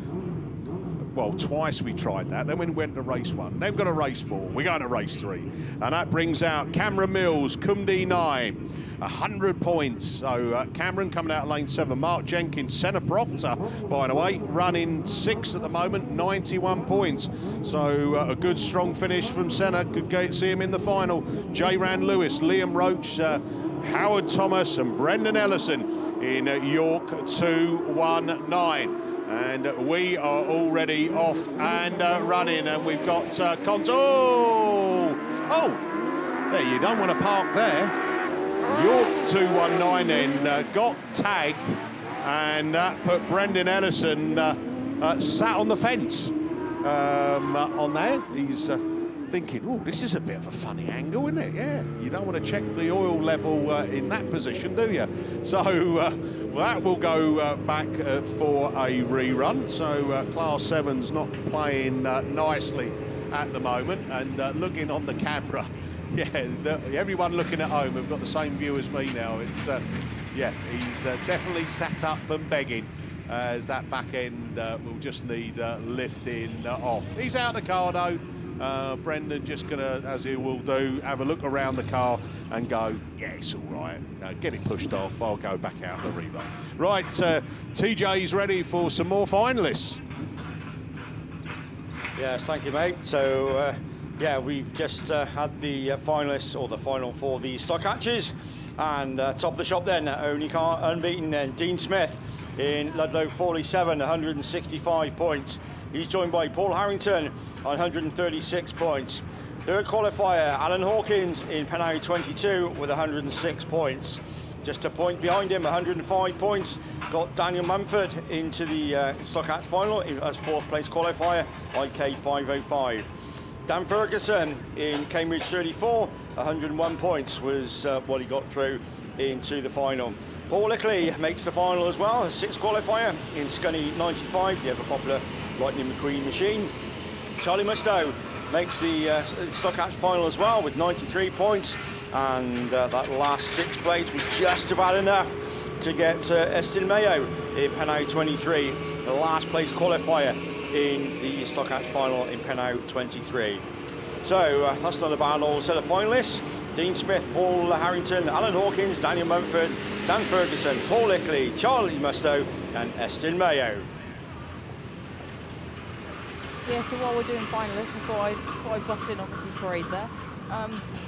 So we've got Junior Saloon at finalists as well. So we've got Lub 1 Reese Tipton, he had 3 wins, 165 points. So absolutely good job from him. He just took it away from Lewis Milson on the line to make him unbeaten. Rio Shiani had 2 wins and a third, 146 points, gets him in second qualifier. Lewis Milson, he had 2 seconds and a win. So 145 points gets him third qualifier, just a point behind Rio Sheehan and Jack Owens. He had 2 wins and a fourth, puts him on 138. He's your fourth qualifier. Fifth is Bo Bennett. He had 3 seconds, sorry. And I think that's 135 points he got, so that puts him 5th. 6th, we're going to have Charlie DeCrow in PAC 181 with that late win in the 30 after third and a fourth, puts him on 119 points. He goes into the final 6th qualifier. Tyler Davies, he had 2 win, a third and a 6th. He had 106 points. He's going to be your 7th qualifier. And your final qualifier is William Hall. He had a win, a third and a 7th. He gets him in with 100 points and missed out by a single point is Bo Chamberlain. He had 2 thirds and a fourth, puts him on 100 points. And Travis Markley, he had a win, a second and a DNF, puts him on 100 as well. Which is a real shame for both of them, missing out on the final just by 1 point. So I'm going to hand you back over to Mickey to probably do some yapping. I'm going to do some yapping. Yeah, I like that one. Thanks. Right, OK, we've got 8 finalists. So Graham Bennett eagerly going to take you through the top 8 that have made it through to this afternoon's final. I've got a tenner here for anybody to nobble Gareth, so he doesn't come back to the final, so I can do it. So, your qualifiers then for your Class 8 final. Dan Mack gets through, he's on 165 points. IK65, 138 points. Wires 73 on 135 points. R411, Alex Hall on 121 points. Dan Thomas, he got through, didn't he? On PhD 47, he's your other one on 3 wins on 165 points. Sam Matthews gets through on SC 427, 138 points. Liam Nichols creeps through on a lowly 127 points, which was actually 12th, but he manages to get through. And YD 37, Daz Mullen, he's through on 146. So your big loser, I would say, is Adam Jones. Adam Jones doesn't get through. He's sat on a nice healthy 155 points for his British Championship title. Who else didn't get through? Cam was actually in the final if there was no semis, and Mitch Wells. So unfortunate for them, but that's your runners and riders for your Class 8 final. Like I said, nice tenner here for anybody to nobble Gareth, and hopefully I'll see you all later. Right, before I read the race 5 out, I'm off to nobble Gareth for a tenner. Right.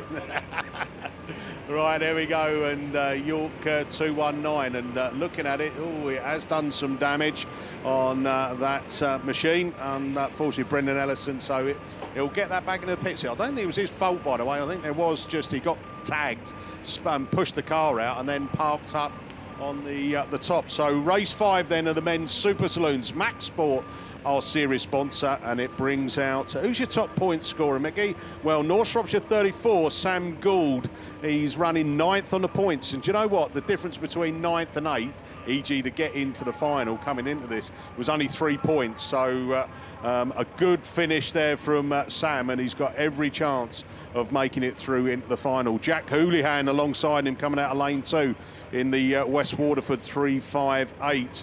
Archie Carter, another one of these young drivers. We've just seen Archie Bentley coming out and storming a win in the Border County 7. Archie Carter then Scunthorpe 17 out of lane 3. Sid Lomax, North Wales 1, equal 11th on points. So, Sid, you're not out of it by any stretch of the imagination. Lane 4 is where you are. Middle of the pack, is that going to be helpful for you? I think it's been all right for people. See how you get on. Scunthorpe 12. Jake Lee out of lane 5. Andy Jefferson, lane 6, and he's running 10th. And the difference between him and getting into the that top 8, I think it's only about a handful of points, so or a couple of handful of points. So again, Andy Jefferson, every chance of also finishing off strong in this final schedule race of the men's Class 7s. Liam Pritchard, Gloucester and District 42, out of lane 8. So a little bit of fence repair just going on that top side. You don't normally see too many incidents into the fence up there, but hey, that's why it's there. because it can happen. If you end up going through it, you'll be in the woods, eh? And doing a little bit of David Attenborough stuff, eh?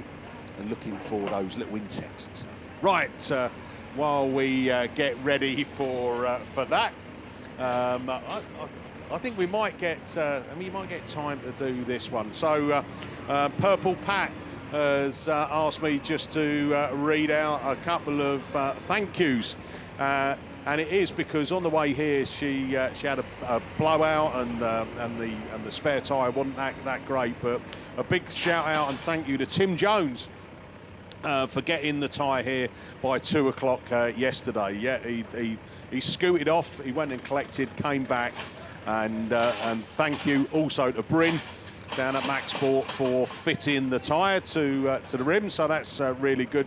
Thank you, Bryn. And the final one is Liam Evans, who has said that he will change the wheel today. So that's it. There's a trilogy of effort as we sort out Purple Pat, who follows us around the country. If you have forgot anything, go and see Purple Pat. She's definitely got it. If you remember last time, I'd forgot the wedding anniversary. And within 10 minutes, Purple Pat's up with me with a box of cards for every occasion. And in one of them was the anniversary card. There was a few other ones in there that will come in useful. And that's it. Commiserations and stuff like that. There's a few out there as well that might need a commiserations card. Yeah, so once again, thanks Tim Jones for sorting out the tyre, Bryn for fitting it, and Liam Evans for changing the wheel today. I think that's still to happen, but juggling your stuff there, Liam. So thank you very much. We wait for track clearance to come as we look back over here and looking at some of the other finalists that I don't think have been read out. No ticks in the top corners. So junior specials, while we've got time, Archie Bennett and Owen Bradford. So Archie in the North Wales 62, Owen Bradford in Border County 16. 3 wins out of 3 for those guys, 165 points. Lily Rose Pratt driving brilliantly in Scunthorpe 76, and Alex Hines in the Breeden Hill 5. Both had 2 wins and a second. Lewis Middleton, White Rose 20, started yesterday morning with a 3rd and then finished off strongly with 2 wins. And that puts him right in the mix for this junior special final. Corey Mumford, Forest of Dean 161, 145 points. Sean Bradford in the Border Counties 117 and 145 points as well. And the final place, 136 points you needed to get in the junior special final, and it goes to Scunthorpe 1, Max Holtby. So well done there to our junior specials. Look forward to seeing that final a little bit later. Any of the sponsors that are sponsoring the final round of the British Series, if you want to come and see us in commentary, we have your weekend passes. So there we go, engine starting to rev. We're going to go racing with the men's Super Saloons. And it is Andy Jefferson gets a flying start up the hill, throws the car into it, and is he going to pop out in the front? He's got the momentum round the outside. Andy Jefferson then leads it from that North Wales 1 machine, Sid Lomax. Lomax running in that 11th place coming into this final. Gouldy then a little bit further back in that 3rd place, but he's got company as Archie Carter now looks to make a move. He's made up 2 places. He's gone up into 3rd place. Is he going to be brave and keep the power down? Yes, he is. It's Andy Jefferson then. This will book his place in the final. That's for sure if he holds on to it. Sid Lomax goes with him, Archie Carter. Then we go down into the Jack Houlihan, West Waterford 358. It's Houlihan alongside Carter now as they come out of Stargate turn. Carter back on the power, holds on to the 3rd place. Gouldy still running in that 5th place, but round they come. 1 more lap to go. Andy Jefferson, Scarborough 70 from Sid Lomax, North Wales 1. Archie goes, Scunthorpe 17. Houlihan in the 358, Gouldy. Then the Scunthorpe 12, Jake Lee. And then that Gloucester and District 42 and Liam Pritchard as we come up the hill for the final time. It's Scarborough 70. Came into this running in 10th place. A win puts him into the final. Andy Jefferson. Scarborough 70 takes the win. Sid Lomax, North Wales 1 from Archie Carter. Jack on the Houlihan. North Shropshire 34, Sam Gould. Jake Lee and Gloucester and District 42, Liam Pritchard.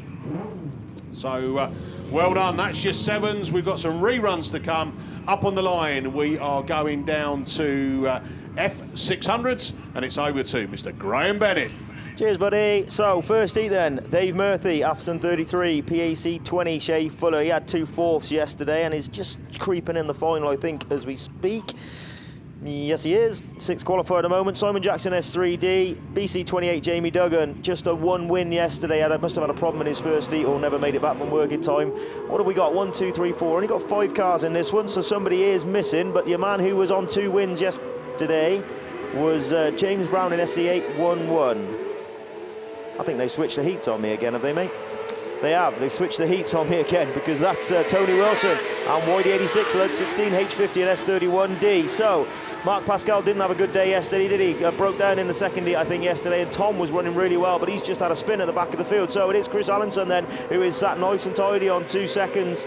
He's into the top bend side by side with Tony Wilson. These are going to have some rubbing and racing, aren't they? So 1 lap completed, 2 laps completed then, and it's Tony Wilson on the outside, Chris Allenson on the inside in YD86, Ludlow 16, H50 there in 4th place. Into the bomb corner they go then. So Tony Wilson just seems to have the drive down that back straight, and out just pulls a couple of car lengths out, but Chris Allenson will try and reel that back in.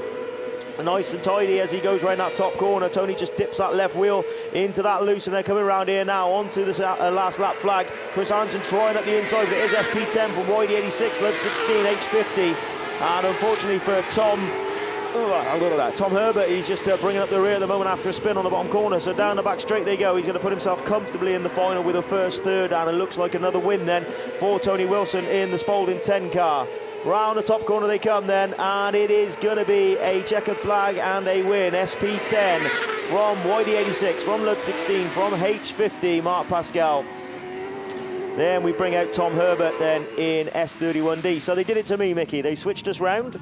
Heat 1 was Heat 2, Heat 2 was Heat 1. Just remind me who sponsors the checkered flag, just so we can get that in. Matt Richards, I think, but we'll... who was it? Midland Plant Hire. Checkered flag sponsored by Midland Plant Hire. Thanks, Midland Plant Hire.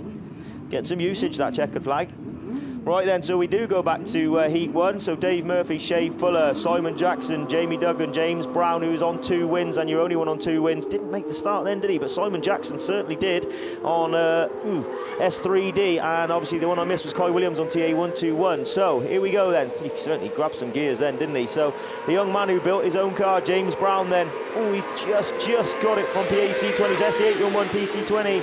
And he was flying yesterday in that second heat. PC28, Jamie Duggan, came from about 4th or 5th place to win that second heat. It would have been his first heat. Down the top straight they go then. So he just nicks up the inside of the PAC 20 car in the top corner.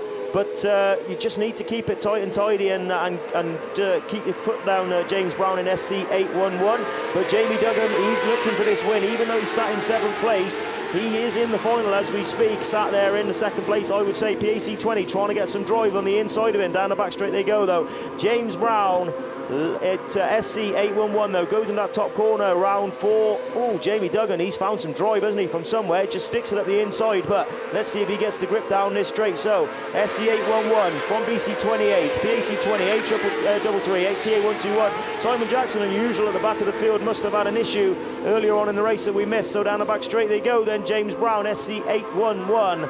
Can't do much about it now, Jamie Duggan, but I think you're going to be in the final with a win in a second, 100 points.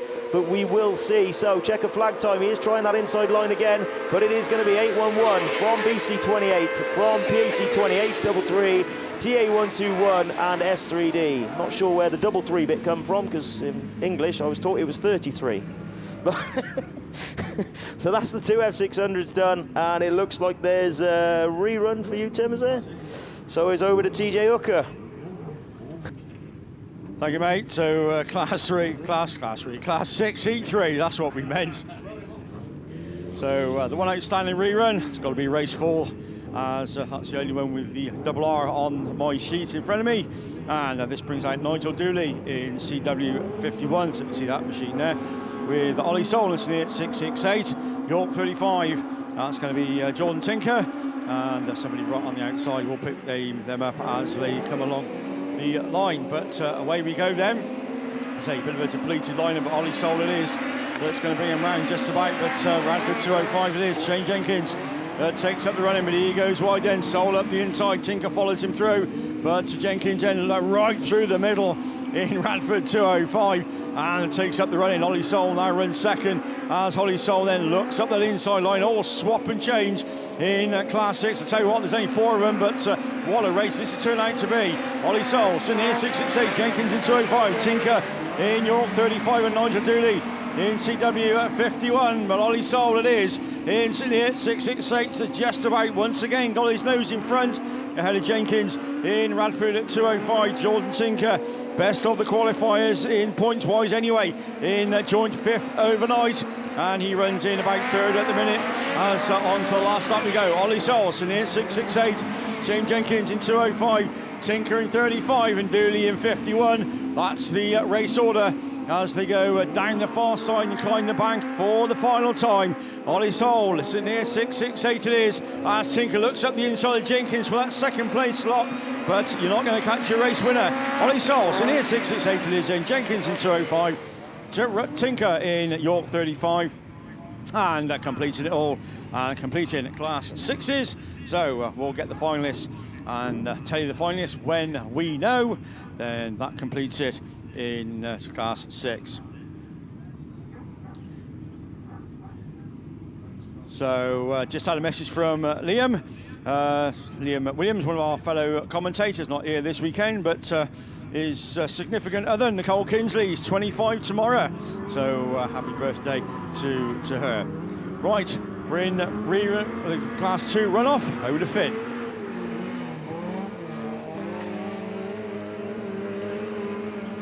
So let's go. We are away and racing with the runoff of the men's Class 2. Scott Cheshire's going to be first to show, and I think our Scarborough 249 is going to be the next one to show. There we go. So down that far side they go. The runoff is between Ashley Farrow in Scarborough 249 and Scott Cheshire in Breeden Hill 12. Into the top turn they go. It is Scarborough 249. That is Ashley Farrow. He's your race. He's stretching away from Scott Cheshire in Breeden Hill 12.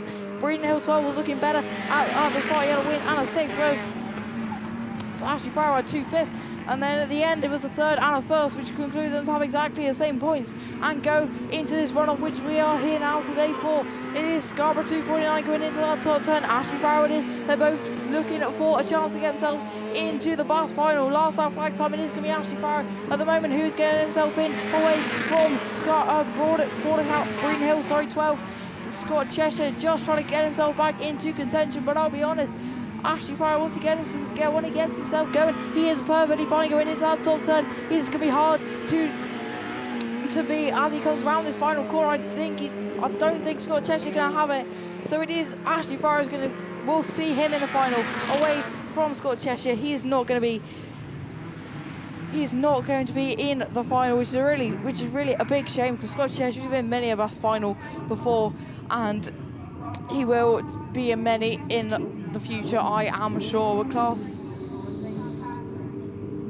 7 machinery, so I'm going to hand you over to Mr. Mickey B. Yeah, thanks very much, Finn. It's once, twice, 3 times a rerun. And yes, it's race 2 of the men's Super Saloons. Max Sport, our series sponsor. Yeah, 3rd time lucky, mate. Ayrton Ellison, York 14, out in this one. Equal 11, Phil Olsen. Carmarthen 47, running 7th on the points. So keep an eye for him. Running, where's he? Coming out of grid 2. So he's hiding behind the arm code. There he is. He ain't got the best of starts, though, has he? No, he hasn't. As they come up the hill, Chaz Edley out of grid 3. Scunthorpe 69 had a good start. There's a bit of contact. Oh, don't stop it now. As we go down into Ellison and Jenkins in that Tyre 32 machine as he brings round Alan Jenkins then holding on to that 2nd place as they climb up the hill. Edley dropped back down into 4th. And then Carmarthen 47, Phil Olsen, needed a top 2 finish to knock on the door of the final. That's not happening at the moment. And Ellison then from Alan Jenkins from that North Shropshire 77. Joel Edwards then. Edwards running a strong 3rd at the moment as the battle goes on for 4th place. Chaz Edley winning that in a moment from that Carmarthen 47 of the Phil Olsen machine. But round they come, out of turn 2. One more lap to go on this one then. York 17, and Ellison. I think that this will book his place in the final. He'll be unlucky not to get there on this form. Tyre 32 still pushing hard as well. And that is Alan Jenkins. I think his weekend will be done on this form. North Shropshire 77 is still holding on for that 3rd Joel Edwards. And it is Ayrton Ellison. See in the final, mate. Alan Jenkins 2nd from that Joel Edwards.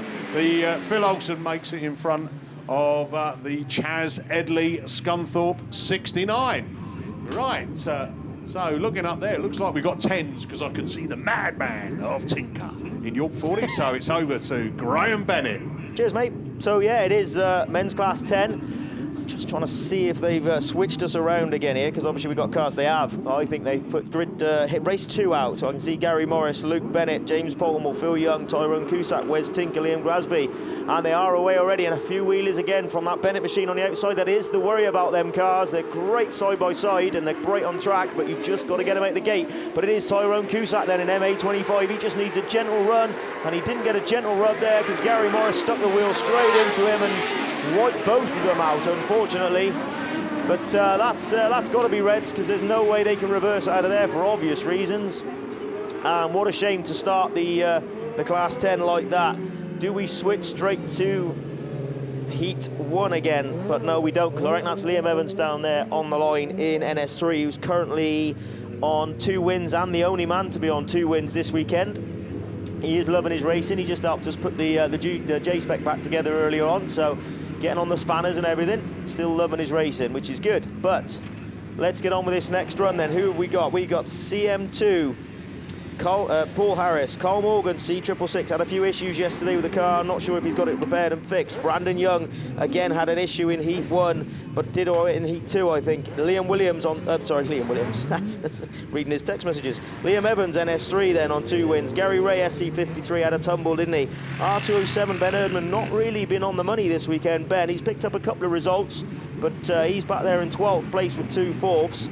George Young sat on 2 Little Ducks, 22, 2nd and 2nd. So let's see what happens here then. I think the JCB is going up to the top, constantly scraping and keeping this dirt off this Armco. So obviously there's no ramp there, which is brilliant. Obviously it's the right thing to do. So let's have a look what Liam can do. Fast starting Liam Evans then out of grid 5, I would say, looking at that. But who's going to go with him?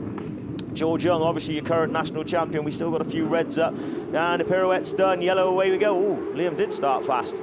But we'll move on. So it is Liam Evans then, NS3.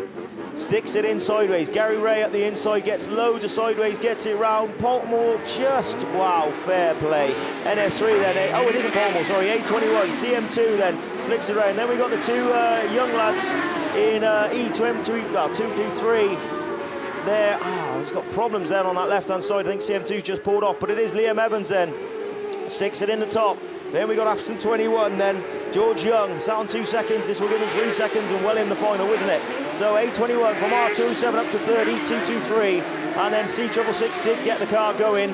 And Gary Ray, after a spin on the first corner, again, C53 gets it down and gets that thing singing up the back straight, doesn't he? So, last lap flag time then for Liam Evans. He's going to go into the final looking like he's going to be sat on 3 wins. NS3, A21, R207, E223, C666 and SC53.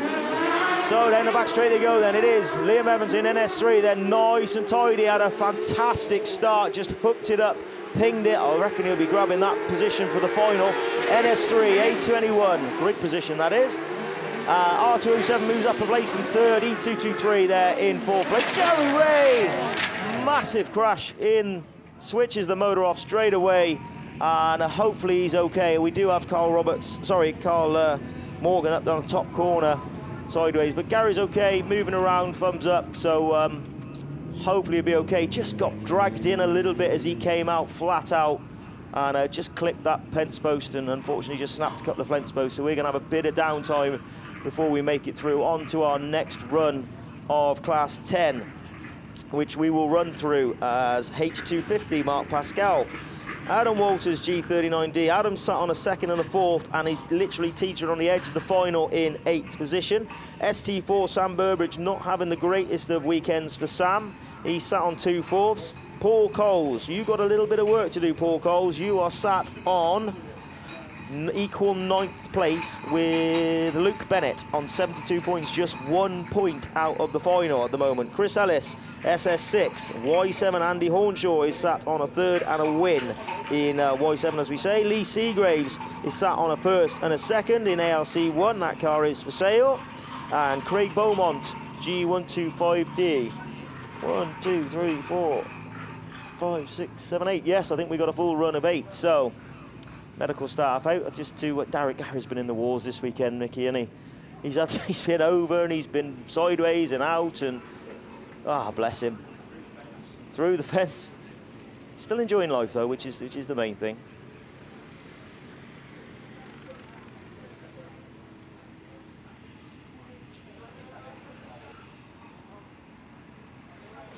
Whilst we're doing that then, we'll just read out these finalists for the F600s. James Brown, unbeaten all weekend. As I say, self-built car, SC811. James Brown, he is on 3 wins. Tony Wilson, SP10, 2 wins and a 3rd, 146 points. Chris Allenson there on 3 seconds. Consistency is key, 135 points. Lud 16, Ashley Bradford, sat on 117 points with a 2nd and 2 thirds.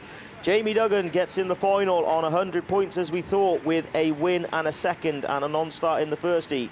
Shay Fuller, PAC 20, he's there on 2 fourths and a 3rd on 92 points. Simon Jackson does creep in after a disastrous 6th there for Simon in that 3rd run, but he does creep in the final on 81 points. And Dave Murphy, he'll be glad to know that he is in the final on 77 points, Atherstone 33. Unfortunate for Tom Herbert, started the weekend really well on 36 points and just had a couple of bad runs that just knocked him at the final by 5 points. But keep trying, Tom, well done.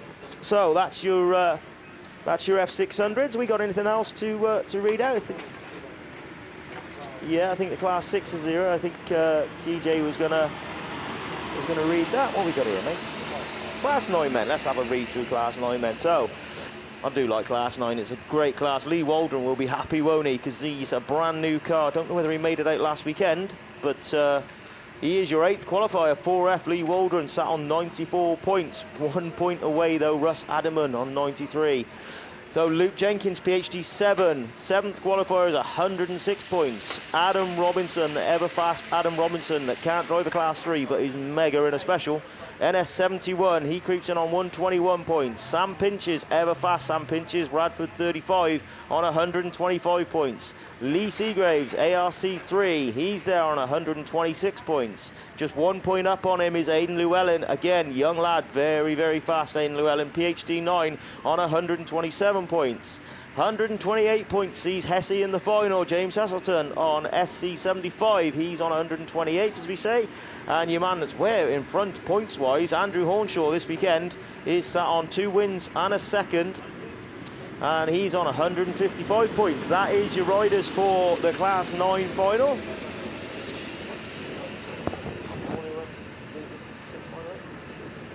Tim Jones just took a massive mouthful of a sandwich, so he can't read his 6th final 8, but he's coming, he's getting there. Just doing a bit of track work here, Tim. You've got a minute, just, you can swallow. You don't rush food, do you? No, you don't rush food. No. It's a nice figure, it's a figure 8, isn't it? Unlike myself, mate, unlike myself. There we go then, so yeah, Tim's going to jump on the mic and just run you through these 6 finals. Right, yeah, thank you, mate. So, yeah, Class 6 finalists.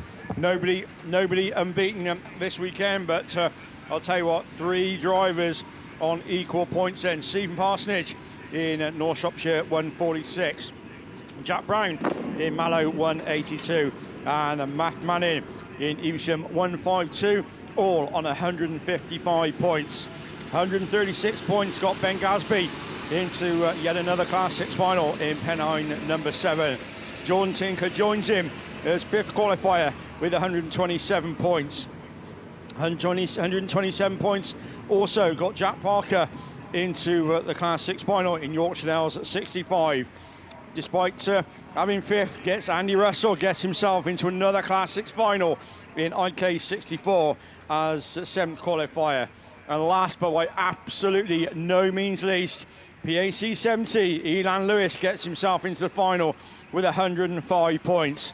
So and just missing out, Shane Jenkins in with 102 points. That was 9th qualifier. But that's the Class 6 final, isn't it? If ever they saw one. Parsonage, Brown, Manning, Gasby, Tinker, Parker, Russell, and Elan Lewis.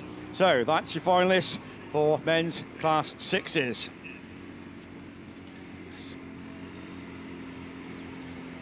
So Class 4 finalists, of course, well, finally it'll be their 3rd heat, but everybody goes. But top of the shop, again, nobody unbeaten. Here's Ben Gould with 155 points as top qualifier. Gary Wickham in IK 13, 2nd qualifier in 121 points. Colin Atchell in South Somerset 272 with 100 points. Jason Miller is a 4th qualifier in Scunny 66 with 94 points. Dan Grasby in Evesham at 220 with 72 points. And Claire Herdman makes the 3rd heat in Radford 47 with 58 points. So that's your men's Class 4 final. So I'll tell you what, that Class 6 final looks a bit tasty, doesn't it? So we'll see them a little bit later on. But more fence repairing going on in front of us in the commentary. And Class 10s, I think, still onto the line. So now might be a good time if you're trackside and get yourself a cup of tea or a coffee and perhaps something to eat, as we're all trying to do in commentary. So, as I say, those who listen on BAStv, hope you're enjoying it all. Good afternoon to you all. And hope you're comfortable with suitable snacks and beverages in hand. And I hope you're enjoying all the action. So we're getting close towards the end of qualifying for the men. Then, of course, we've got the ladies to do, which the Class 1 machines are already into the holding lanes. So just got that to do. And, of course, then we get to the real sharp end of the meeting. And then we start the finals and see who's going to take the trophies and going to take the spoils at BAS round 4. Of course, not quite finished with the BAS Trail. Yes, of course, we move on in only a couple of weeks' time, going down to South Wales for the last round and round 5 of the British Autograss series. I tell you, I don't seem 5 minutes since we started at Evesham, not many months ago. But as I say, that's where it's all wrapped up and decided. And all the points will then be allocated, and we'll know who's got all the spoils for this year. And as I say, looking forward then to a short winter season.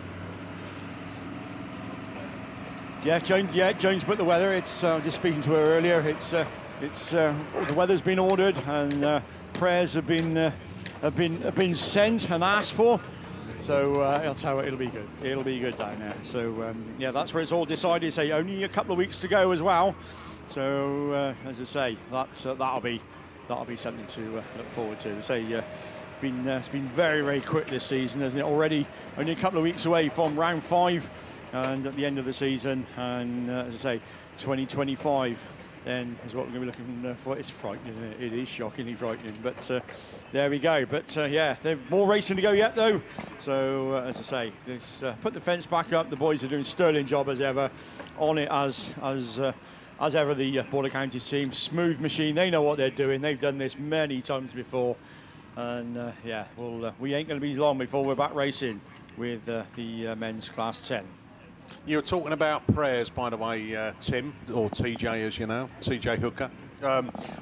If we can extend the prayers to a clear run, no hold-ups on the M42, M5, or wherever else I've got to go.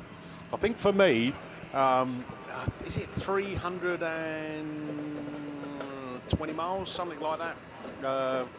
And then 320 miles back. And I did it last time. We set off and we got onto the drive at 1:45 in the morning. And I didn't stop. Well, and when I say I didn't stop, the M42 grounds were halt because the HS2, I can't divulge that I'm working on that, but it's my fault. They shut the M42 for a while they were moving a bridge section. So for 3/4 of an hour, we just sat there. People around, milling around the motorway. There was a guy got out of his car, honest, and got his drone out. And this drone, he took his drone off, and he was obviously then checking up what was going on from his drone. And then it's the first time I've seen on overhead motorway signs where it says, "Please return to your vehicles." It was. It's not so bad with a camper. You actually feel quite good. You just go and make a cup of tea, put the telly on, yeah. Well, I must admit, normally 6.5 hours, I'd be holding on for dear life, over the last half hour. And then, but I was able to get up, go and have a wee and stuff like that. It was all right. It was good. I sat in the back, stretched my legs. Lots of jealous people, mate, on that motorway when you've got a motor. I mean, I'd love Jilly to be able to drive the motorhome, just to give me a bit of a break. But her legs don't reach the pedals. It's true, they don't reach the pedals. So, obviously, I should trade her in for both a younger and a taller model. So, if anyone wants to apply for the job, then interviews are taking place down in South Wales. You can just insure the boy. You won't be that dear to insure the boy. He can drive. Oh, no, do not. So you're having a giraffe, aren't you? Hey? He's only 19. How old do you have to be to drive a motorhome? They're all right now, aren't they? Is yours a 3.5 ton? Yes, definitely a 3.5 ton. Yeah, that's it. Yeah. Oh, yes. These kids can drive up to 3.5 ton now on their licence. So can they? Yeah, be fine. Yeah. Oh, right. Yeah, because then you go to bed. Well, you're old as well, aren't you? So you'll be on grandfather rights, wouldn't you? Talking to you, Tim, I think. Oh. I am on grandfather rights. Yeah, grandfather. Yeah. So we can drive 7.5 ton. Yeah, with. You are. That's what he said. You're old. Yeah, no. Well, I wasn't questioning whether or not you were older than grandfather. Yeah. Hey? Yeah, you have had hard paper around, mate. I reckon you did it in your car, though. Hey? That's it. Yeah, oh dear, no. We do like a bit of fun, but no, sometimes you fall lucky. I'm looking at the 12:24, and we are, what you got, another run of 10s on the line, and then we're going to be laid into the ladies. Was it hour yesterday, I think, for ladies, to do hour for each heat? And then time for a bit of an interval, I would suggest, and then we'll be into the finals. So don't want to tempt fate, but really doing well on time. And it just shows you as well, whether or not it's down to driver standards or anything like that. Don't mention that word. Don't get me started on that. I think it's the size of the venue, mate. I genuinely do. You've got so much room, so many different lines. Driving standards, they're not driving any different here. There's not as least amount on it here than there was 2 weeks ago or 3 weeks ago at BAStv, was there? There's, it's not like there's less on it. It's just that there's more room. Yeah, I'd say that. On here, I've seen the various different lines people have taken going either into turn 1 or coming out of turn 2. And it's not like there's only one real line that you've got to get on. It's got to be really tight and everyone's going for it. Here, if you're brave and come around the outside, that's paid off. I've seen that. We saw that earlier. I think Andy Jefferson, he set off up the hill, didn't he? And he went, right, I'm just going to eventually keep it buried, coming round that outside, and he exits turn 2 and he gets his nose in front. Yeah. And then once you've got your nose in front, then, it's up to you whether or not you want to throw it away. And then there's other people who have taken a tight line coming through, and that's seemed to pay off for them as well. But you're quite right. I think the venue, the track, there's plenty of track here as well, isn't it? And everyone's driven to what they've got out there. Yeah. And it's been less incidents, definitely so. I'm not sure how many of the red flags that we've had. You're never going to have a meeting, never going to have a meeting where you're not going to have a red flag. But we've had some really good. Like I've this weekend done Class 3s. I've gone through 3 heats without a problem. Yeah. And that's been really good to see, isn't it? Yeah. We nearly got there yesterday on the 5s. They did 2 runs. And nearly on the 7s this morning, So having the odd one ain't bad. I will say with this track, I mean, we obviously, like I said, we were here three weeks ago or so, or whatever, but go and walk through the pits and speak to the drivers that were here, and they'll tell you it's a completely different surface. It's a completely different track. Yeah. And it sounds really stupid because it's the same track, but it's whatever they've done working on the venue in between now and then, it's completely changed it. So whatever you learnt then seems to be different today. And I think that's why grass car drivers don't get the credit that they deserve, because they can adapt and change, very, very quickly. So, no, it's a superb day. And I think also, and we were talking about this earlier, weren't we, like from a Class 8 point of view. I mean, those things are scarily fast. Round here, it's even more so. And as you know, like we were talking about, the worst thing about, from your kids and a bit of disappointment that they have is picking them back up. Yeah. And when you're trying to tell them that, do you know what you're actually doing out there and who you're competing against and the challenges that they're, just be proud of what you achieved, but, and it's just that split moment, like speaking with Cal, maybe just that little bit of extra speed that went into a corner, and that's just the minor detail of either just the back end switching out a little bit or whatever. Split seconds. And it's split seconds, yeah, split seconds, and so don't be too hard on yourselves, I think to actually get out there and compete at that level. And look, I think running round here in 3rd gear at this crazy speeds controlling it. If he's touching a limiter, he's going to be 96, 97 mile an hour. I said, I don't know what his gearing is, but I know Abbey, where Abbey is. So Abbey's kissing the limiter halfway down the straight, maybe just after, and I know where that's geared. That's 96 mile an hour-ish. So with a bit of wheel slip or whatever, you're not going to be quite there, but it's fast enough. It's fast enough when you're trying to pitch it into a corner and expect to get round it, especially with a lock diff as well. I mean, it's exactly. And we said that a couple of years ago when they did that time, speed cameras down there, and it was in excess of 100 mile an hour. I will say, I remember going back when I was a kid and Andy was racing stepdad. I remember Lyndon Phelps at a Nationals a long time ago. He had a BDG on I'll tell you what the gearbox was. It was a Hewland Mark 9 gearbox, mega thing. And they clocked him at Hereford, I think it was. Might have been a Hereford meeting, or maybe, I can't remember, somewhere down there. They clocked him at 95 mile an hour back then, and I'm talking 30 years ago. So it's not, the cars were still very fast at the end of the straight, but these modern day cars are as fast around the corners, and halfway down the straight, they're doing that speed. Back then, they were doing it at the end of the straight. I always say to my customers, what can we do to be faster? You'll never get a grass car faster down the straight anymore, but you'll get them faster around the corner. And that's what we're working so hard on at BB, just to try and make them faster around the corners. That's all you can do.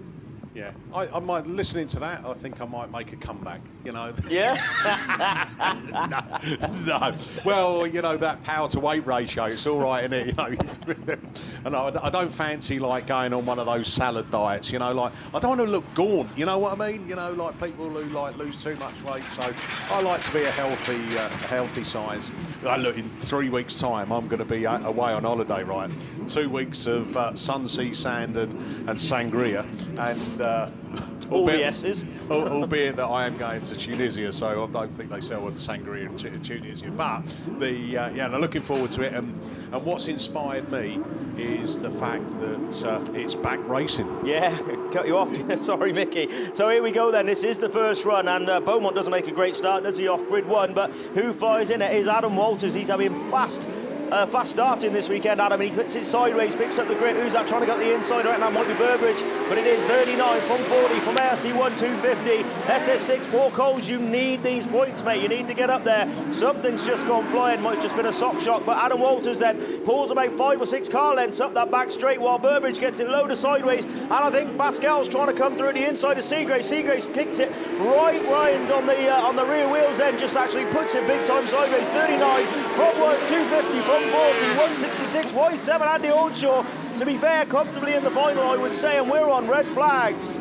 Ah, you spoilt it. Don't think I've finished a race, have I? But, God, that was setting itself up. Adam Walters had exactly the same thing yesterday in Heat 1. Just leading by a country mile, and then it got stopped and rerun, and then, well, he cocked up, didn't he, in the second heat, but in the rerun. But he'll tell me, they tell me himself. So, Adam, if you're listening, look left. I'm eating a sandwich. Right then. So, Class 1 then. Is this your ladies' Class 1, Finn? Yes. Thumbs up. Don't talk, these teenagers. Mobile phone and thumbs. Go for it, Finn. I do talk. Yeah, pretty much. Anyway, we're going to look down to the line, and I think, yeah, we do have race 1 of ladies 1's heat 3. There we go, got it out. So this one should be on Maddie Tilson. She had a win and a third. Claire Collins, she had a win and a fifth. Amber Powell, Rachel Harley, she had a second and a third in that yellow machine. You can see her in 7 Valley 147. Stacey Mills in Leeward 46, Kerry Bennett in Cambridge 48, and Amy Barrett in St. Neots 6A. Runners and riders, we've got yellow flags starting to fly around the circuit. We look to the first marshal to do the Abby Juggins pirouette. When he gets his flags up, there we go. And race 1 is go. So we're going to see who's going to be the last of the late breakers going down into turn 1, 7 Valley 147. Rachel Hadley's going to be there. She is going to be early race leader going into that top turn. Otherwise, Stacey Mills looking for a move all the way around the outside. Leeward 46. Rachel Hadley, though, comes right back at her in 7 Valley 147. And there we go. Claire Compton looking for a move. But we're going to have 7 Valley 147, Leeward 46, Stunthorpe 951, Amber Powell in North Wales 52. And Kerry Bennett in Cambridge 48 with Amy Barrett, the one left to mention, in St. Neots 6, and Manny Tilson in St. Neots 16 there or thereabouts in the midfield. But we look back to the front because it is Leeward 46. That is Stacey Mills. She races. No, she's not. 7 Valley 147 is. That's Rachel Hadley. Leeward 46 is second. Claire Compton is Scunthorpe 951 looking for a move down the inside. But she ain't going to find the grip, so she's going to slot back into that third position. Amber Powell leading the rest of the field in North Wales 52. She's leading the chase for the podium. Leeward 46. Look, coming under a lot of pressure from Claire Compton, looking for a move all the way around the outside. What a move that was. Leeward 46, she must have had something happen there, because there's no way Claire Compton's just gone round the outside on the straight in a 1.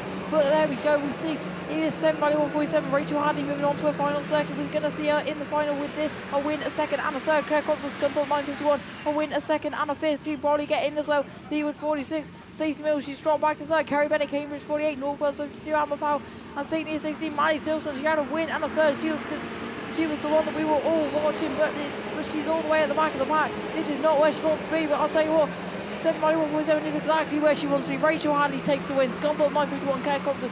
I think we'll see her in the final zone. Leeward 46, Cambridge 48, North Wales 52, St. Neots 16, and St. Neots 6 of Amy Barrett is sideways, nearly at the Armco. Oh, dearie me. St. Neots 16, Maddie Tilson. Oh, she had it all. She had it all where she needed to be at the end of yesterday, but it all fell. It all went wrong in the third round of qualifying. But we're going to look down to the line for race 2. Hannah Lewis, I can see down there in lane 1, so this is race 2. So it should bring out, as I said, Hannah Lewis. Laura Henry, she had a win and a fourth, so she's going to want probably a third or a second, or a second should definitely get her in a fourth or a fifth maybe. But we're going to see Sam Boggs is going to be first to show though in Forest 3. She's going to go down into turn 1, Afterson 2 and 2-0 as well. They're 4 wide going around the top turn. This is not going to go well. And indeed it doesn't. Border County's 150 though. She's going to emerge now second place. As I said, Sam Boggs face Steventon, nearly gets it in the Armco, but gets it going again in North Shropshire 89. What? She just. Oh, we look back to the front because it is Star 19. That is Laura Henry. She had a win, a fourth for the win. Would definitely get her in the final. Sam Boggs as well face Steventon. She has a second and a fifth. Oh, I don't know, a win or something like that will put her in the final. But as I say that, she's all the way back in, I think, that's either 5th or 6th. But we look back to the front because they were not in 5th or 6th. Is Star 19. So Laura Henry is your race leader. Hannah Lewis is there in that 5th position, I think. We look back to the front, Forest 3 keeping on the pressure, is Sam Box. She's looking to end her weekend with a bang, is Sam. But we look back to the front, Star 19, as I say that, back to the front, Forest 3 it is. Takes up the run in Sam Box all the way down the inside. What a move from Sam. But as she goes on to a final circuit, Forest 3, Star 19, got a bit of a race going on for third. Face Steventon, not sure to reach down to second, third and fifth. I'm not sure that'll get her in, but it might do. If Victor Kemp 530 is there as well. Allison 2 on 2, Hannah Lewis on the one left mentions, Border Counties 150, oh Chloe Ray. We look back to the front because Forest 3 it is. That is Sam Box. She's stretched away from Star 19 and she just needs to get it going. She's going to come around the final corner. She's going to take the win. What a win for Sam Box. Away from Star 19, Laura Henry. We'll see her in the final. Not sure to rate time, not sure. If it can 530, Hannah Lewis in Appleton 2 on 2 and Chloe Ray in Border Counties 150. Right, I'm looking down the line. I'm seeing Sarah Meehan on the outside. That means this is race 3. So Sarah Meehan, she had a second and a third. So she doesn't need anything too crazy to get her in. Casey Drayton as well. St. Neots 224. Victoria Tilson, St. Neots 296. Hannah Baxter, Brayton Hill 43, and Jess Conway come to 182. Joe Robbins in Swansea 116, and Rebecca Owen in Northwell 397. They are your runners and your riders for this one.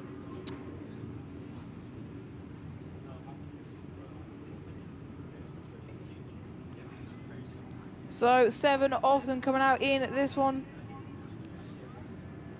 So the gap between Hannah Baxter and Jess Conway in 182, but we are away and racing. Victoria Tills give me your first show, although as I say that, come to 182 is there as well. So Jess Conway on the inside, who's I think Sarah Meehan running outside in West Waterford 134. Both of these two, I think, racing for a place in the final, if I'm remembering certainly correctly. So I think you're 1 and 2 in the standings in this race are 1 and 2. So, but it is Jess Conway takes her the run in come to 182. She's absolutely unstoppable force in the 1, and she's looking to be exactly the same in the 2, and exactly the same in the 1. But we look for Sarah Meehan. She is definitely leading the chase in West Waterford 134. Rebecca Owen in North Wales 397, and Victoria Tilson in St. Neots 296. Looking for a move up the inside, gets herself into that 3rd place.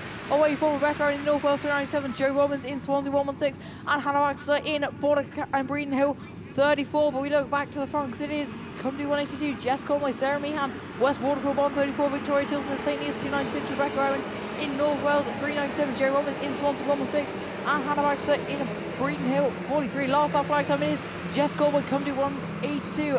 West Waterford 134. Sarah Meehan from Victoria Tilson in St. Neots 296. They're going to be you 1, 2, 3 going down that far side. Come to 182 it is.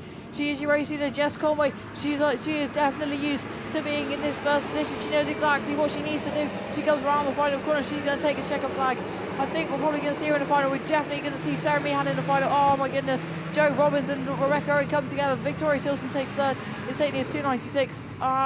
Rebecca Owen takes 4th in North Wales 397. Hannah Baxter in Breeden Hill 43, and Joe Robbins in Swansea 116. So we're going to move swiftly onwards, and ever up was Nia Jones. She had 2 wins in Tyre 25, so she basically just needs a finish. We've got Laurie Davies as well right next to her, 2nd and 3rd. She doesn't need much either to get, so we're probably going to see Nia Jones and Laurie Davies in the final as long as it goes well. Laurie Field Jones as well in North Wales 28. Emma Whittaker in Stroud District 27, Sophie Sheehan in PAC 33, and Wessex 36. Charlotte Hart with the last one to mention, Evesham 127 of Jill Hughes. So they are your runners and your riders for this one. We're definitely going to look for Tyre 25 to come through the field. That is Nia Jones and Laurie Davies. So they are, I think they're the only 2 that can make it into the final if my calculations are correct. So we're starting to get yellow flags around the circuit. We're just sorting out a couple of cones and tyres, etc. around the circuit. There we go, yellow flags on this top marshal's post closest to our commentary position. We look to the first marshals, Yowie Juggins, Pirouette, and we are away and racing. Who's going to be your first show? Going down into turn 1, Stroud District 27, Emma Whittaker, and I think a Charlotte Hart running outside in Wessex 36. She's got to cut it in because I don't think you're going to be able to make it all the way around. But as I said, it's all kinds of sideways. Emma Whittaker goes somewhere else, and Wessex 96 is going to take advantage. Charlotte Hart's going to take up the running away from Laurie Davies and Nia Jones in Typhy 25. I'm sure Nia would like to make it 3 out of 3, but this is going to definitely get her into the final. It's only where she needs to be. Wessex 96, Charlotte Hart, I'm not entirely sure if she's just racing for fun now, or if she can make it into the final, but a win will definitely help her points as much as they can in the BAS overall. Wessex 36 it is. She is your race leader, Laurie Jones, Laurie Davies, sorry, making the move up the inside in Typhy 2. Although as I say that, Wessex 36 finds the drive running outside to keep this first position away from Typhy 2 and Typhy 25. They're going to be 1, 2 and 3 going down that far side. Wessex 36, Typhy 2, Typhy 25. So Charlotte Hart just holding on away from Laurie Davies, sorry. So Wessex 36, Typhy 2, Typhy 25, North Wales 28, Evesham 127, and Emma Whittaker offside a little bit of contact in turn 1 and Stroud District 27 is your final finisher. We look back to the front, Wessex 36 it is. That is Charlotte Hart. She's trying to hold on. Laurie Davies trying to make moves every which way, but she doesn't need to. And Wessex 36, she's going to come around the final corner. She's going to take the win. Laurie Davies, we will definitely see her in the final, and we'll see Nia Jones at Typhy 25 in the final. Then we have North Wales 28, Evesham at 127, and Emma Whittaker in Stroud District 27 will complete.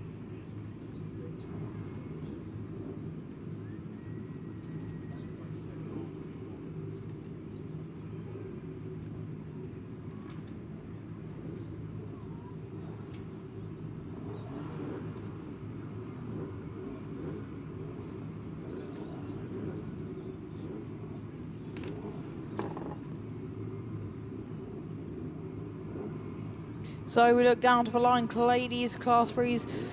Oh, there, Becky Shaw, she had 2 wins earlier on yesterday. Leanne Hushka, she took 2/3, so she's 4th in the standings at the moment for this individual BAS round. And Becky Smith and Gwen Jones both picking up 2nds and 4ths are second. But we look to the front, so it is Leanne Hushka takes up the run in Solway 170. She heard me saying that she was last in the standings overnight, and she's trying to change that in Solway 170 with Becky Smith. Got something to say about that in North Shropshire 334. Because she was leading the BAS going into 3, and I think Becky Shaw's now leading it, if my memory serves me correctly. So she's going to do everything she can to change that. Is Becky Smith, and Becky Shaw's there as well in 111, but Leanne Hushka running outside. Surely she can't make that work in Leeward 170. She's really good in Solway 170. Sorry, she's really going to try it though. Border Country Triple One sources for our second position away from Gwen Jones in command 7. They're going to be 1, 2, 3, and 4 there, runners and riders, but down the far side goes Becky Smith in North Shropshire 334 away from Border County Triple One. That is Becky Shaw and Solway 170 of Leanne Hushka. They're going to be 1, 2, 3 going into that top 10. Becky Smith, Becky Shaw in that order. Shaw looking for that tight inside line, but it is going to be Smith taking it away, going on to a final lap. Becky Smith, it is North Shropshire 4, 334 from Border Counties Triple One. Oh, Becky Shaw and Leanne Hushka, Solway 170 with Gwen Jones in command 7, the one left to mention. But we look back to the front, it is North Shropshire 334 going into the top 10. Check a flag time. It is going to be North Shropshire 334 to take the win. That is Becky Smith away from Border Counties Triple One, Solway 170, and Commander 7 of Gwen Jones will complete. So I can see Cameron Mills down there on the line, so I'm going to look at Mickey to take you through the men's class 7s. Yeah, thanks very much, Finn. We're going to go to the rerun of that men's Super Saloon Heat 3, Race 3. And yeah, Cameron Mills down there, top point scorer, a win and a second. So yeah, anything top 4, Cameron, and should get you in the final. But maybe go and win it, just to make sure. And off he goes, up the hill, into turn 1, and he's going to take some catching once he gets his nose in front. And it is Cameron Mills then from Senna Proctor. Then we go down into the Breeden Hill, 106, Mark Jenkins, followed by the down 26 of Howard Thomas. So Brendan Ellison didn't get the car fixed. He was parked up, well, he sat on top of the Armco and the ropes at the top end of the track. But Cameron Mills away with this one. Woo-hoo! All sorts of sideways there with Mark Jenkins. Senna Proctor back round the outside of him and exits that turn 4 and up the hill. So Proctor into that second place from the Breeden Hill 106 of Mark Jenkins, and then the down 26 of Howard Thomas. One more lap to go then. Cameron Mills to book his place in the Class 7 Super Saloon final later this afternoon. Senna Proctor in Scarborough 23 came into this on 6 on the points. Second place, 45 points. I think that will get you there as well, Senna. So Cameron Mills, Cumdy 9, takes the win and books his place in the final. Senna Proctor second, and I think's made it into the final. Breenhill 106 finishes off his weekend. Mark Jenkins, as does down 26 Howard Thomas. Right, up on the line, we are going back to men's class 10s, and it's over to Graham Bennett. Cheers, mate. Yeah, this is heat 2 that was stopped, wasn't it? So right on out on grid lane, so we'll start again. Right out on lane 8 was Luke Bennett then. So revs are rising already. We got the pirouette on the top corner. Let's see if Luke can keep this front end down. He can't. That is the problem with these side by side, as I said, but he will nail it one day. And who goes out in front end? So Cusack then. Tinker sticks into third place there, and it looks like Phil Young there in second place, but it is Cusack, MA25 from E23, Y40 and Afton 62. Afton 62, you are on 9th position at the moment, only by a point, so a third. Oh, it's going to be close, mate. It's going to be close, isn't it? So get your toe down, see what you can do. Tinker there in Y40. He's sat there. He's in joint second place at the moment, so I think he should be okay back there in fourth. But yeah, fourth. But it is so far MA25. He's going to see in the final. E23. He's sat there. He's way down, isn't he? E23 with a problem yesterday down in 18th. So he's just looking for some points to add to his British Championship title. We're coming around already for the last lap flag now. MA25 then. Tyre and Cusack, he had a fantastic meeting, didn't he, a couple of weeks ago? He loves this car. MA25 from E23, from Afton 62, from Y40, and then young Grasby there, and he won, trying up the inside of Tinker there in 40. Like I said, I think Tinker might be okay here with a 4th, 5th. It's going to be squeaky bum time, isn't it? But it's not squeaky bum time for Mallow 25. He's through, he takes the win. Oh, that didn't sound good. That didn't sound good. MA25 there from Evesham 23, from Afton 62. I think Grasby may have got it from Tinker there, but there's a lot of smoke coming out of Tyrone's car then, and it's hopefully that's going to last. Ready for I don't know. That's a shut-off job, I think. Hopefully they can get that car fixed, because he missed out on his final, didn't he, at Stroud a couple of weeks ago, and he's deservedly through into this year's final, this week's final. But Mickey B, is this Clayd's Class 7? Last Class 5, sorry? It is, Graham. Yeah, ladies 5s up on the line. LorryInsurance.com are series sponsors. And with the smoke just drifting into the sky, Bungee lifts. Let's go racing then. Top point scorer, Nicola Jesse in that York 44, 110 points. And she's going to pop out in second place as, we've got a spin out there. That's Dawn North, facing north. Come on, Dawn, get that car going in South Somerset 10.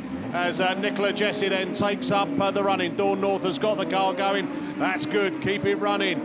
The Sandra Jones-Magine in Cumdy 31, equal 4th coming into this one. So Sandra, second place will get you into the final as well. So Nicola Jesse from Sandra Jones, from Lucy Wickham-Jones from the St Neots 55. Megan Littler as they chase it down hard. Lindsay Pittman coming in, she was 10th coming into this. And she just makes a place up, so up into 4th. Will that be enough to get her into the top 8? Nicola Jesse, this win will, because she's unbeaten already this weekend, looking to make it 3 wins out of 3. And the battle goes on. Lucy Wickham-Jones then looking to come up the inside. Lucy Wickham on 100 points coming into this one. Another 45, 155. There, she'll be a strong contender for the final. But checker flag at the ready.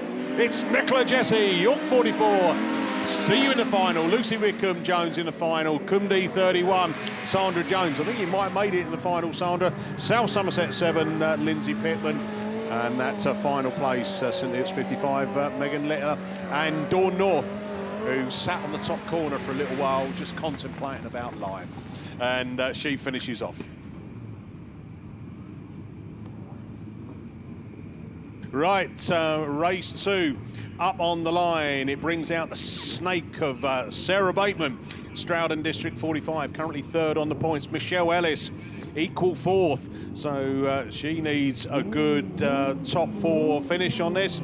Sarah Chilvers, the daughter of the man who had the attachment shaved off herself, look younger out in this one. Jess Bradley and Lynn Olsen we are off and racing. And where's that best of start? I think Sarah Chilvers it is who's going to take them into turn one. Michelle Ellis, your new national champion in Class 5s, follows her down the hill, as does that Lud 24, Jess Bradley. But here comes that Sarah Bateman machine. Stroud District 45 up into third place as they chase it up the hill. Look at this battle going on. Michelle Ellis now looking to cut back up the inside there from Sarah Chilvers. Out of turn two, Chilvers on the power, Ellis on the power, side by side down the hill. They're on Bateman from Olsen, from Jess Bradley in the Lud 24, but it is Michelle Ellis looks for the line under the inside, and she gets that back into that first place. Sarah Chilvers will look to find a gap on the inside. Chilvers goes for the one on the inside. Oh, and she gets it as well. Down the hill, Michelle Ellis back at her. Oh, this is like a replay of the national final, but with the close, fast swapping and changing of that lead position. But here comes Bateman. She closes the gap as they come up into the final two. Checkered flag is going to be prepared. And oh, Chilvers goes up the inside. Michelle Ellis cooks for the comeback. Bateman's up there. Michelle Ellis from Chilvers, from Bateman, from Olsen, from Jess Bradley in Lud 24. Wowie, as they say. Right, I think we are going over to ladies Class 8s. And it's back over to Graham Bennett. Just a quick shout out, Russ Tinker, birthday on Wednesday, 60. Thought he was older than that. Oh dear. Race one then, we got Shelley Smart out on grid 8. I don't think Meg's there in WS96. P90M, Cassie Gunn, Shelby Almond, Sharon Barker, Alice Beversley, Ellie Lockwood, and Vicky Appleton in lane 1. Let's see who makes the grid, but it looks like Shelby Almond from the centre of the grid makes a fantastic start, pitches it in, or gets it sideways, but then keeps the power on, and away she goes. So who's that trying to come through? Al Lockwood, you are quite nicely sat. I think, yes you are, you're on a second and a win, so you should be nice and tidy in the final with anything no less than a fourth, I would say. Down the back straight they go then. Shelby Almond sat ARC 17.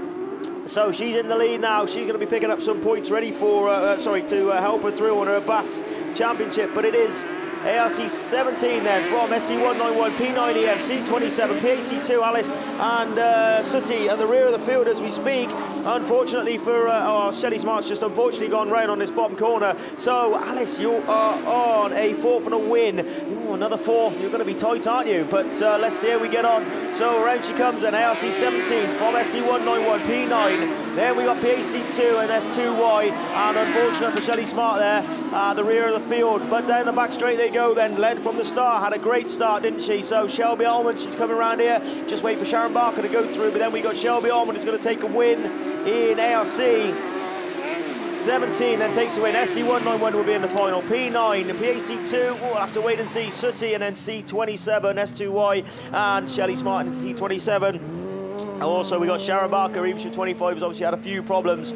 She's just coming round now to finish the race. Well done, ladies. That one's clean and done through. You Class 10 men can learn a lot from these two, can't you? So, what we got in this one then? Beth Tompkinson, SC51, B14H, Ellie Hines, ARC2, Charlene Henke, M1, Claire. Not going to do the rest of it. S12D, Katie Phipps, YD7, Sue Nichols. Unfortunate, Sue Nichols got a disqualification for a rolling on the start yesterday in the second heat, otherwise she'd have been sat pretty. Millie Phillips in SN711 had a decent run yesterday afternoon as well, didn't she? So yellows are up, pirouette's about to be done. We got Tonki on the outside then in SC51, and she does make a good start on a couple of wheelies again from, I think that was Claire Horner or Charlene Hankey, one of the two, but it's Katie Phipps then that makes the start. This car's been flying around here this weekend with Ian and Katie in it. So S12D then, she's your one that's leading the way from Claire Horner, M1, YD7, B14H, then Tonki, Charlene Hankey, and then Millie Phillips just bringing up the rear as we speak. Down the back straight they go, then Katie's gone wide in S12D. M1 then just nicks up the inside. She's already sat on a first and a third, Claire, so this will obviously put her through into the final, and hopefully probably lead, extend her lead then in the British Championship. S12D just a little bit of push on going down there, didn't quite swing the back end in enough. Sue Nichols though, she's just going to be adding for her British Championship points. She's there in YD7 there in third place. B14H having a really good run in fourth. Bev Tompkinson, Charlene Hankey and Millie Phillips as we go through. So last lap flag time, M1, just a little bit of start line issues, isn't it? A bit of weight may be needed for the final, and she'll be back on it. So it is M1 Again, just picking the front wheels up. They go around the top corner. S12D, good run for Katie Phipps there in second place. YD7, Sue Nichols there in third. She'll be happy with her points from this weekend, bar the black obviously, but it will be M1 then takes the win from S12D, YD7, B14H, SC51, ARC2 and Millie Phillips there, just bringing up the rear in SN711. So again, fantastic. Well done, ladies. Heat 2 done. Race 2 done even. Heat 3 done. So race 3, Josie Osborne in Nottingham 456, IK65, Jade Russell. Be careful, Jade. The boys fly in. We don't want no damage. IK65.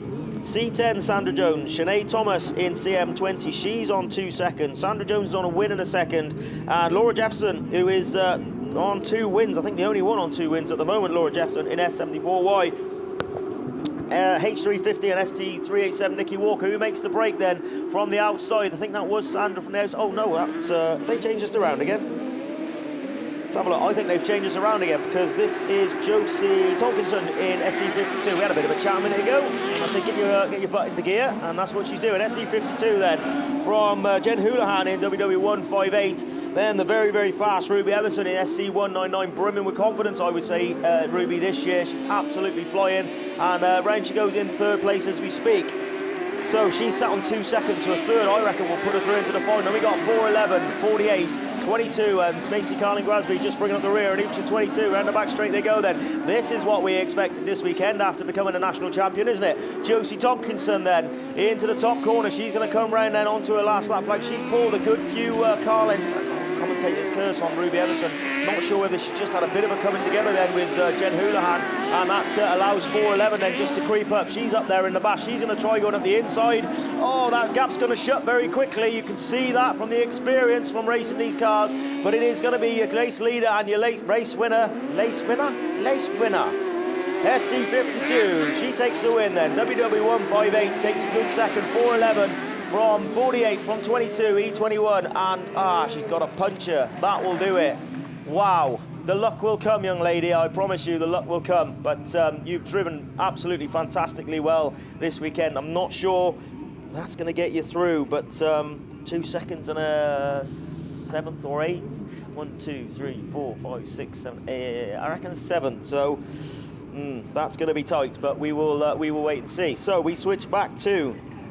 We might have been waiting for Sandra Jones to come out of the Class 5, so we switch back to Race 3 then. As we said, N456, IK65, C10, CM20, S74Y, sat on 2 wins, H350 and ST387. And who makes the start from the outside, from the inside? Is that Sinead Thomas in... No, it isn't. Of course it isn't. No, it's going to be Laura Jefferson. That car's been lightning out the gate, and Sinead, I think, on the inside there. So it's S74Y, CM20, C10, IK65. Be careful, Jade. She sneaks up the inside, though, in second place, and a good little drive there. Sinead's just gone a little bit wide as she's gone around the outside of Sandra, just on 3 wheels down that back straight. Absolutely pinned to the mat then. So she's trying that outside line, trying to go around the outside of Jade Russell then, but it is S74Y, sorry. Sinead Thomas and CM20 slings it in wide. CM20's on that outside line, and Laura Jefferson, you're quite happy with it. First, second, third, fourth, I reckon you'll be fine with that. And then we got C10, Sandra Jones, she's up there at the inside then of IK65 in third, but Sinead's trying, isn't she? So we've got 74 from CM20, fantastic line into that bomb corner, CM20, and just Laura Jefferson just pushed a little bit wide. And then we got the Russell car from C10, and apologies for the cars at the rear of the field at the moment, but we've got some battles going on all over the place at the front, but it looks like a fantastic drive for Sinead Thomas then in CM20, a little bit of smoke, these do work them hard, but it's S74Y, she won't be upset with that. IK65, C10, 38, 387, H350, and N456, Josie Osborne. So well done, ladies. So Sinead Thomas is on a 2-2-1. So Laura Jefferson's on a 1-1-2. Sandra Jones on a 1-2-3, I think, possibly maybe a 1-2-4. I just slightly missed that, but they're going to be in the final. That is all my ladies' Class 8's done. Go and have a chat with the men in Class 10, see if we can get them sorted. And meanwhile, Finn will run you through the ladies' 2s. Are you ready, Finn? Are you ready? Yeah, no, he's not ready. So, ladies' 2s then. Get your sheet going. Get going, kid. Right, you're away, Finn. So, So we're away and racing with ladies class 2. Your first one to show going down into turn 1. Vicky Thomas in a Victor again 14. She is going to be racing. She's out of 3rd and 4th. A win will do her rather nicely. We'll see her in the final with that.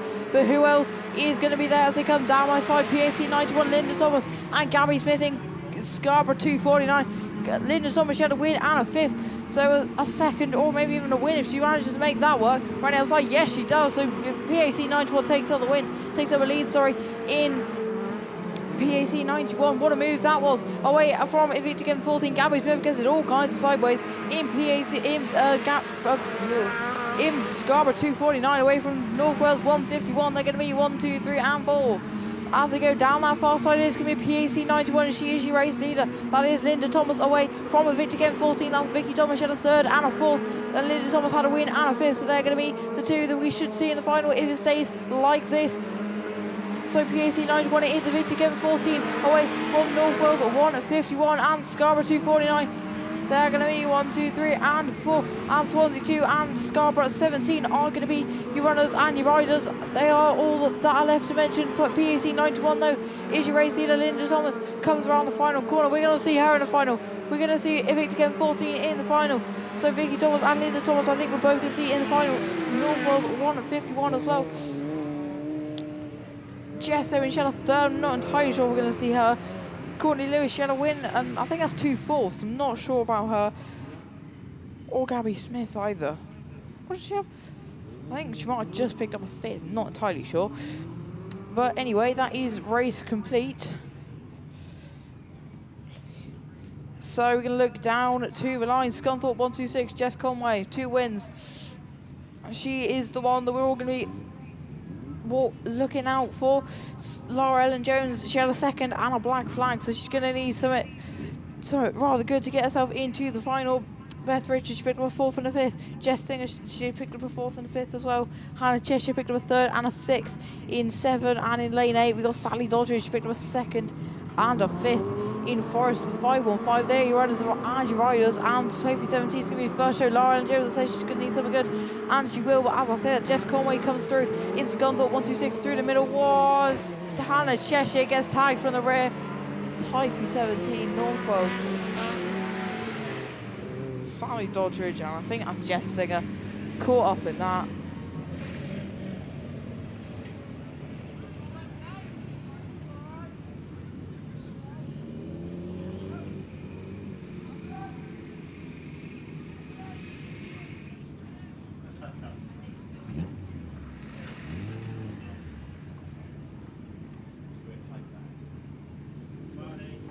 So,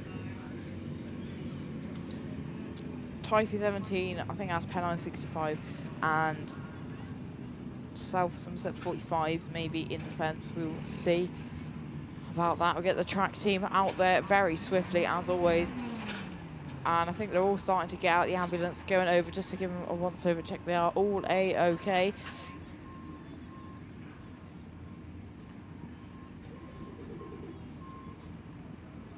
So we're just getting hot off the press.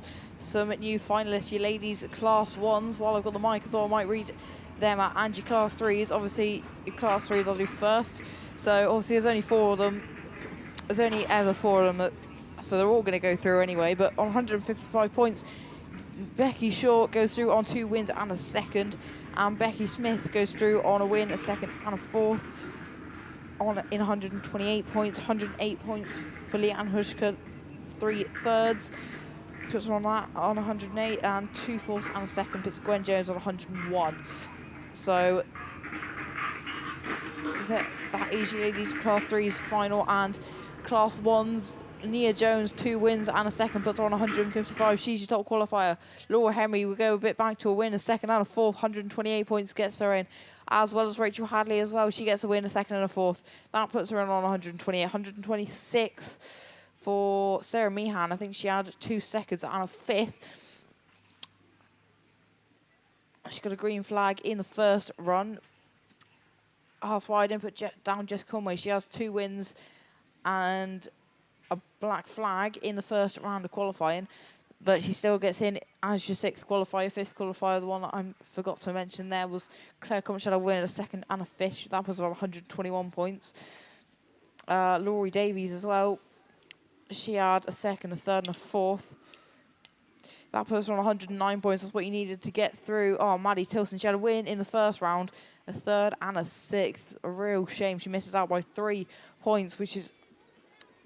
Oh, she's always one. She's always a force to be reckoned with. Is Maddie Tilson, but she's just going to miss out on the final this time around. But she's been in the final many a time before. So they are your two ladies 1s and 3s finalists.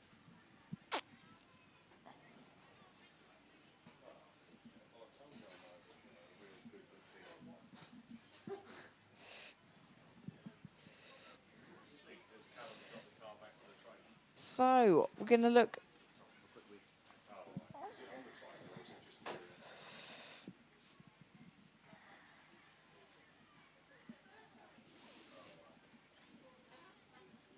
Yeah, so Jess Conway makes her way into a Class 1, and I was about to say Anna Class 2. She hasn't made it yet, but she's pretty much guaranteed to make it. She's already on 2 wins, and so I think she pretty much needs a finish, and she's definitely in. She might already be in. Not entirely.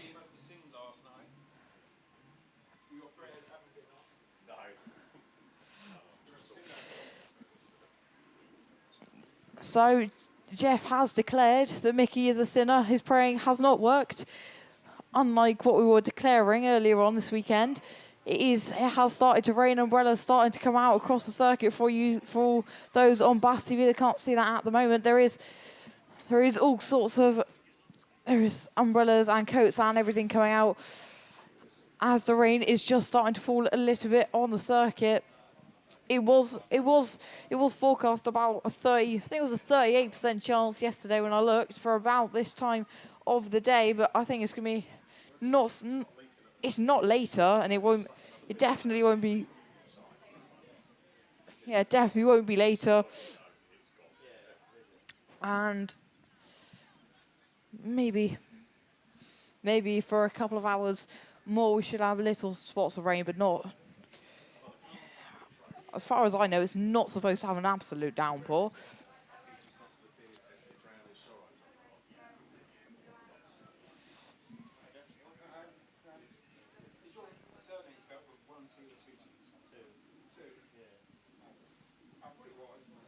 So we're just looking at the top to get those I think it's 2 or 3 striker machines of Tyre 17, Southam said 45, and I'm not entirely sure what the other one was.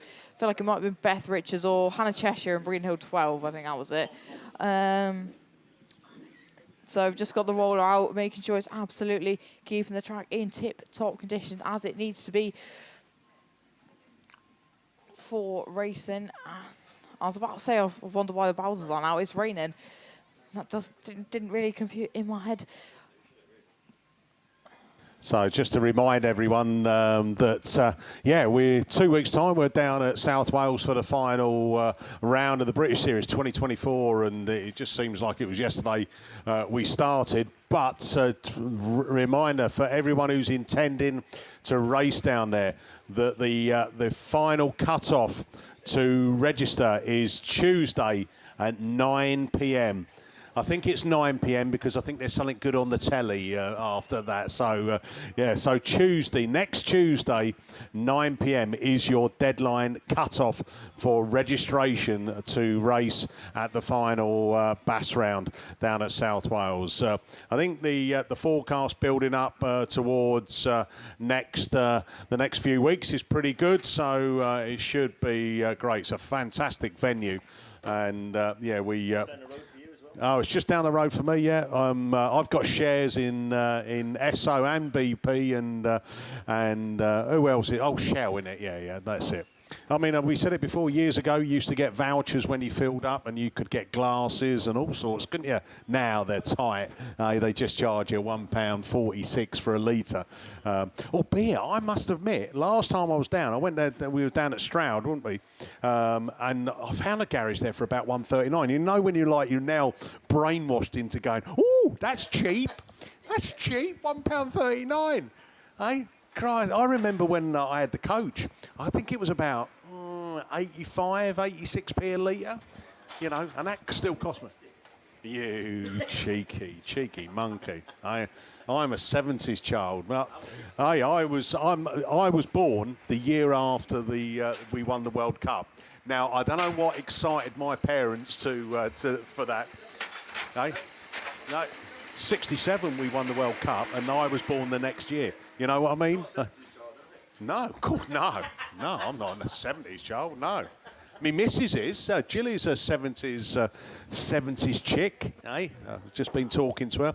The repair job on the motorhome is working. So anyone who was concerned about whether or not I was going to be putting an insurance claim for water damage, no need to worry. The bin liner is working. Good to hear, mate. Right, ladies class 9 is sat on the line then, so... We have Katie Adderman, who's had a non-start or a non-finish, and a first. Sharon Barker's on 2 4s. Claire Williams, Horner Williams, CHW is sat there on a win and a second. P1EM, Chloe Richardson's on a second and a third.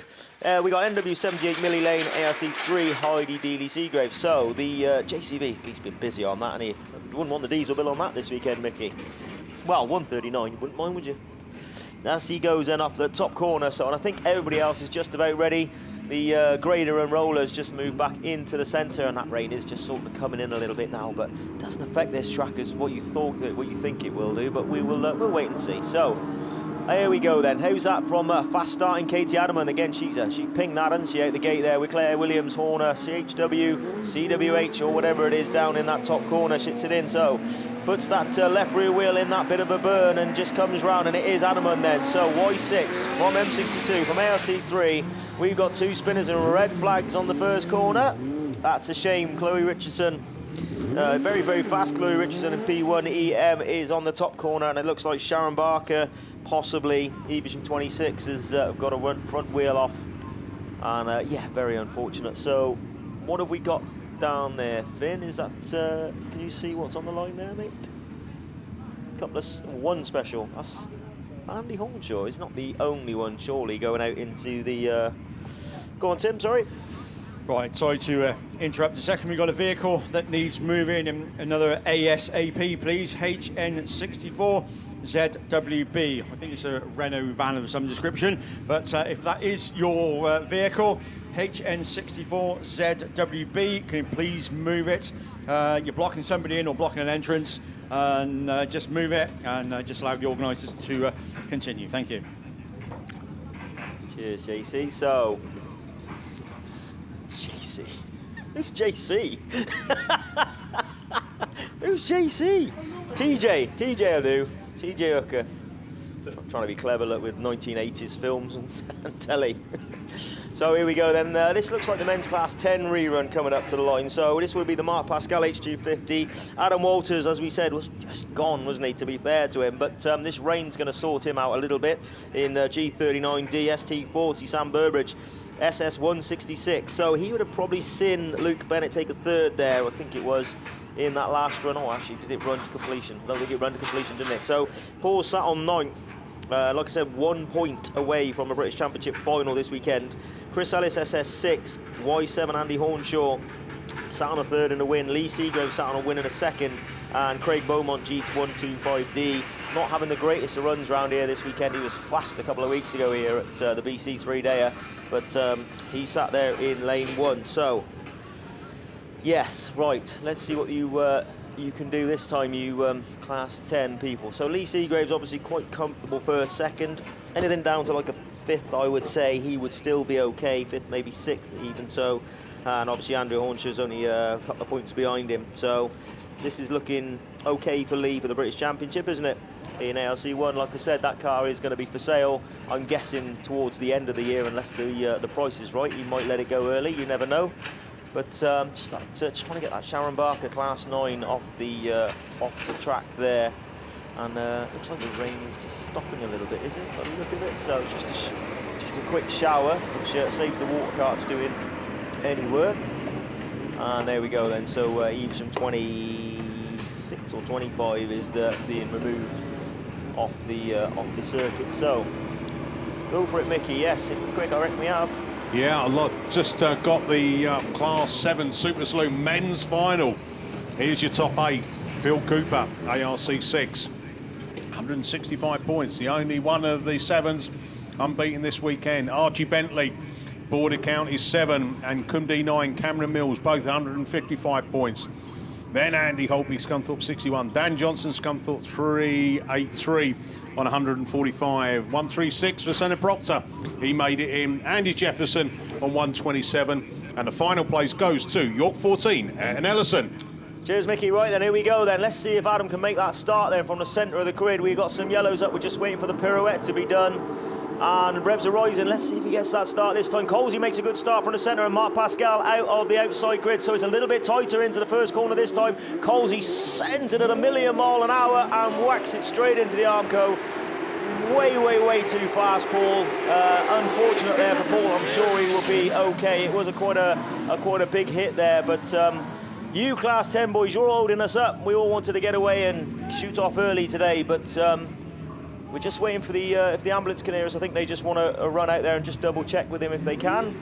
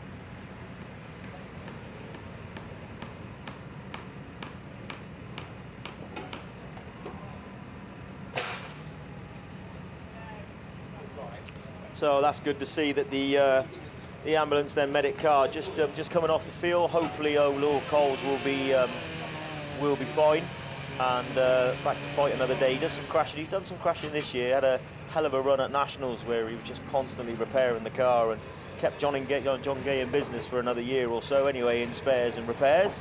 So he was grateful. But while we're doing that, then we'll run through Class 8 ladies finalists. So we'll start from the bottom, shall we? Emily Hall, you crept in. Well done, young lady. At 117, probably the lady with the least amount of confidence of anybody I know, but super, super talented and super lovely lady, R411. Done it again, 411. ARC 17, Shelby Almond. Well done, Shelby. You're there, 119 points. Sandra Jones, C10. She's there on 128 points. Jen Houlihan from Over the Water, West Waterford, 158, 136 points. Shoned Thomas is there on 145 points. Elle Lockwood, 145 points. CHW M1 is 146 points and a little bit out here, so 9 points clear. Laura Jefferson having a fantastic weekend with 2 wins and a second. Car's gating fantastically well, isn't it? So she sat there in S74Y, Laura Jefferson. She is your lead point scorer this weekend, and she will be there in the final as well. So we've got, is that Stockhatch on the line, gents? Stockhatch? Stockhatch and Stockhatch, we think. So the Stricken Paul Coles car just gets strapped to the forklifts and taken off. They're just doing a little bit of track work at the top just to put that fence back together. I think Coles, he probably clicked another gear as he went up there, and to be fair, he did make probably the best start I've seen him make all weekend, to be fair, and he knew that he needed the points, but hopefully he's okay, and yeah, he should be fine, But we'll just go a little bit silent while we just wait for them to repair that track, and Stockhatch will be back in a sec.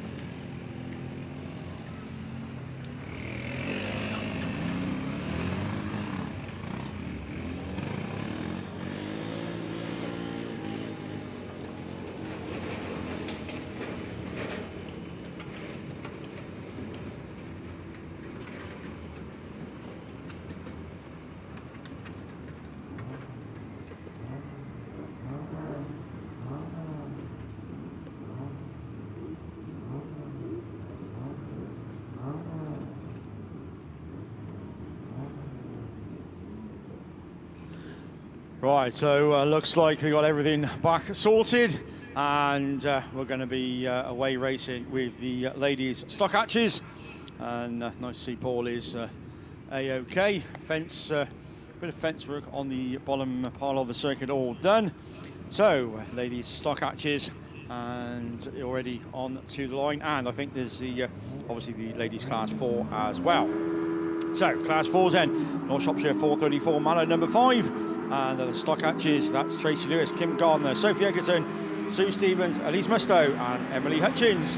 And it's the Class 4 that leads them around the top turn for the first time of asking. North Shropshire 434 of Claire Compton, from Ludlow 47 of Sophie Egerton. Then we go to Tracy Lewis and Hereford 61, part of the Stockhatch Brigade, racing alongside the Cusack in Mallow number 5, but just wrist wide. That allows the Cambridge 34 and Elise Mustoe machine just to move through. But your race leader mastering the slippy and tricky conditions as the dreaded Rain starts to fall, but I'm sure it's going to be showers. I'm sure we'll be fine. 4.34 then it is. 4.47. Jasmine Cusack in Mallow number 5 with Tracy Lewis and Hereford 61 battling with Emily Hutchins in Cambridge 34. Elise Mustoe in Breen Hill at 23. Sue Stevens in Panow 22 and Kim Gardner in the Breen Hill at 125. But last lap flag already, and it is Claire Compton mastering these conditions in Cheat, North Shropshire 4.34. Jasmine Cusack in Mallow number 3. Sophie Eggerton leading the Stockhatch charge in Ludlow 47 as Tracy Lewis, Hereford 61 goes through. Cambridge 34, Emily Hutchins still running in 3rd as Tracy Lewis gains ground then on to the last top turn. We go for another time of asking, but it's Compton that wins it. 4.34. Jasmine Cusack in Mallow number 5. A dash to the line. Tracy Lewis gets it in Hereford 61 ahead of Ludlow 47. Cambridge 34 and Elise Mustoe in Breen Hill 23 and Penow 22 of Sue Stevens with Kim Gardner in Breen Hill 125.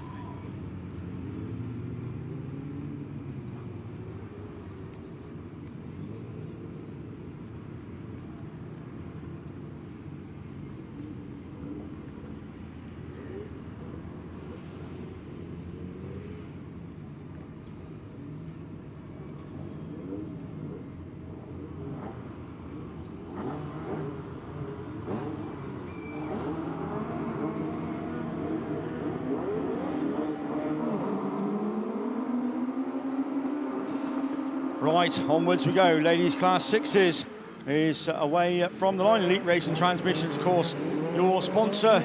And it's the lady that's top of the shop then. 2 wins from 2. Ella Bailey in Scunny 33 that leads from the Tyre 36 machine that takes up the running. Then Fiona Thomas in Tyre 66 just sliding through, taking up the running alongside as they go down that far side. But it's Tyre 36 that leads away Sophie Lewis from Typhoon 66 of Keris Thomas and Ella Bailey. Say the only unbeaten car so far in Scunny 33, just looking right round that outside line as they pass us for another time of asking. PAC 70 then goes through. That's Chelsea Jones ahead of Maddie Tilson in Sydney. It's 96, and I think that's Sarah Howard that rounds it all out in York at 77.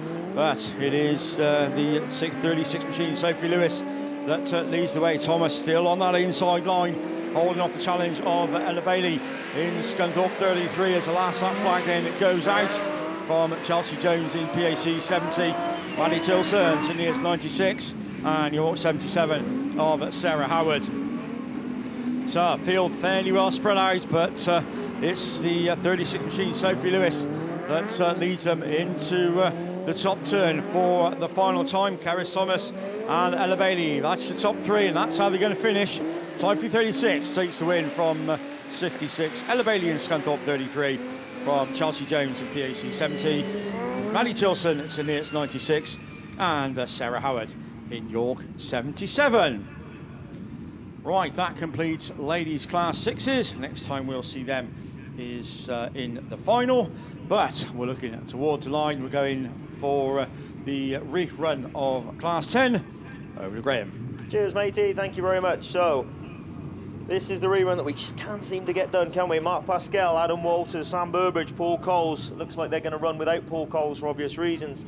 Chris Ellis, SS6, Andrew Ornshaw, Y7, Lee Seagraves, ARC1, and Craig Beaumont is down there on lane 1 in G125D. So come on then, boys, you're holding the job up. Let's see if we can get this pushed through as we got track clearance everywhere. The pirouette is done, and let's see who makes the good start this time. So Adam Walters has been coming out of that far side, but we've got Hornshaw's made a really good start this time, and he will not back off into that first corner as he doesn't sticks it up sideways, but Adam's going to run side by side with him, and he does just get that little bit of grip quickly there, doesn't he? So who's going to have the drive off the corner here? Is it the twin Booster car or the twin Dixon car? And meanwhile, we've got Craig Beaumont just looking at that nice tidy inside line, and he's going to surprise everybody trying to come through on the inside. So we got Y7 on the outside, G125D on the inside, and Adam Walters at ARC1 battling for 3rd and 4th. Into the top corner they go. Mark Pascal, not such a good run this time at the back of the field, but excuse me.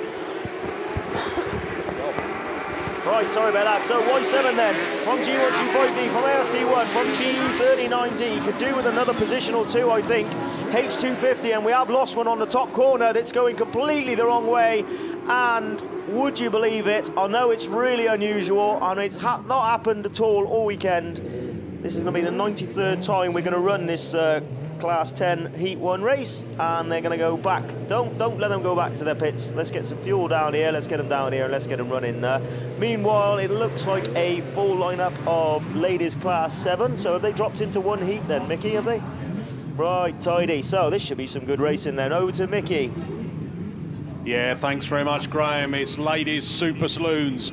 Max Sport, a series sponsor. Heat 3, race 1, and it is all 8 of them out. Kirsten Bartlett in South Somerset 2, coming into this equal 4th with Julie Hawthorne-Fernio in Radford 176.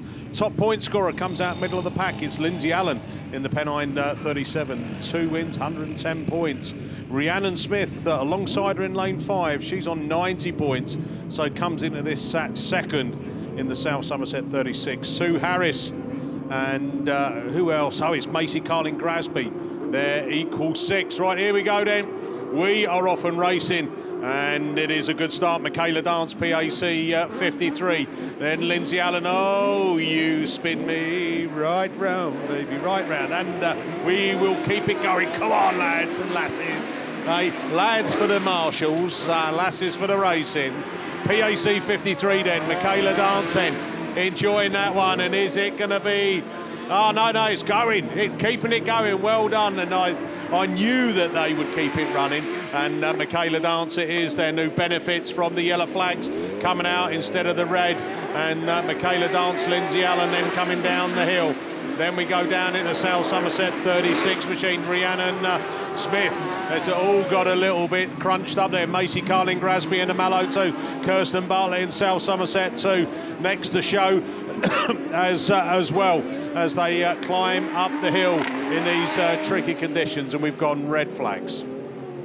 Just jump in, Mickey, if I can. We just need to get a car moved, if we can, please. PhD 58. We haven't got the reg number, but the way you've parked, unfortunately, some people just can't get out, can't get around in bigger vehicles. So could the driver of PhD 58, we know it's on a trailer and it's on the back of your van or camper or whatever it is, but if we could just ask you just to move that down slightly so other people can get out, that'd be great. Thank you.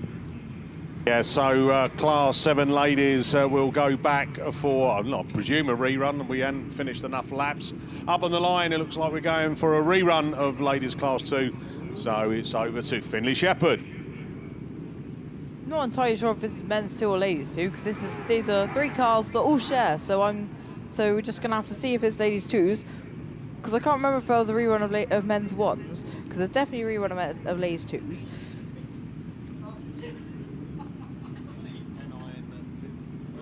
There's Pennine 65, Pennine 12. I don't know, I'm just trying to find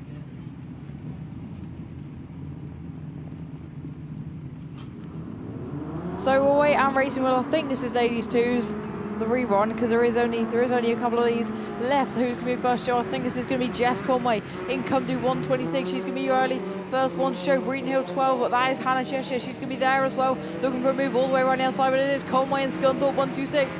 Is she going to be a Rainmaster at the moment? The answer is looking like yes, because she's perfect in the drive. We know that, absolutely certain. Pennine 65, Beth Richards looking for a move up the inside of Hannah Cheshire, but can't get the move done. So Hannah Cheshire slots back into that second position, away from Pennine 65. We look back to the front, because Scunthorpe 126 it is. That is Jess Conway. She is your racing to going into that top turn, away from Breeden Hill 12. That is Hannah Cheshire. They're going to be 1 and 2 coming down my side, away from Pennine 65 of Beth Richards. They're going to be your 1, 2, 3 going into that bottom turn, staying as they are. Scunthorpe 126 going down that far side, trying to stretch away from Hannah Cheshire, but Hannah Cheshire absolutely keeping her honest. They're starting to stretch themselves out now as they go into the top turns. Jess Conway it is, so she is your race leader, looking to get herself away as she moves on to her final circuit, away from Breeden Hill 12 of Hannah Cheshire. They're 1 and 2 as they go into that bottom turn. A little bit of a gap back then to Pennine 65 of Beth Richards. Not sure if Beth Richards is going to make it into the final. She had a 4th and a 5th. I don't know, a 3rd probably get her in. Jess Conway 100% is in. She goes into the final corner. If she manages to get it out, she'll be going into the final absolutely unbeaten. 3 wins out of 3. Jess Conway takes the win. Scunthorpe 126. Away from Hannah Cheshire in Breeden Hill 12. I think we'll see her in the final as well. As second, third, and sixth. Maybe Beth Richards we should see in the final as well, with a third, a fourth, and a fifth. Maybe. Not entirely sure. There's definitely cars in the pit lane, but nothing on the line, I think.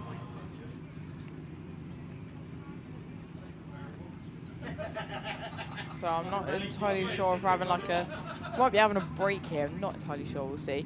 But Graham looks ready, so I'm going to hand you over to him. No, not at all, mate. No, I just saw that we had an empty line, so I thought I'd jump in and give you a hand here. Right, so we have got some specials coming to the line. So I know that I'm still waiting to do my ladies 9s, ladies 600s and 10s, and obviously we have that infamous Class 10 rerun. So that's Katie Adaman coming to the line now on grid 7. I'll tell you what, just while we've got it, I have got the ladies class 5s. So the finalists, Nicola Jesse, 3 wins out of 3, greedy. Who's next, Mickey? Lucy Wickham-Jones, she's quick, PAC 11. Michelle Ellis, your national champion, into it as well. Sarah Bayman, in the Snake in Stroudon District 45. Sarah Chilvers, York Sales 46. Sandra Jones, Cumberland 31. Lynn Olsen in Breeden Hill 27. And Lindsay Pittman in South Somerset 7 gets herself into the top 8. And more open wheel specials lined up now as the rain gets a little bit heavier, and it's over to Graham Bennett to take you through the well, I think this is going to be one of those never easy racing it when you've got a load of wet mud being flicked up, so you want to get in front. That's all I want to say. Yeah, I was never that quick yeah. myself. And well, my mum always said I was a bit of a slow starter, and I carried it on into my racing. That's when you were 31 as well. Right then, so it is these ladies class 9s, and we are away again. This is going to help Claire Horner because she sort of does have a tendency to do wheelies, so this wet weather is going to help that out. But it is that outside grid that tends to give it the better start for Katie Adaman, then who sticks it in sideways, sticks that left wheel as far over to that burn as she possibly can and just gets some drive down. So we've got more spray than dirt and dust, haven't we now? M62 from 3, from 78, and even from 26, Sharon Barker did get that car fixed and is back out there racing. So down the back straight they go then, Y6, Katie Adaman it is. Whoa. And, no, so at the inside then, Claire Horner's just gone a little bit wide then, and Seagraves just trying to sneak up through there, but it's going to be wet and slippy, girls, so we don't want to wipe each other out. You're all in the final, but obviously I know we're going for points for British Championship overall. And, there we go then, Y6 then from 62, from 3, from 70, North Wales, 78 Millie Lane's having a lot better run this time. She's well on the back of these cars, and a little bit of push on there for 3, for ARC3, as they go down the back straight. So it is still, she needs these points actually because she had a non-finish or a non-start actually, Katie Adaman in Y6 in the first heat. So this is going to be another, onto the last lap flag she goes, so it should be another 55. She's getting a lot of spray off her own wheels, let alone anybody in front of her. Then Claire Horner, Williams Horner, ARC3, and then like we say, the Millie Lane car, NW78, who's having a lot better run, Millie Lane there, so well done to her. She's trying to get up the inside then of ARC3, Heidi Dealey Seagraves, these double-barrel names. Too long, but into the corner they go then for the final time. Katie Adaman is going to be your race winner, and Y6 picks up another 55 points to add to her total. From M62 then, from ARC3, who just holds off Millie Lane then in North Wales 70. So, Millie Lane, looks like you like the wet weather, so hopefully you'll be looking forward to a wet final later on. Evesham 26, Sharon, not so much so, just bringing up rear place. So it looks like we're going back to our class. Oh no, this will be our ladies 10 and F600s, I'd say.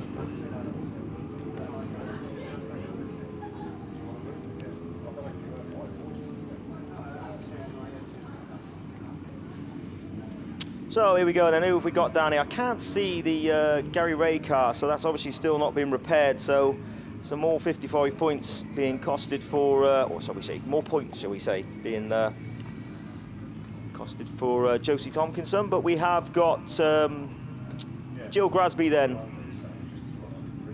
Jill Grasby, we got Taylor J. Pascal there on the outside. Just trying to run through my sheet. Jodie Pascal in H250. Josie Tompkinson, as we say, is missing. And let's see what happens here then. So Jill Grasby in the Evesham 1 car then does make the start as they go up the top straight. Problems for the Hereford car on the start line. Hopefully not a snap chain or anything like that. Car's been going really well last couple of weeks, but who's that trickling around on the inside? So there's a bit of grip there, isn't there? So it's E1 from H250 from H16 then. Tight and tidy on the corner, one's going, and then tight really wide on the loose is the other one. But it is H250 just crept into the lead there from E1, and it's the little F600, isn't it, that's starting to show these Class 10 girls how to go round. Up she goes then. F600 is H16. She's there just trying to get around the outside of the one Class 10, and at the inside of the other Class 10 we got an F600 sandwich.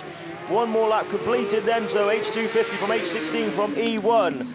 Tips it into the corner, H250 keeping that inside line. There's still grip there because the car isn't even sliding off the cones, and she's just managing to get her toe down. So H250 from H16 from E1. Jill Grasby is still on that outside line. It's not really paying off. So anybody watching from the top there, ready for the finals, you'll see that there is actually some grip on this inside line. Like I say, doesn't look very fast, but she's not actually squirreling or squirming around anywhere, is she? So there must be some grip there. On to their last lap flag they go. H250 from H16. Jill Grasby's seen that now. E1 snicks on the inside, and it looks like it's going to be business as usual for the Class 10s as they go up the inside of the F600, who did really well to be anywhere near them, really. Like I said, a lot of CC short on these cars, and just gives it another blip as she goes into the top corner. But H250, probably the slowest race of the weekend across all classes, to be fair, but she's going to take the win, and that's all that matters. H250 gets the win from H16, I think, maybe from E1, but we'll leave that to the lap scoring ladies, and hopefully they can fix the H50 car ready for Titch to come back out later on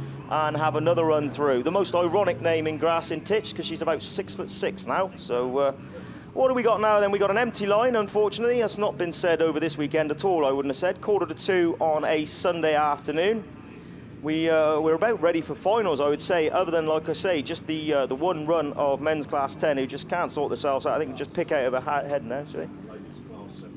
Oh, we've got Mick is letting the team down as well, so we're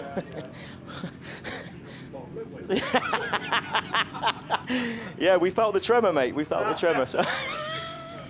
So we've got one run of ladies Class 7, as we say, to do, and Class 10 rerun, and then it will be finals time. Hopefully this weather will subside a little bit, and we can get to see this race. And I can see the rain is coming down. Coming down quite hard now as we speak, but hopefully that won't deter you and keep you trackside. Obviously, BAStv they'll be happy at home, these BAStv watchers, won't they? Sat there in their armchairs eating their roast dinners, watching us all. Well, watching them lot getting wet. We're all right in here. We're eating cheese sandwiches. We're fine. So I can see some more cars coming down. Like I said, we got 1s, 3s, and 5s down there. I'm not sure if the junior specials are going to go out as normal. I say normal for this weekend then. Do anybody know if the junior special is going out after 1s? So they're not. Oh, you don't know? No. Tim says he doesn't know. So, and as he's the border counties man round here, we same thing, isn't it? Border counties, Hereford. Same area. Right then, so they do need to pull a few cars up onto this start line a bit quick and run through this, and I think that is what's happening, because I can just see the Andy Hornshaw car moving there and Adam Walters. So I think this is a very depleted field now, isn't it? There's only 3 cars down there as we speak, which is, as I say, Hornshaw, Adam Walters, and I think Craig Beaumont. Seagraves has got to be down there somewhere, hasn't he? Was he in that run, or am I dreaming that? No, he was in that run, so can't see him coming to the line now unless he's shot back up to... there he is. Open your eyes, Bennett. Spent all that money on new eyes, can't see nothing. So he's just pulling down onto the line now. So there's 4 at least that we've got. So them ones that are sat on 1st and 2nds and 1st and 3rds, i.e. Seagraves and Hornshaw, you'll be happy to know that you can just trickle around and get into the final, I would say. Adam Walters, I reckon you still need a 3rd, mate, looking at points.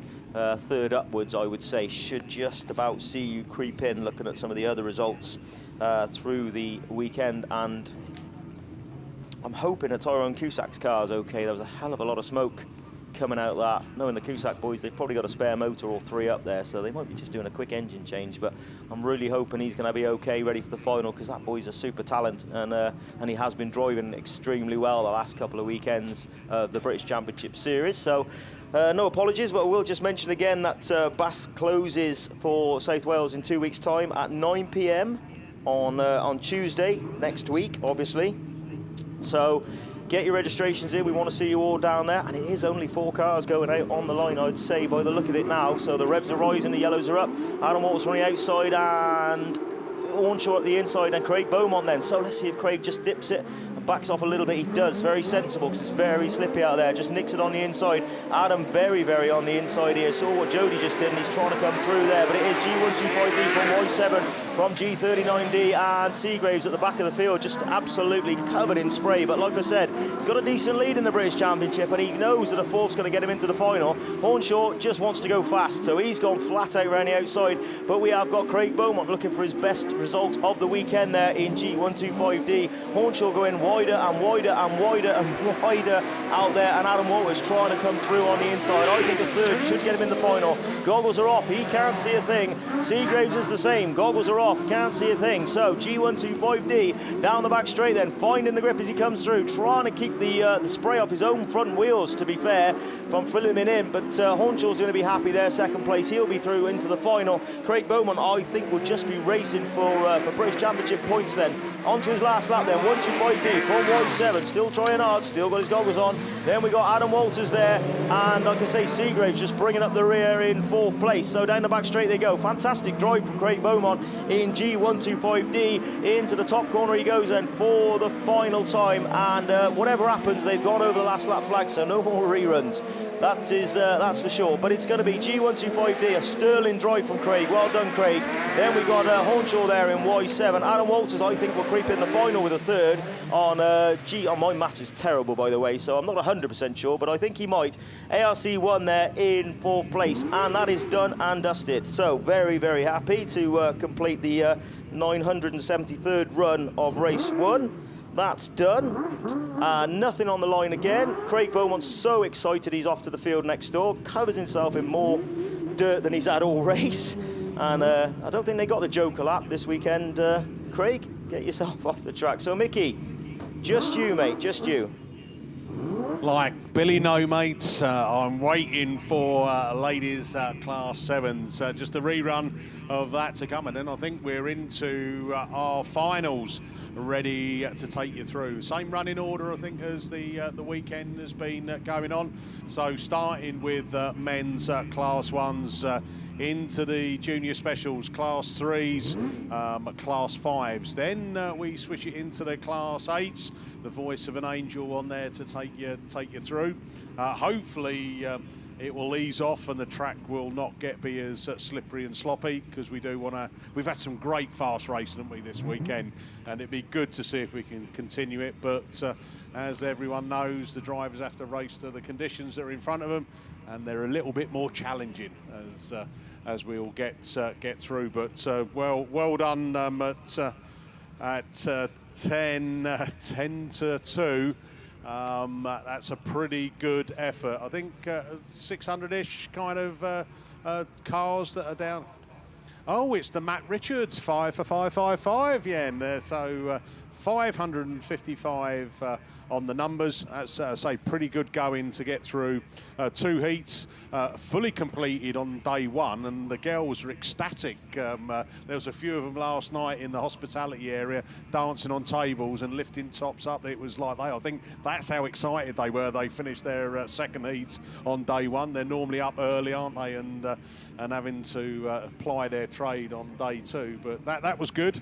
A good start this morning, around about 9 o'clock. We have this year done 8:30 starts, I think, has been our earliest, Steve. Yeah. And then there's been times when it has finished, quite late. And there's a couple of times where I've actually left when the racing was still going on, just to get home. There was once I beat the milkman home as well, so Gilly was disappointed. But right, we've got ladies class 7s. Let's go for a second attempt on this. Didn't last very long, but I'm confident we can get this one to a conclusion. 1, 2, 3. Oh, here we go. I can see the Nicola Gibbs, Hereford 44. She's just making her way to the line. So 4 left in that. So who's not out there? I can't see Julie Hawthorne, Fernie Ho. Nicola Gibbs is there. Where's the Pennine 37? Coming out of lane 4, she's there.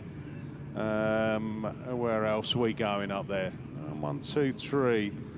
Macy Carling Grasby is there. We can see that in the yellow car. Oh, look, the rest of them are coming.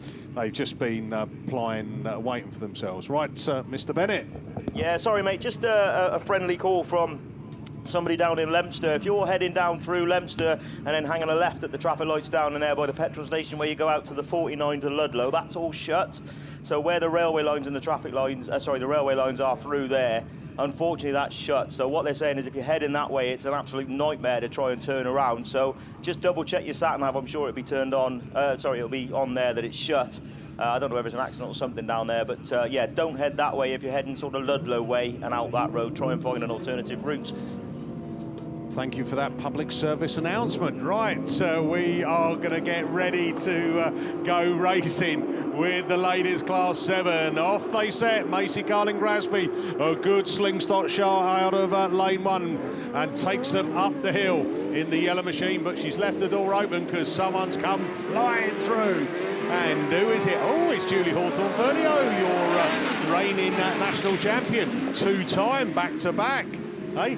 Sounds like I'm announcing a boxing match, doesn't it? But Julie goes with her. Lindsay Allen then going to get swallowed up in a minute as they come round the outside of her. Macy Carling Grasby now drop back down into that 5th place and getting a face full of mud for the pleasure of that. So Julie Hawthorne Fernio then.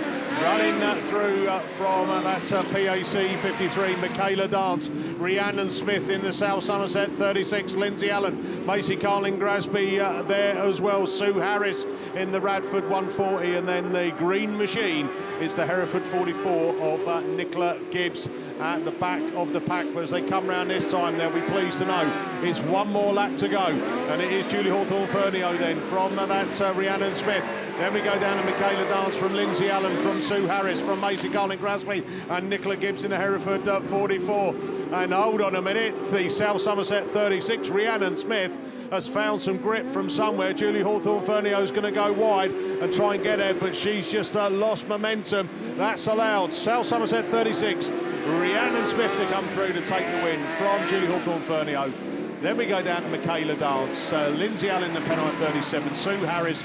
Oh, Nicola Gibbs up there, and Macy Carling Grasby, who was winning, finished last. So obviously don't like the wet, sloppy conditions.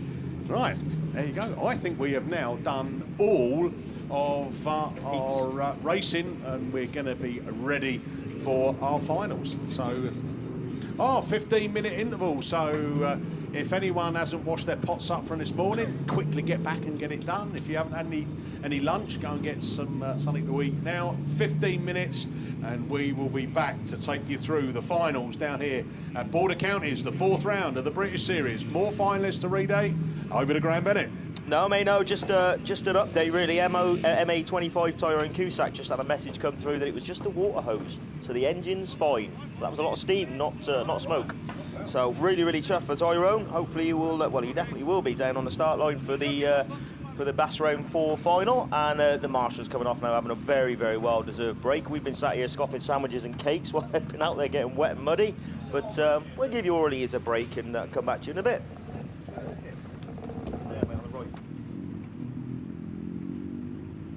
Yeah, well, we got a bit of downtime actually. I've got a couple of Class 2s finalists to read out. So we'll start off with the men. So Craig Conway made it with 3 wins, 165 points. Daniel Robbins made it 2 wins and a 5th, 131, 2 seconds and a 3rd for Chris Hull. He made it 3rd qualifier. Equal 3rd with Come To 6, Darren Williams. He also had 2 seconds and a 3rd, 126 points for him, 119 for a win, 4th and a win, a 4th, a 3rd and a 4th for Ollie Stevens in Lodge 115. Swansea 2-bit Melly had a win, a 2nd and a 6th. That puts him on 115. Lod 15, Tim Harvey had a 1st, a 2nd and a last. Puts him on 106. He's your 7th qualifier. And your final qualifier made it through on the runoff. That's it. Ashley Farrow, Scarborough 249, a win and 2 5ths. gets him through on 97 points. And we'll go ladies 2s as well. So Jess Conway made it through with 3 wins, 165 points. She's a top qualifier. Then we go down to 131 for Linda Thomas, 2 wins and a 5th. Vicky Thomas in at Victor again, 14, and Gabby Smith and Scarborough 249 both picked up a 2nd, a 3rd, and a 4th. Puts them on both on 109, 104 for Courtney Lewis, Swansea 2, a win, a 4th, and a 5th. Puts her on 104. Hannah Cheshire as well. She's had a 2nd, a 3rd, and a 6th. Puts her on 96. Laura Ellen Jones had 2 seconds and a black flag, puts her on 90, and Jess Owen was the last qualifier, 2 thirds and a 6th, puts her on 87, 2 points between her and Beth Richards. Beth Richards had a 3rd, a 4th and a 5th. I did say I wasn't sure if that would get her in, and it was 2 points away, which is really a shame for Jess Owen, but she's the one left, so I'm going to hand you over to Graham because he's got some more finalists. Yeah, so hot off the press then, class 10 have come straight through. Steve stuck it around the side of me, and we have got Luke Bennett. Well done, mate. You crept in there, 8th qualifier there on 108 points. Adam Walters, 109 points. ARC1, Lee Seagraves. 4th was definitely enough, 128 points. Wes Tinker, equal 5th, Y40. He's on 128 points. Atherton 21, your current national champion, George Young, in case he hasn't told anybody lately. He sat there on 135 points. Y7, Andrew Hornshaw, he's there on 136 points. Tyrone Cusack, as we did say, he's got his car fixed. He will be in the final. He sat there on 155 points. And Liam Evans, North Shropshire 3, sat there on 3 wins. He'll be looking to do the quadruple, is it? I guess, yeah, 4, that'll do. So he'll be looking to do that and come through with 165 points. Go for it, Mickey. Yeah, so just again off the printer, ladies class 7, your top 8 that have made it through into the final. So Rhiannon Smith, South Somerset 36, lights the old wet sloppy stuff because she won that race and took her right to the top of the pack. 145 points, a win and 2 seconds, so she'll get the pick of grids. I wonder what grid she's going to go for. Pennine 37, Lindsay Allen. She had 2 wins yesterday, and then this morning, well, just now, she's picked up a 4th. So 138 points. She was one to watch. Maybe she doesn't like the those conditions, but if it dries up, and I think it is due just to be to dry a little bit, this track will come good pretty quick. Julie Hawthorne-Fernio in Radford 176 has made it through 3rd place qualifier, and there's your reigning national champion back to back. So she's done 2023, 2024. Takes some doing that, doesn't it? So one to watch, Michaela Dance. I'm not sure, I think she's won, is it about 7 national titles, Michaela Dance? And I think she's always going to be there or thereabouts, isn't she? She's middle of the pack on the points coming into this final. Sue Harris, Radford 140. Followed by South Somerset 2, Kirsten Bartley. So that red Mini will be out there and fighting to see if she can get into top 4 and take a trophy down to there's a lovely part of town down there, and it's South Somerset. So as what it was, Ian Fay would say, Somerset. And where else are we going? Mallow 2, Macy Carling Grasby. Again, wearing, or say wearing, well, I suppose it is wearing a different shell this week, a shell suit. That's back in the day, wasn't it? Hey, look, Graham knows about shell suits. I bet he had one as well. Mine was purple. Was it? Yeah. That's it. Like Goldie-looking chain. In the ladies' nationals, it was a purple shell. Absolutely brilliant. The graphics was really lovely. Nice. She was just unfortunate she didn't get through on that. The rerun of the 7s, and I think she was hard done by Mickey. I'll be honest. I watched it back on the video on the TV when I got back, and I was like, oh, that was a very harsh. And I said before, Naomi Davis in the Tyre 1 she was quick all weekend. Yeah. So you always want the finals to run first time through, don't you? With all 8, sometimes, well, more than sometimes, it doesn't happen that way. And when it came back out with only 6. You know, that's it. You know, you pay your money, you take your chance, and unfortunately. So she's switched the shell suit, into a yellow one, so with the M&Ms on the side. And into another final. You know, she's into the final. And the final one to make through is the green machine, the Nicola Gibbs, Hereford 44, who is the final Class 7 lady it's going to be out very soon. They've obviously switched the machinery. They've got the tyre roller out now, which is always a sign that it's been a little bit wet. I first saw one of those, I think it was at Yorkshire Dales, and then also at Sunny Scunny. I've used one of them. Really effective. I know they've done it. Thornborough have been really effective when they get that out, and there's a bit of grading going on as well. So you've got the grading bar at the front, and then the tyres behind. So yeah, good. Right, so Graham's got. I was just going to have a chat with you. Are you one of these drivers then that go down and check the start line out before the final? Pick a grid. I never made a final, so I never had to. Hang on. See if I can find somebody who's made a BAST final. I never made a BAST final, but if I made the final, I'd qualify it. You never had a Beck. No, I'll tell you what I'd like to do, right, is, you know, like, because you can, like, pretend, can't you, be like an imposter. If you get down to a track, right, you know, maybe like on a Thursday or like a Friday, you know, just walk the track right and look down and then, you know, kick a few ruts as if you know what you're doing, right. People go, who's that one? Oh, I think that's that Mickey Barker, you know, the ex-Class 2 national champion. You know, that's it. Like, well, that's it. I've told that many people, right? It's like my sister, right? I'm changing subjects here. My sister, right, told her kids that she was a lot younger than what she is, right? So they're now 30, right? They've thought she's about 5 years younger than what she is. I mean, that's bad parenting in my eyes, but, you know, that she's got away with it. So if you tell people more and more times, like many times I've told people, oh, I quit at Class 2s at the top.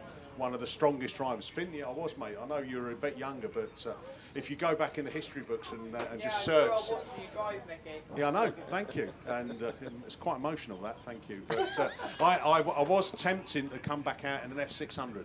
So hands up, who thinks I should go back out? Who's going to build me one? Cheap. John Gay don't hand you a bill very often, you said, so speak to John. Hey, John, if you're listening, thanks very much. He sorted me out of the last BAST round. Got some arms and all the bits and pieces. And it felt like it was on the Never Never. Most racers are like that, mate. We're all the same. Great. You know, I like to like people pay me bill. It's like if Graham Greene is listening on his barge boat, he's gone on a 7-day barge holiday. I bet if he was you'd tell him it was a cruise, wouldn't you? Hey, just been on a cruise. And I'm not sure. I'm trying to think where it is, but there's a part on his journey where there's something like 60 locks that are all in like one after the other. So you get 30 come down and 30 to go back up. You know. And I said, how long's that going to take? Apparently 6 days. So, I mean, that's good. No, it's not. It's only a day. I think a day to do it. But, yeah, he's holding hands with the missus on the barge boat. But, yeah, he helps me with Callum's car on the old setup and bits and pieces like that. And he's one of those as well, you know. He's getting his bills out, his invoices out. Oh, dear me, you know. I'm the opposite. Oh, yeah. I need the money. I'm not as rich as them other ones. Yeah, that's it, you know. I mean, I think so, Graham, if you're on the barge, if it's a little bit drizzly out there, just get your laptop out and just sort a few of your bills out, eh? And you remember, One-Off Engineering are a place to go to. So I'm hoping 20% discount. What do you reckon? That's it. Do you offer a discount at Graham? I do, mate, yeah. Do you? Yeah, I'd normally add 20% and then take 10 off, mate, to be honest. It's the way to go. Yeah, I know. Well, you're a well-dressed man, so obviously you're not Really? short of a couple of bob, are you?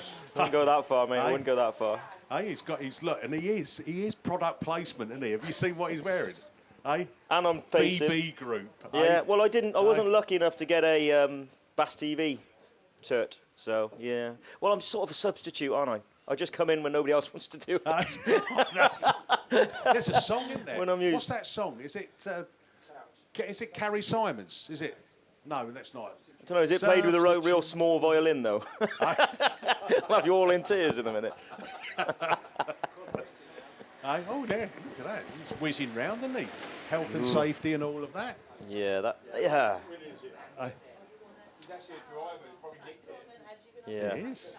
Oh, it Going is. back to that start line, though, Mickey, you'll be surprised how many of the top boys are down there. They'll be kicking the heels in. They literally will. I mean, I've been down there a few times. I didn't really think it made a lot of difference. I'll be honest with you, but there's a lot of people that go down there and they will. They'll try and pick out where they're going to sit. What position they think they'll be best in, and literally they'll look where the cones are. I mean, I'm watching Bill Bradford down there in the heats, and he'll move the cones. So you think, I'm going to get in them just off the tracks there, where it's a bit loose, stick my wheels in there, and then Bill will come along and move the cones.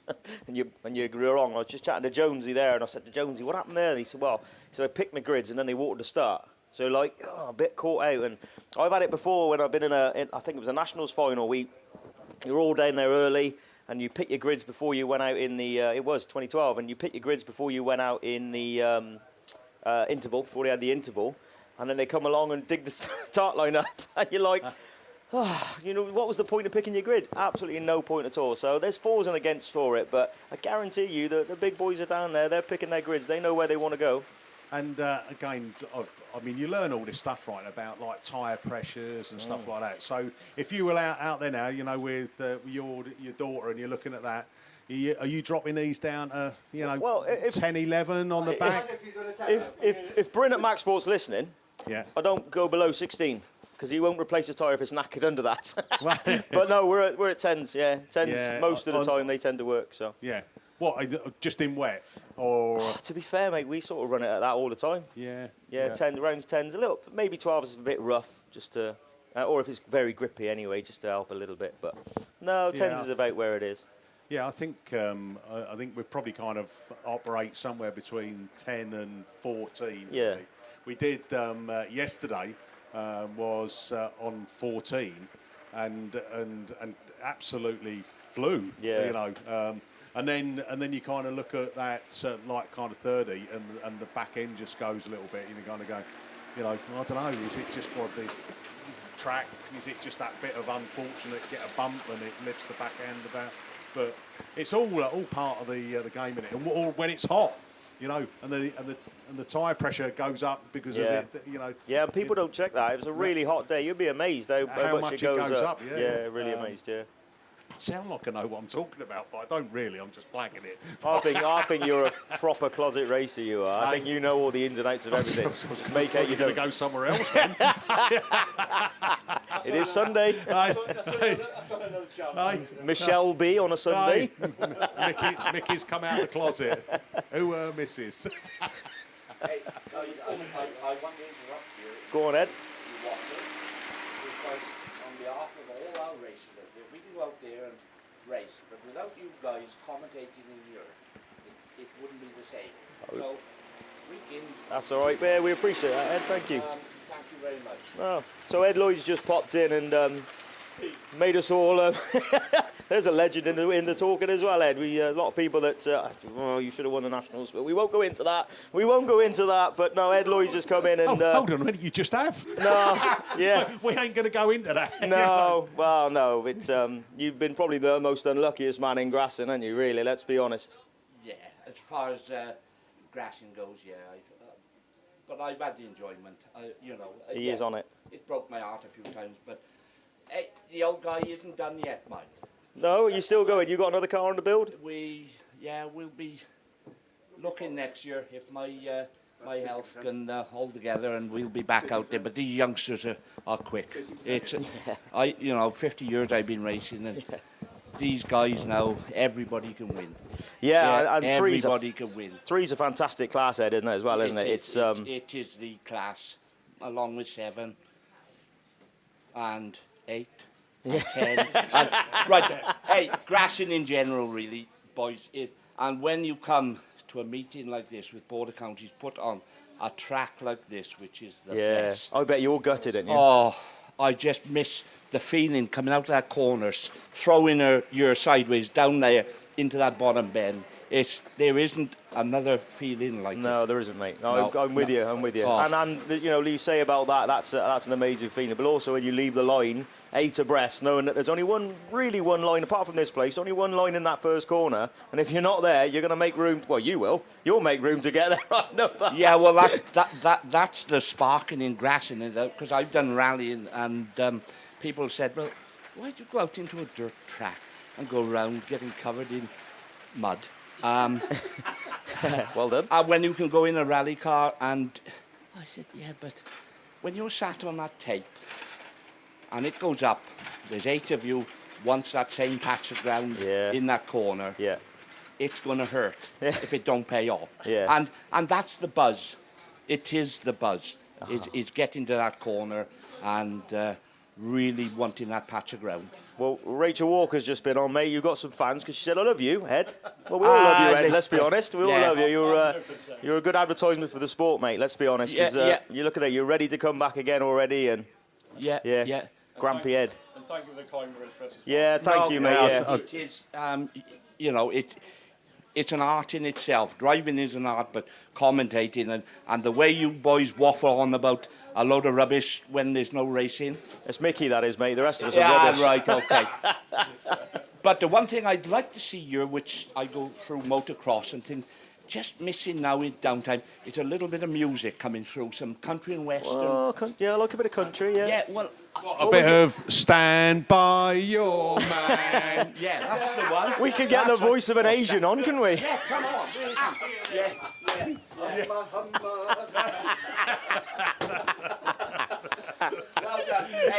Thanks, Ed. Good to see you, mate. Good to see you. Hope to see you back in the car soon. Thank you, Ed. Actually, talking about that, you know, we've said there about from a music point of view. You know, I've kind of said that for a while, especially at some of those big events. You know, it would be really good because you know there's nothing more. You know, you get some really upbeat music, a bit of Dolly Parton in Ed's game there, isn't it? But you know, you get some upbeat music. It really does lift the tempo of stuff. It does. Yeah, you go into the hospitality place, right, and you get Blue. You know, like blue is the colour, DJing is the game. You know, that's it. He's really good. Once he's doing one of his sets. The atmosphere just goes really up. It's funny you should say that because obviously I was chatting to Oily Evans about. I said, "How do you top the ladies and juniors nationals?" I think we said this yesterday. Anyway, I said, "How do you top the ladies and juniors nationals?" I said, "Next year it'll be a festival." Yeah. So if Oily's out there, we want some music next year. DJ. Yeah. Let's have that going in the background. Well, but that's it. That's what he's aiming for. He's aiming for a festival atmosphere, and rightly so. And who's to say he's not going to pull it off? Because what a fantastic job they did this year, didn't they? Yeah, we've spoke about it before as well. Is about having walk-on music for commentators, right? so we all have our own kind of song or tune.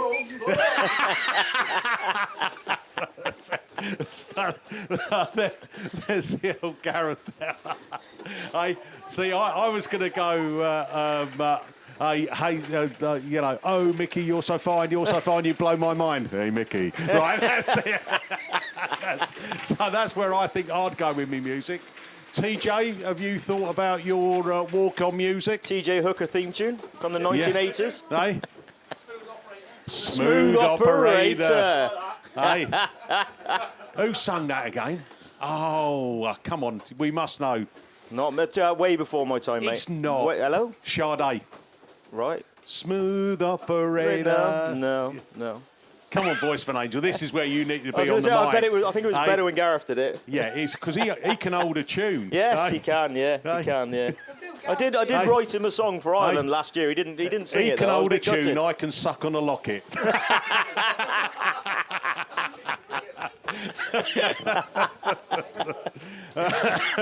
For those that are actually watching on BAStv and thinking, what are all these people doing behind us? They are getting all the trophies ready for the trophy presentation, which will be taking place after racing has finised. And awards for eternity.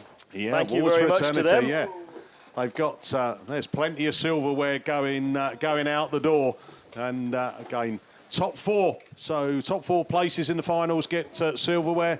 Anyone else who's made the final, well done. It's especially in some of the classes that have gone to, this weekend Class 8 semi-finals, and then on average, 40 plus races in each other class. So if you make it through to a final, you've done really well. If you're fortunate enough to pick up some silverware, then that's even better. On the overall thing, though, mate, you're still trying to get your BAS overall points, aren't you? I mean, I won the BAS in 2004 and never won a final. I didn't win a final. I won the BASt but never won a final. So it just goes to show how and to prove that, you know, you've got to keep plugging away. Consistency. Yeah, consistency. Yeah. And I think that we look at that, and you know, when we did our first year in 8, every race we picked points up. We never had a non-finish or a flag. And that consistency, you know, put us in that top third of the races. Last night, when we looked at the updated points, it moved into the top 15, so which was pretty good. And look, when you look at some of the names that are in there and the experience that sits in it, you know, some of those have got 20, 30 years 100%. under their belt, you know, and it is, you can see that in some of the racing, can't you? That experience coming through. We were saying this about earlier on, weren't we? About and the people out there will understand this as well. The parents, especially, will understand this out there. And you know, these I can't call them kids anymore, but these young girls and guys that are coming through that are super, super talented. You know, they want it so much that when they don't get it, you know, you won't find. I very, very, very rarely hear of any kids throwing tantrums in this sport because they've been brought up. I wouldn't say properly because that's detrimental or rude, to other kids, but they know what it means to do well. But what they forget is how well they're doing. Yeah. And like I said to you earlier on, to pick your kids up, you know, when they've had a bit of a rubbish round is the hardest job in grassing. You know, it's harder than, you know, like you said, you're marshalling and you're talking like me and you waffling on or whatever, or building the cars, but to actually keep the spirits of your kids up when they've had a bad run, you'll have it on the way up. Well, you're probably drunk now, when you said he's done a beer tent, didn't you? Yeah, I don't know. Is the hospitality tent open? He'll be giving it the old dog out the window, out the roof, when he on the way home. Well, he'll be able to, because it'll be open. That's right. Well, he'll keep the rain off from the inside, won't it, mate? I tell you, we were talking about it last night. The motorhome's now like a Sherman tank, you know, where they pop the head out of the top. That's down the road. I said to him, what you could do is just sit on your top the bed, have your head out with your helmet on, with your goggles. You'll be fine. You'll have a great view going on. He'll go through some roll-offs if this rain keeps on when he's on the way home. I tell you what, I had to do that this morning. You know, when he said this morning, he said, "Oh, Dad, could do with some of me roll-offs doing." Oh, that's the worst job ever. Oh, God. You know, and I do it every time. The amount of times I've done it, you know, when you kind of like, you take it out and then you put the sticky thing the wrong way round. The wrong way round, and you pull the lever and it goes, oh, no. Yeah. So you have to take it back out and redo it. Yeah. So that was this morning's effort. But look at this track, though, Mickey. Look what they're doing. You know, that was shiny and wet. The rain stopped now. And you can see, obviously, that grade. You can just see a little bit of dust, can't you? Yeah, I reckon we'll get through 1-3s and water, I reckon. Yes, yeah, I think you're probably right. Look at it. I'm fair play to them as well. I think they've done an excellent job. They have been blessed with pretty much a day and a half of good weather. We've had about an hour of light rain, nothing too heavy, enough just to change the conditions out there for those final few races. But as we get closer towards the finals, we are starting to see a fast track reappear down here at Border Counties, and the first of the cars is up on the line, a bit eager, a bit keen, but that's the best way to be. Maybe whoever that is, and old Tim's going to go on the old binoculars. Hey, this is going to test your eyesight, isn't it?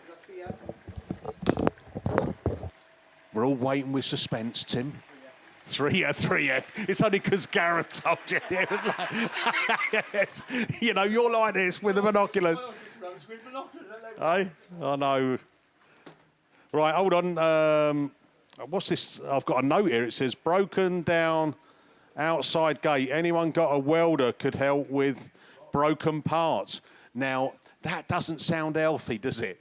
You've broken down outside the gate. Anyone got a welder who could help with it? My life, that's not broken down. That's deconstructed. If you need a welder, there is a phone number, 07808 553107. So I don't want any random people phoning from around the country, but anyone who could help, if it hasn't already been sorted. As long as it's not as you come out the gate and turn. I'm trying to think. If I turn right, do I come out the gate? And am I heading towards Ludlow, the A49, if I'm going towards the M5?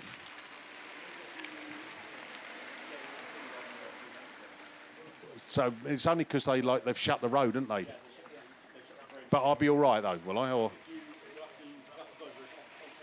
well, you'll tell me later. All right. Okay. All right. Okay. It might be clear by now. So right, with Class 1s up on the line, we are getting ready to go racing, and it's over to Tim Jones for the men's Class 1 final. Yes, thank you, Mickey. So if you're not trackside, may I suggest you get yourself at the trackside, get in your deck chair, and if you're at home, get yourself settled and sorted, because we are on to finals time. Men's Class 1 final. Daniel Brewer, your very kind sponsor, and the 8 cars then have done battle through this weekend, and they've been some seriously racing in Class 1. 136 points, and a run-off is what you needed to get into the final. One of the highest points that I think we've known. And top of the shop then, unbeaten so far, Will Henry starts towards the inside of the grid. He's picked lane 1 in SR19. Andy Kelsey will join him in Evesham 102. Lee Deegan will be there in Cambridge 48. Ben Gould also will be there in North Shropshire 434. Coming through the runoff, Josh Fowler will also be there in North Shropshire number 2. Still unbeaten in the finals so far this season, Conor Griffiths in Typhe 16. He'll be there alongside the Riley Diaper Machine in Forest number 3. And Rhys Roberts will be the last qualifier in PAC 157. So that's your lineup for the Daniel Brewer sponsored men's Class 1 final. They're all sat there waiting to go. We get track clearance and away we go. Who makes the best start? Who can find the drip? Lee Deegan it is in the gold-coloured Yaris that makes the break into turn 1. Griffiths though goes with him up that inside line in Typhe 16. As I say, unbeaten in a BAST final so far this year. And Typhe 16, your race leader. Then we go to Deegan. Then we go to Riley Diaper in Forest number 3. Will Henry, your top point scorer there now, looking to challenge up that inside of Diaper as they go down that far side with Rhys Roberts in PAC 157. Henry's on a charge. He's looking up the inside of Deegan. Diaper on the outside as well. But all the while then, it's Conor Griffiths that's just started to edge away once again in Typhe 16. SR19, Riley Diaper and Deegan absolutely locked door to door as they go down the hill and round the Stargate turn. Josh Fowler now running in that 5th place slot in North Shropshire number 5. Then we go to Rhys Roberts in the PAC 157. But back to the leader still. It's Griffiths that's holding them all off. TA 16 from the 2nd place machine. Will Henry in SR19. Then we go to Diaper in number 3. 48. Evesham 102. That's going to be Andy Kelsey ahead of Rhys Roberts in a PAC 157.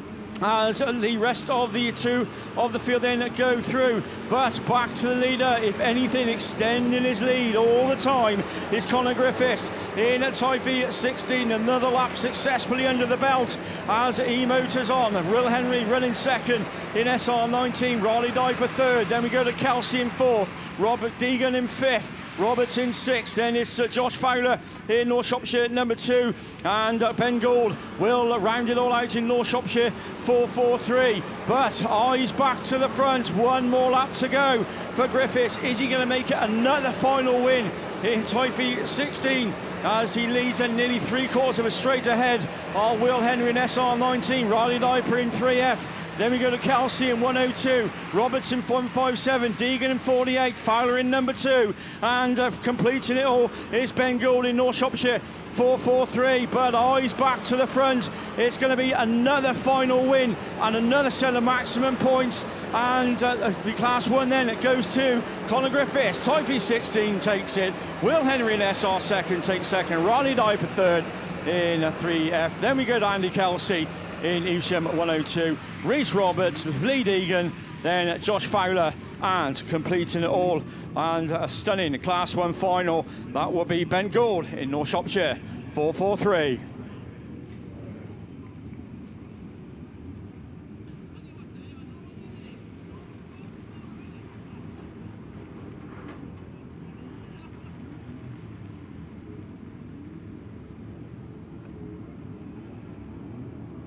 So, good stuff from Class 1, and another final for Conor Griffiths. I think yet to be headed a final in the British Series so far this year, 4 out of 4. Right, Junior Specials, let's see if we can do exactly the same thing as they're already assembled and away from the line we go. Archie Bennett, Owen Bradford, Lily Rose Pratt, Alex Hines, Middleton, Mumford, Bradford and Holtby. That's who the lineup is, and it's Mumford that takes up the running then in Forest 161. Holtby though goes with him in Scunny at 61. Then we go to the unbeaten car then, Archie Bennett in North Wales at 62. That's your top 3 as they go round the pits bend for the first time of asking. Alex Hines in now running in 4th as they go down that far side, but as they climb the bank once again into turn 1 we go. It's the Dayglow yellow machine, Corey Mumford, that's just starting to edge away from Max Holtby. Is Scunny number 1, then we go to Bradford in 117. Bennett just drops a place behind, I think that's the Alex Hines machine in the Breenhill number 5. Then we go to the other Owen Bradford, the brother Bradford machine, another one that was unheaded at in qualifying. That's Border County 16, but it's still Mumford that's just pulling further away with another lap under his belt. 161 it is from Max Holtby in Scunny number 1. Then we go to 117, I think that's Breenhill number 5. Bennett, then we go to Border County 16 with White Rose at number 20. Lewis Middleton down the order a little bit this time as last end of the runners and riders. That's Lily Rose Pratt in Scunny at 76. But it's still Corey Mumford that's just holding them all off. Another lap gone. Holtby, I think, just about closing the door, closing that gap ever so slightly as the rest of the field then go through with Border County 16, White Rose 20 and Scunny 76. The last of the 3 runners and riders in this one. But it's last lap flag then this time around as Corey Mumford leads them across the top part of the circuit and past us for the penultimate time. Mumford then on to his last lap. Holtby runs 2nd. Then we go to 115. Then it's Breenhill at number 5 as the rest of the runners and riders then go through with White Rose 20 and Lily Rose Pratt all starting their final circuit. But we're going eyes back to the front, and another familiar sight of Corey Mumford leading the Junior Specials final, and he takes it. Forest 161 it is, Scunny number 1, Border Counties 117 from Breenhill number 5, from I think that's Archie Bennett in North Wales 62, Border County 16 from White Rose 20, and completing it all and going through without no hitches whatsoever, and a good Junior Specials final, Lily Rose Pratt in Scunny 76. Another good final from Junior Specials, and some good clean racing as well. The numbers did get a little bit muddy, but we managed to get through 2 from 2. Let's see if we can make it 3 from 3. No pressure, Mickey. Class 3, over to you. Yeah, thanks very much, TJ. Ram Developments, your Class 3 series sponsor. Here's the final then. Sam Gould, Callum Allenson, Adrian Joyce, Jamie Lee, Ryan Power, Trevor Cusack, Martin Gould, Paul Stevens. Sam Gould, top point scorer, chose to come out of grid 3. Callum Allenson out of grid 2. Joyce out of 4. Jamie Lee out of 6. Ryan Powers 7. Martin Gould out of 8. I think it is Cusack might be coming out on that inside line. Here we go then, Bunchy goes, let's go racing. And here's Allenson's got another good start. Gouldy goes with him, and the other Gouldy on the outside as they bring it round turn 1. And we've got one that's spun out there now. Don't know, get that car off the track. Here we go then, Allenson then from Power from the Sam Gould machine in the 3-4-3, and we have got the car off. We're going to keep running on this one as we climb up the hill. Callum Allenson then just, he gets one from behind. Who misses? Yorkshire Dales 98 then. Ryan Power running in that 2nd place. And then we're going to go round, and we've gone red flags. Oh, dear me. Dear. That's it. Never mind. Yeah, I know. It was actually, yeah, heats, no problem at all. Get to the finals, and Yeah, we get a little bit giddy. Right, come on, men's class 5s.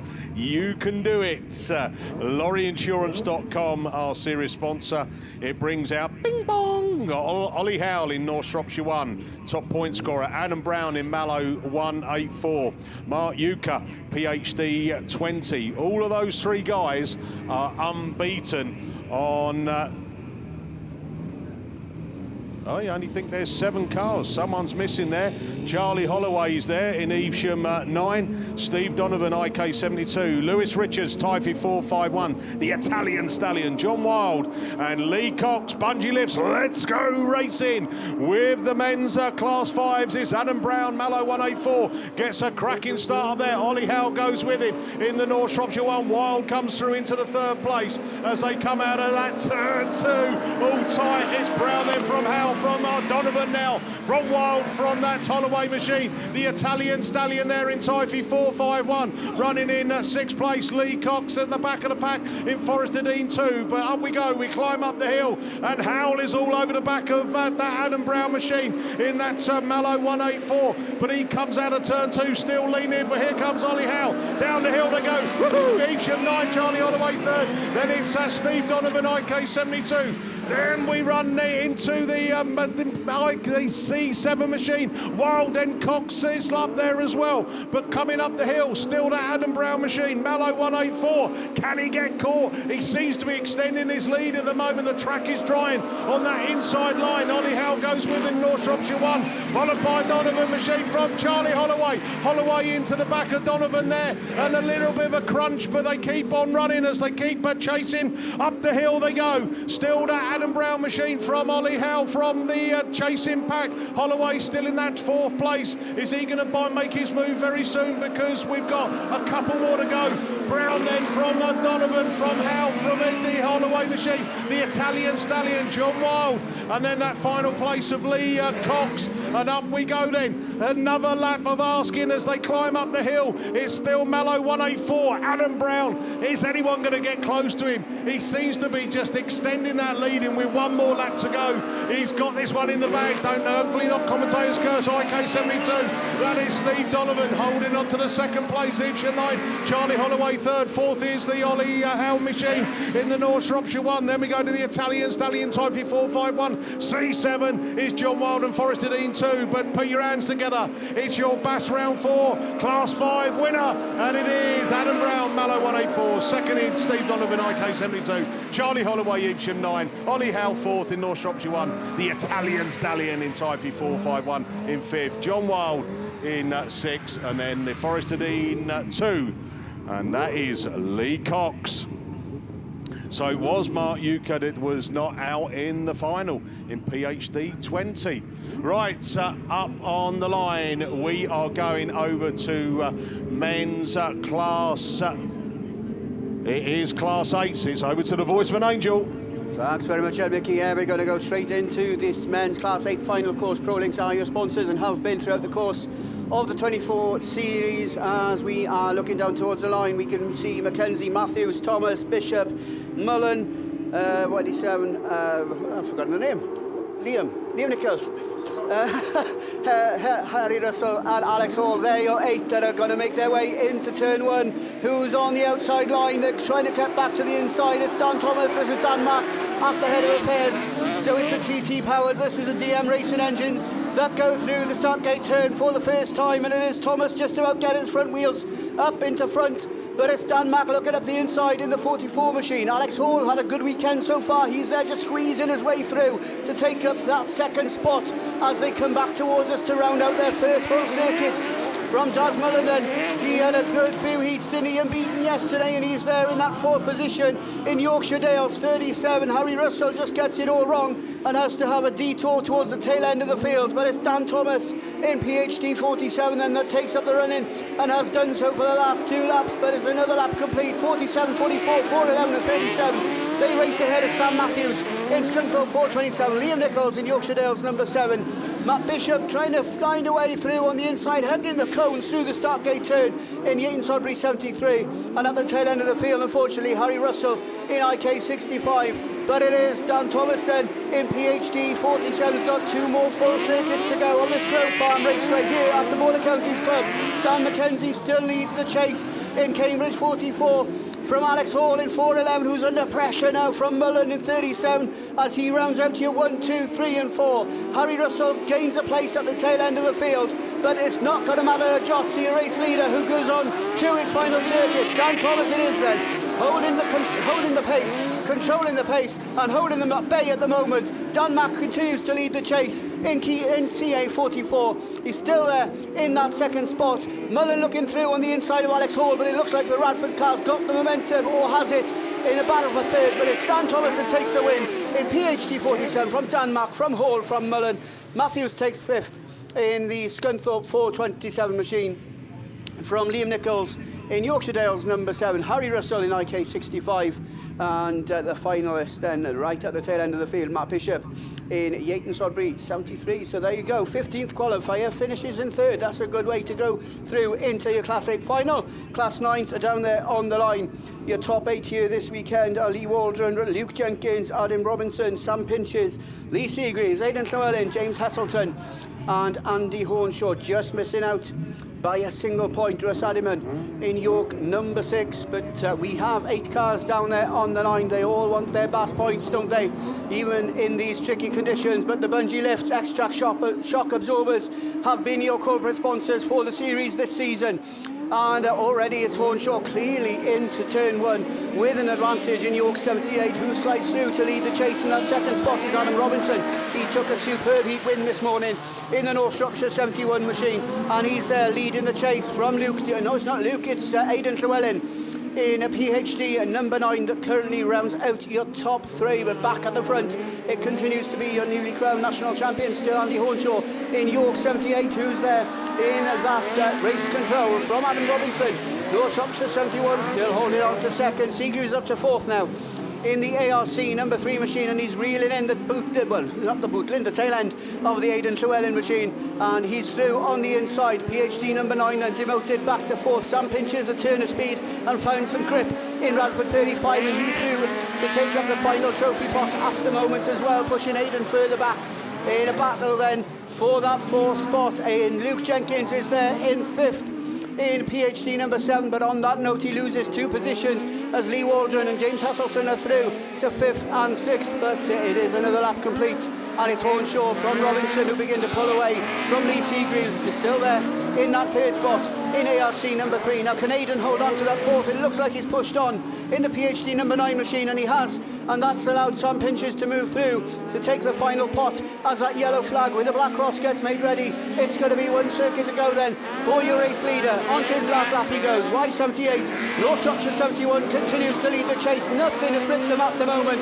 as they go through the start gate turn. What's that? 2 cars length maximum from Lee Seagreaves, who's still there in 3rd in ARC number 3. But into the Woodland turn then for the final time. Your race leader is about to become your BAS winner, and it's going to be Andy Hornshaw. York 78 takes the win from Adam Robinson in 71, Seagreaves in 3, Sam Pinches takes 4th in Radford 35, Aidan Llewellyn 5th in PhD 9 from Luke Jenkins. No, it's not Luke Jenkins, it's James Heselton in Scunthorpe 75. And then it's Luke Jenkins and Lee Waldron, the ones that ride out that Class 9 final. So it looks like we got 1 car down there on the line. I think that's an F600. And we haven't got 1 car, we got 4. So F600 juniors down there on the line. So it's over to Finn Shepherd. Yeah, thanks, the voice of an angel. So on the line we should have Alfie Ross, 2 wins and a win and 2 seconds for Will Evans, 155 for Alfie, 145 for Will. Sky Pascal, Hereford 50, 2/3 and a 4th, gives her 100 points, and 2 fourths and a 3rd is Lexi Hinton in the Forest 32, sorry. But we are away and racing into the top 10, and out we go. So it is Scarborough 717, Alfie Ross is your race leader. Tyre 75 is there as well. That is Will Evans, and these 2 have been battling throughout the BAS continuously, and they are the 2 at the front of the field. It is Scarborough 717, Alfie Ross. He is your race leader going into that top 10. Tyre 75 is there as well, though. That is Will Evans looking for a move up the inside. What a move that would be. No, he can't find the grip, so it is Scarborough 717. He is your race leader away from Will Evans in Tyre 75. They're going to be 1 and 2 as they go down that far side. Scarborough 717 it is. That is Alfie Ross. He is your race leader. He's your national champion, and he's looking to do exactly the same as he did at the Nationals here at the BAS by taking a very good win. So he's going to move on. I think we've got 2 or 3 laps left to go. Scarborough 717 it is. Type 76. Will Evans trying to just keep up with Alfie Ross. He gets a lot of push on though, so that allows a lot of breathing room for Scarborough 717. Type 75 out on the loose now. As they go down that far side, Scarborough 717 away and gone for the rest of the field. Alfie Ross, he is your race leader, stretching away with 2 laps to go now from Typhy 75 and Hereford 50 with 32F at the rear of the field. That is Lexi Hinton, but we look back to the front. Alfie Ross stretching his advantage away. Typhy 75 once again a lot of push down the bottom corner. So Typhy 75, Will Evans need to get himself back going again, and that just allows even more gap. The last half flags being made ready. Scarborough 717 it is. That is Alfie Ross. He's going to come down into the bottom corner with 1 lap to go away from Typhy 75. That is Will Evans. They're going to be 1 and 2 coming down into the bottom corner from Sky Pascal and Hereford 50 and Lexi Hinton in 432 at the rear of the field. But down that far side we go. It is Scarborough 717. Alfie Ross, he's just got 1 corner left to go, and he's going to win. And as long as he can negotiate the final corner, he's going to win. BAS full. Scarborough 717 is Alfie Ross. And to pick up our 2nd place does Typhy 75. So Will Evans manages to sort it out and get himself into that 2nd away from Sky Pascal and Hereford 50 and Forest 32 of Lexi Hinton. Ooh.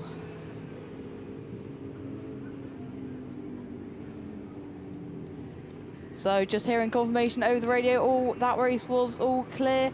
So we're going to look down to the line for junior saloons. So Reese Tipton, low 1, 3 wins. Rio Xian, 2 wins and a 2nd. In PAC 33, White Rose 80, Lewis Middleton, a win and 2 seconds. Jack Owens, Typhy 5, he had 2 wins and a 4th. Bo Bennett, Breeden Hill 33, he had 3 seconds across the board, 135 points, plus him as your 5th qualifier. Charlie DeCrow as well, PAC 181, he had a win, a 3rd and a 4th, so he had a 3rd and 4th on Saturday, and then really put it back together with a win after that, after a bit of shenanigans in the 3rd heat. Tyler Davies, he's your 7th qualifier with a win, a 3rd and a 6th, so that puts him on 106 points, 101 for William Hall. He had a win, a 3rd and a 7th, so really mixed results, but he gets himself in the final just by a single point to Bo Chamberlain and Travis Markley. So if he'd have lost a single point, William Hall, then we would have been in a 3-way battle for 1 position. But a real shame for Bo Chamberlain and Travis Markley, because they both drove really well, especially Travis in the 2nd and the 3rd heat. After he had a DNF in the 1st round of qualifying, and then he had a win and a 2nd, he drove for his life and nearly got himself into the final. Bo Chamberlain, he had some really, really tough heats. I think he had Reese Tipton in all of them. And I'm pretty sure he had, I want to say he had Lewis Milton in all of them as well. So he did have, it was very, very hard for him to get through into the final. Just evident by the fact that he's not there, because he's a really talented driver. But sometimes it's just not his day. And as I say that, we are away and racing Typhy 5. Jack Owens, he's got a Stormer, so he's going to be your first show down into turn 1. It is Jack Owens, he's your race leader. Reese Tipton, low 1. He is on 3 wins, but he's back in 3rd. And Rio Xian in PAC 33, he falls back. He's your BAS leader, but he's all the way back in 5th. Typhy 5, they're already away and gone from Reese Tipton in low 1. And White Rose 80, Lewis Milton looking down the inside and to take that 3rd position away from Bo Bennett in Breeden Hill 33 and PAC 33. Is the one left to mention in that 1, 2, 3, 4 and 5. That's Rio Xian, but it is Typhy 5. Jack Owens, he is your race leader. Reese Tipton in low 1 is there as well. White Rose 80 is Lewis Milton, and the final trophy place is going to go to Breeden Hill 33. They're going to be 1, 2, 3 and 4. PAC 33, PAC 181, Typhy 60 and William Hall in 7 Valley 29. The ones that are left to mention, but we look back to the front of the field because it is Typhy 5. He is your race leader. That is Jack Owens. He's stretching away from these two fighting for the 2nd place is Reese Tipton, just holding firm away from White Rose 80. Lewis Milton gets himself onto the loose a little bit, and that allows White Rose of Reese Tipton a little bit of breathing room as he goes down that far side. But Typhy 5 it is. That is your race leader. Jack Owens goes into that top turn. He's away and gone from the rest of the field. Lud 1 is Reese Tipton, and White Rose 80 is Lewis Milton. Still the final trophy place being held by Bo Bennett in Breeden Hill 33. PAC 33 is there as well.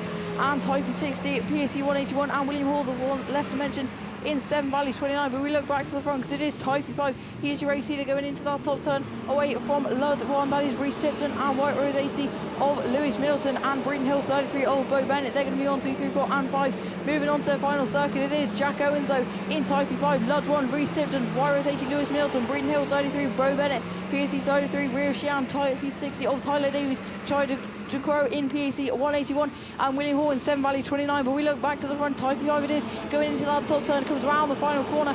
He's going to be, you know, that BAStv champion as well. So he's got a Nationals and he puts BAStv under his belt as well. Tyre 5, Reece Tipton picks up second in Lud 1 from White Rose 80 and Bo Bennett in Breeden Hill 33 is going to pick up that final trophy position away from Tyler Davies in Tyre 60, Charlie DeCrow, PAC 181 and William Hall in Seven Valley 29.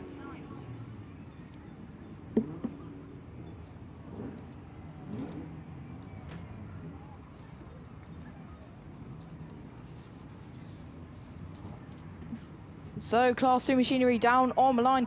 We should have Craig Conway, Scunthorpe 126, St. Neots 1, Daniel Robbins, Scunthorpe 227, Chris Hall, Commander 6, Darren Williams, Lud 115, Ollie Stevens, Swansea 2, Pit Melly, Lud 15, Tim Harbour and Ashley Farrow in Scarborough 249 after that runoff with Scott Cheshire. But we're going to go down into turn 1. Chris Hall, it is St. Neots 1, down is inside though. So Daniel Robbins looking to take away that lead, but it is Conway in Scunthorpe 126, St. Neots 1 all the way around the outside.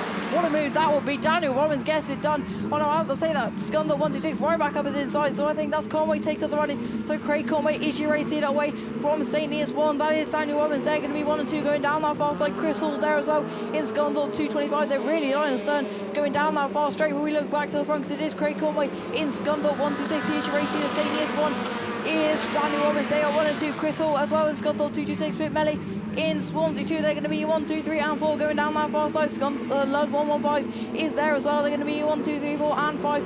So Lud 115 just missed out on a trophy at the moment. And Commander 6, Lud 15 and Scarborough 249, the one left to mention. But we look back to the front because Scunthorpe 126 that is Craig Conway. Scunthorpe 1, St. Neots 1, sorry, oh Daniel Robbins. They're going to be 2 going down that far side, and in the last podium position is Scunthorpe 227, although hotly contested by Swansea 2 of Pit Melly. He's looking to get into that third position, and as I said, he's down the inside, so Pit Melly looking to take away that third position from Chris Hall, and I think he just about might do it. He does, so Swansea 2 is into that third position, and as I say that, Chris Hall gets a drive all the way around. That'd be a really good move. Pit Melly's right back at him though, up the inside. Swansea 2, Scunthorpe 227, they are side by side going down that far side. It's a drag race down to the top turn. It is Swansea 2 though in that third position away from Scunthorpe 227 all the way around the outside though. Last start flag time is Craig Conway, Scunthorpe 126, St. Neots 1, Daniel Robbins. Chris Hall goes all the way around the outside. Lud 115 looking to do exactly the same. Ollie Stevens, that'd be a really good move.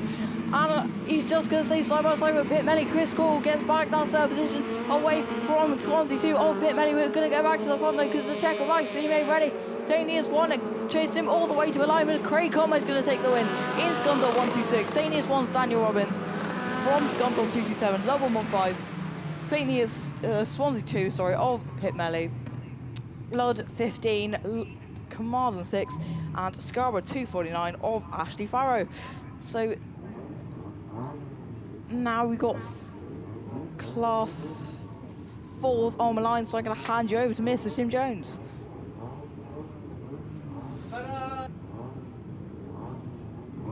Right, yeah, excuse me. Thank you, Finn. So on to men's Class 4 for their final. Of course, only been one heat all weekend, but they all go through to the final. But Ben Gould then top of the shop, 155 points, and he's been a little bit slow away. But Grasby then quick out the blocks as ever. Wickham goes with him in IK number 13 as they come back round towards us for the first time. Goldie looking out of the inside line now, hooks it up and takes up the running. Wickham now runs second. Watch out for Colin Atchell. He's doing exactly the same thing as Goldie, hugging the tyres and looking for that third place slot as they go down the far side.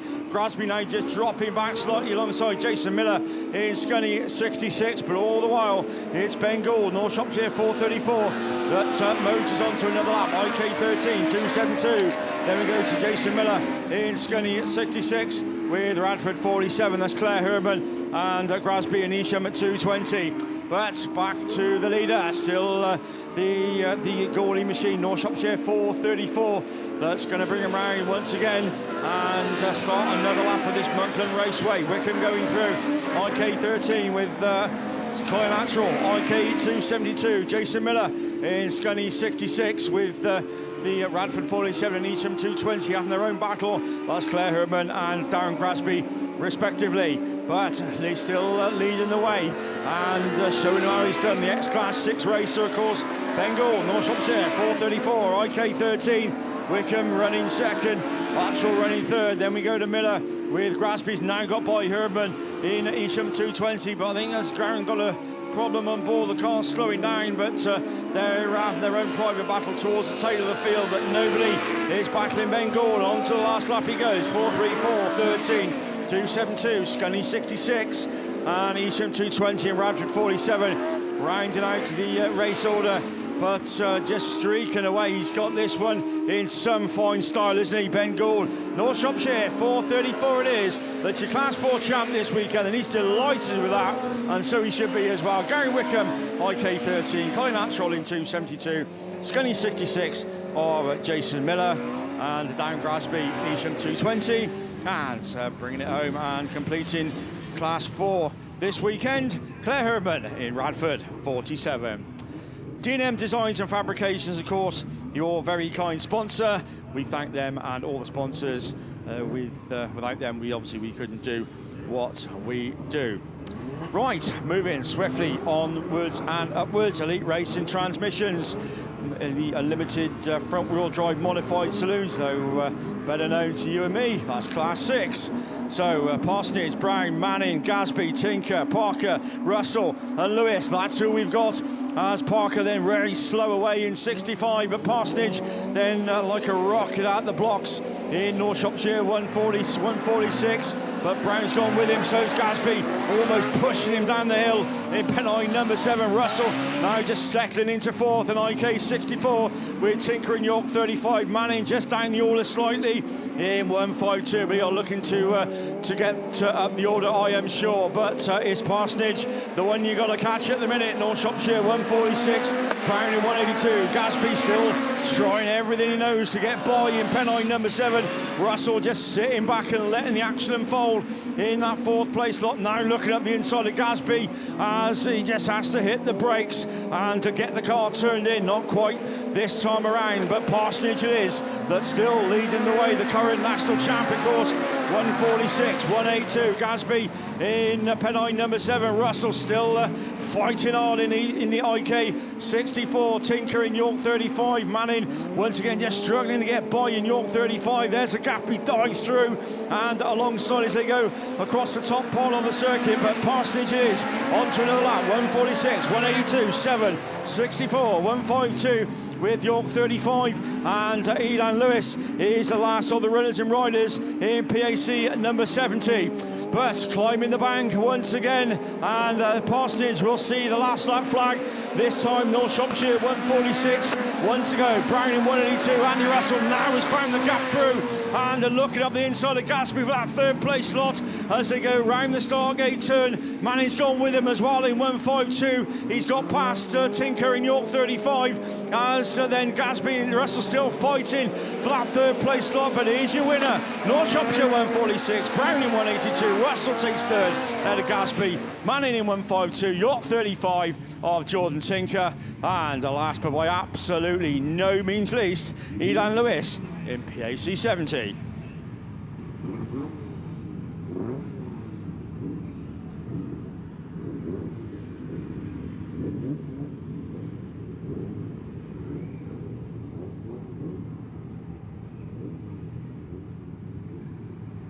So just hearing that Matt Manning, Eacham 152, picking up a green flag for contact.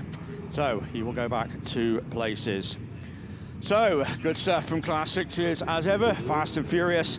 Now we're going to do exactly the same, I am sure. Men's stock hatches, D&D Transport, your very kind sponsor.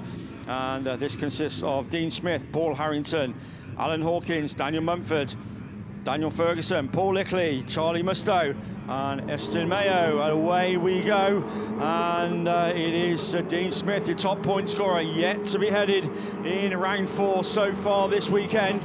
and he leads into the top turn. Ludlow at 47.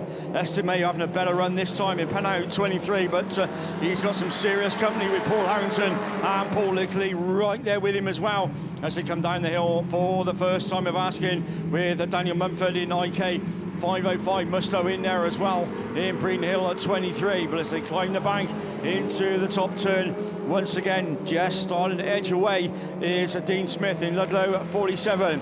From Pennow 23, Solway 90, Scully 95, IK 505, Musto in 23. Then we go to Daniel Ferguson in Cambridge 34 and Alan Hawkins in Pennow at 22.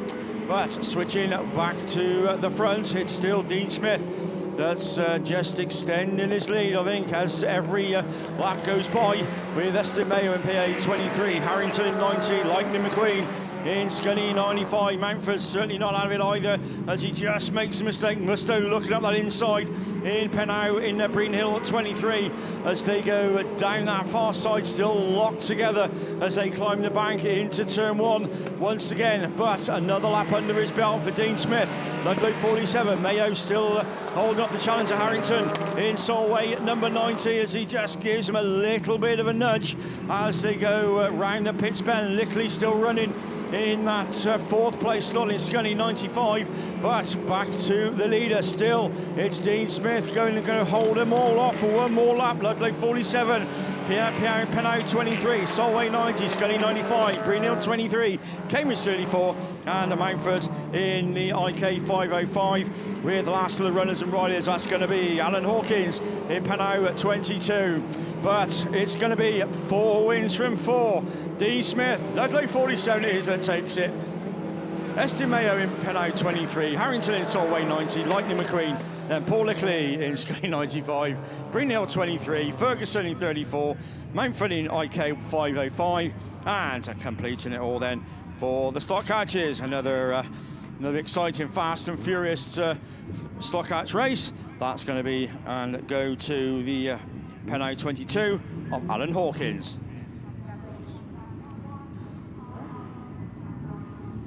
So we're going back to, or going in rear mode. So we're going to go back to men's class 3, back to Mickey B. Yeah, thanks very much. Class 3 Ram Developments, our sponsors. And here we go then, second time lucky. And it's deja vu because it's a good start there at Gouldy and Callum Allenson going side by side, but it's Callum Allenson then who gets a little bit of a tap in the side door, but he's strong enough to hold it off and takes him down the hill then. Then we go with the Gouldies. Sam Gould in 3.43 and Martin Gould in 3.34. And it's the Gould boys. Oh, Callum Allenson and Power have contact. Power is facing into the field. Can he get that car going? He can. Callum Allenson is parked up just off the race line. Are they going to keep this going? Round they go again, another time of asking, 3.43, Sam Gould it is then, leading from that Solway 170, Jamie Lee up that back straight, Martin Gould running in that third place, as they bring Paul Stevens, Ludd 69, running fourth, out they come then, out of turn 2 down the hill, and I tell you what, Solway 170, Jamie Lee has got his nose in front, round he goes, 3.43, Sam Gould, Gouldy hadn't been beaten all weekend, at the moment he's playing catch up in that second place, Martin Gould in the 3.34, running in third place. Then that's Paul Stevens' machine as he comes round. He came into the final, running in 8th place, but he's up into trophy position. Then we go down to the Cork 25 of Trevor Cusack. And then a long way back, it's Ryan Power after that, coming together with the Callum Allenson machine, who's still parked up, not moving a muscle, as we go round again for one more lap.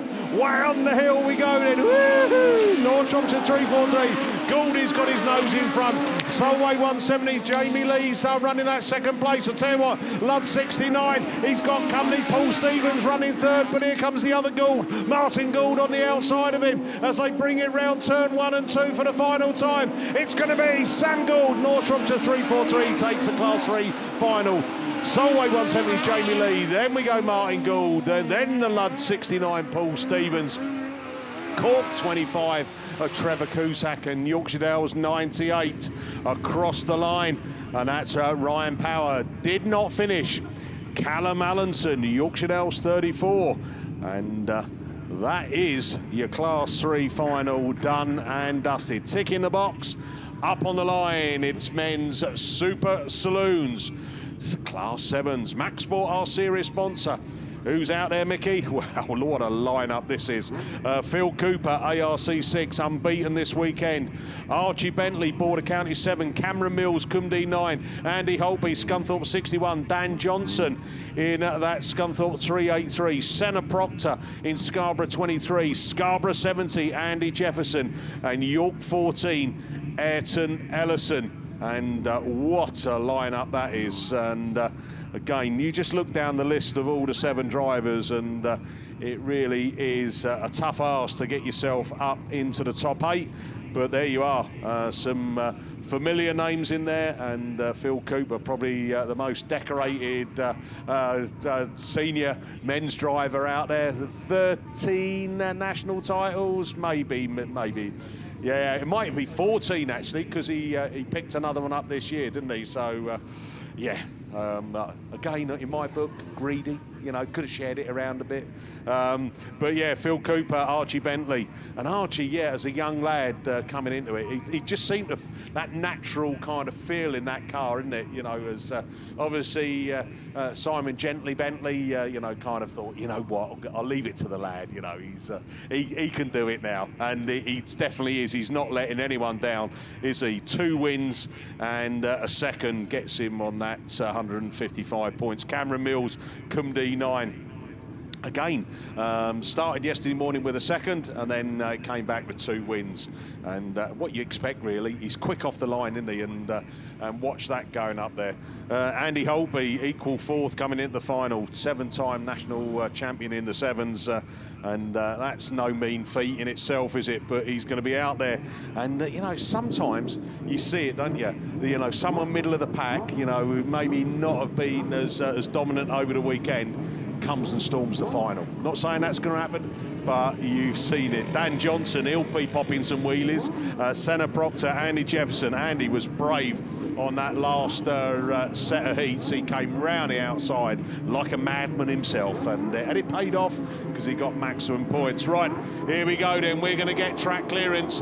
But Super Saloons, let's go racing then, and it's Cooper who's got a super start there. Comes up the hill. Cameron Mills goes with him on the outside as they go there. Holtby looking to put his nose in that 3rd place, up into 2nd place. Archie Bentley goes with him into 4th and looking for a gap up the inside of Holtby. Doesn't pay off at the moment. Cooper's then still leading. I tell you what, Cameron Mills is on a charge on the outside as Holtby goes with him as well. 3 near enough cars side by side as they come out of that turn 2. It's Cameron Mills then from that Cooper machine. Then we go down to Holtby gently, then the Johnson machine, as I think there's a flag being held out for someone. Senna Proctor's through in the Scarborough 23, up into that 5th and possibly going to look for a comeback up the inside, but it's Cameron Mills then still leading this one now from the Phil Cooper machine. Andy Holtby goes side by side with Cooper round that turn 3 and Stargate turn as Holtby looks to try and come up the inside, and he does. Oh, there's a bit of mounting going on.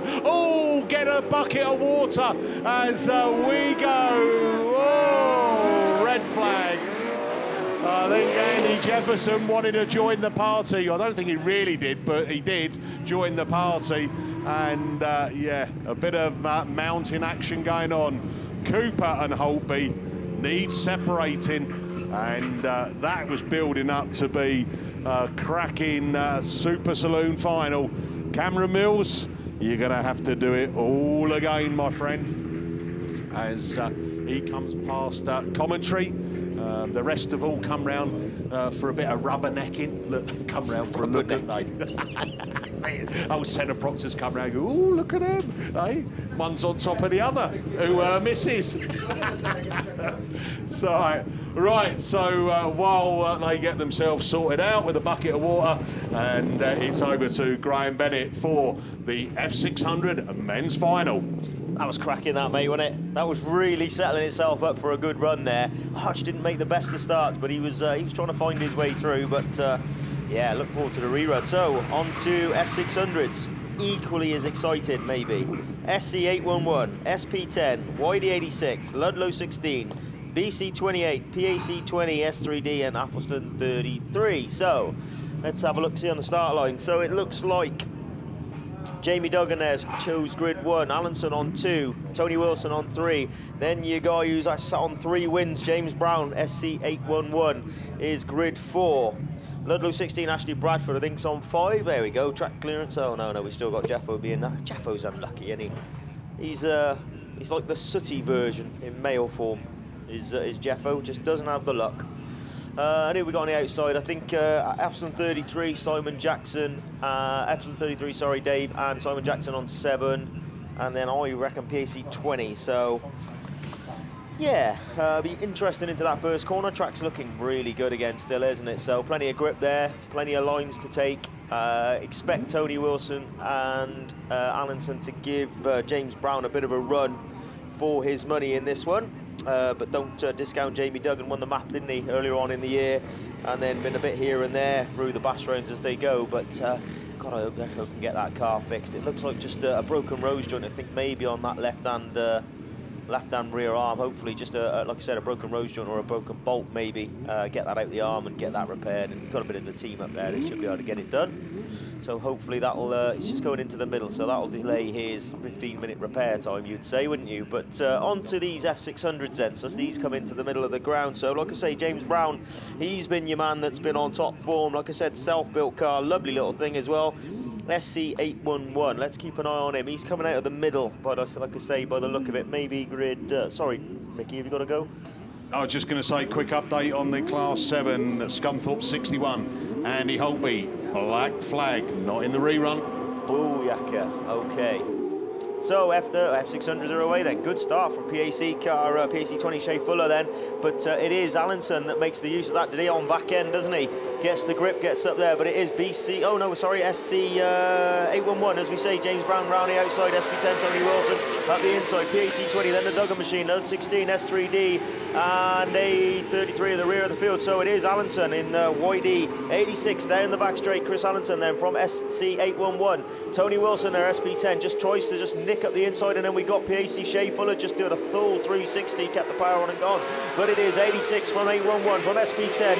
From 28, he's got a puncher on the left rear. He's not having any luck this weekend, is he? And then we got the Ludlow 16 car at the inside, so he'll be praying for a rerun, Will Duggan, with that punch on the outside. S3, PAC 20 and A33 as they come down. So into the top corner they go. Then Allenson's driving a lovely little line round that top corner, isn't he? So he's on YD86, SP10, SC811. Going to be beheaded this weekend, but look at it, Lud 16, PAC 30, BC 39, S31D, Shea Fuller there in PAC 20 and Athelston 33 at the rear of the field. Down the back straight they go, and it is still Allenson, just seems to be dragging that out, doesn't he? Just edging millimetre forward, and just pulling that little bit of a gap. YD86 from SP10 from 811. Come on then, 811, James Brown. You could do with a full 231 this weekend, or whatever the points is now for doubles. Up the back end you go then. So it is YD86. He's got this under control, to be fair to Chris Allenson. YD86 then round that top corner shape. It is James Brown, trying on the outside of Tony Wilson, but he's sort of settled there in that second place as well. Get to the big sideways.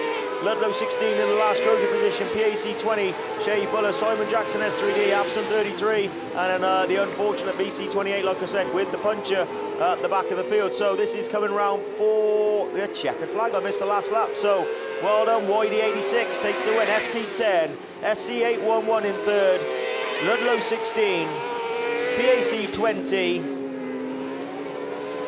Athelston 33, S3D, and like I say, the unfortunate Jamie Duggan there in BC 28. Pictured a puncher quite early on in BC 28, and unfortunately drops that back to last pace, but obviously carried on and picks his points up.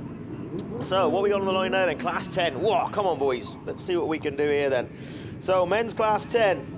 Finalists: Liam Evans, NS3, Tyrone Cusack, MA25, Y7 Andrew Onshaw, Athelston 21 George Young, Y40 Wes Tinker, ARC1 Lee Seagraves, G39D Adam Walters, and then the Wheelie King, Athelston 62 Luke Bennett. If he can keep that thing down on the start line, he'll be somewhere in the mix, won't he? I think he finished, did he pick up first place last Bass, I think he did, yeah. I think obviously didn't have a final, but I think he picked up the points enough to get the win for Bass round 3. So let's see where they are. So I get Cusack coming out about grid 5, so he's obviously chose that, and Liam Evans has gone 4. So he's gone for the outside of Liam Evans. So there are the top 2 point scorers there. So it's looking like Tyrone's expecting to either get in and pitch it around the outside of Liam, but my best bet with Liam, how fast he starts, is to probably hit it and just dip underneath him going into the first corner. But loads of revs away. Tinker makes a good start, doesn't he, at grid 1, but he just collects him, and then we got cars going airborne all over the place. So that's Hornshaw and Tinker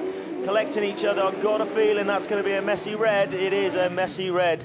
And Liam would be disappointed, wasn't he? Because he was definitely there. And again, Adam Walters, he was right at the thick of things in G39D. But yes, let's get back to it then. So Finn, it looks like this is going to be your ladies class 1, and 3:15, boys.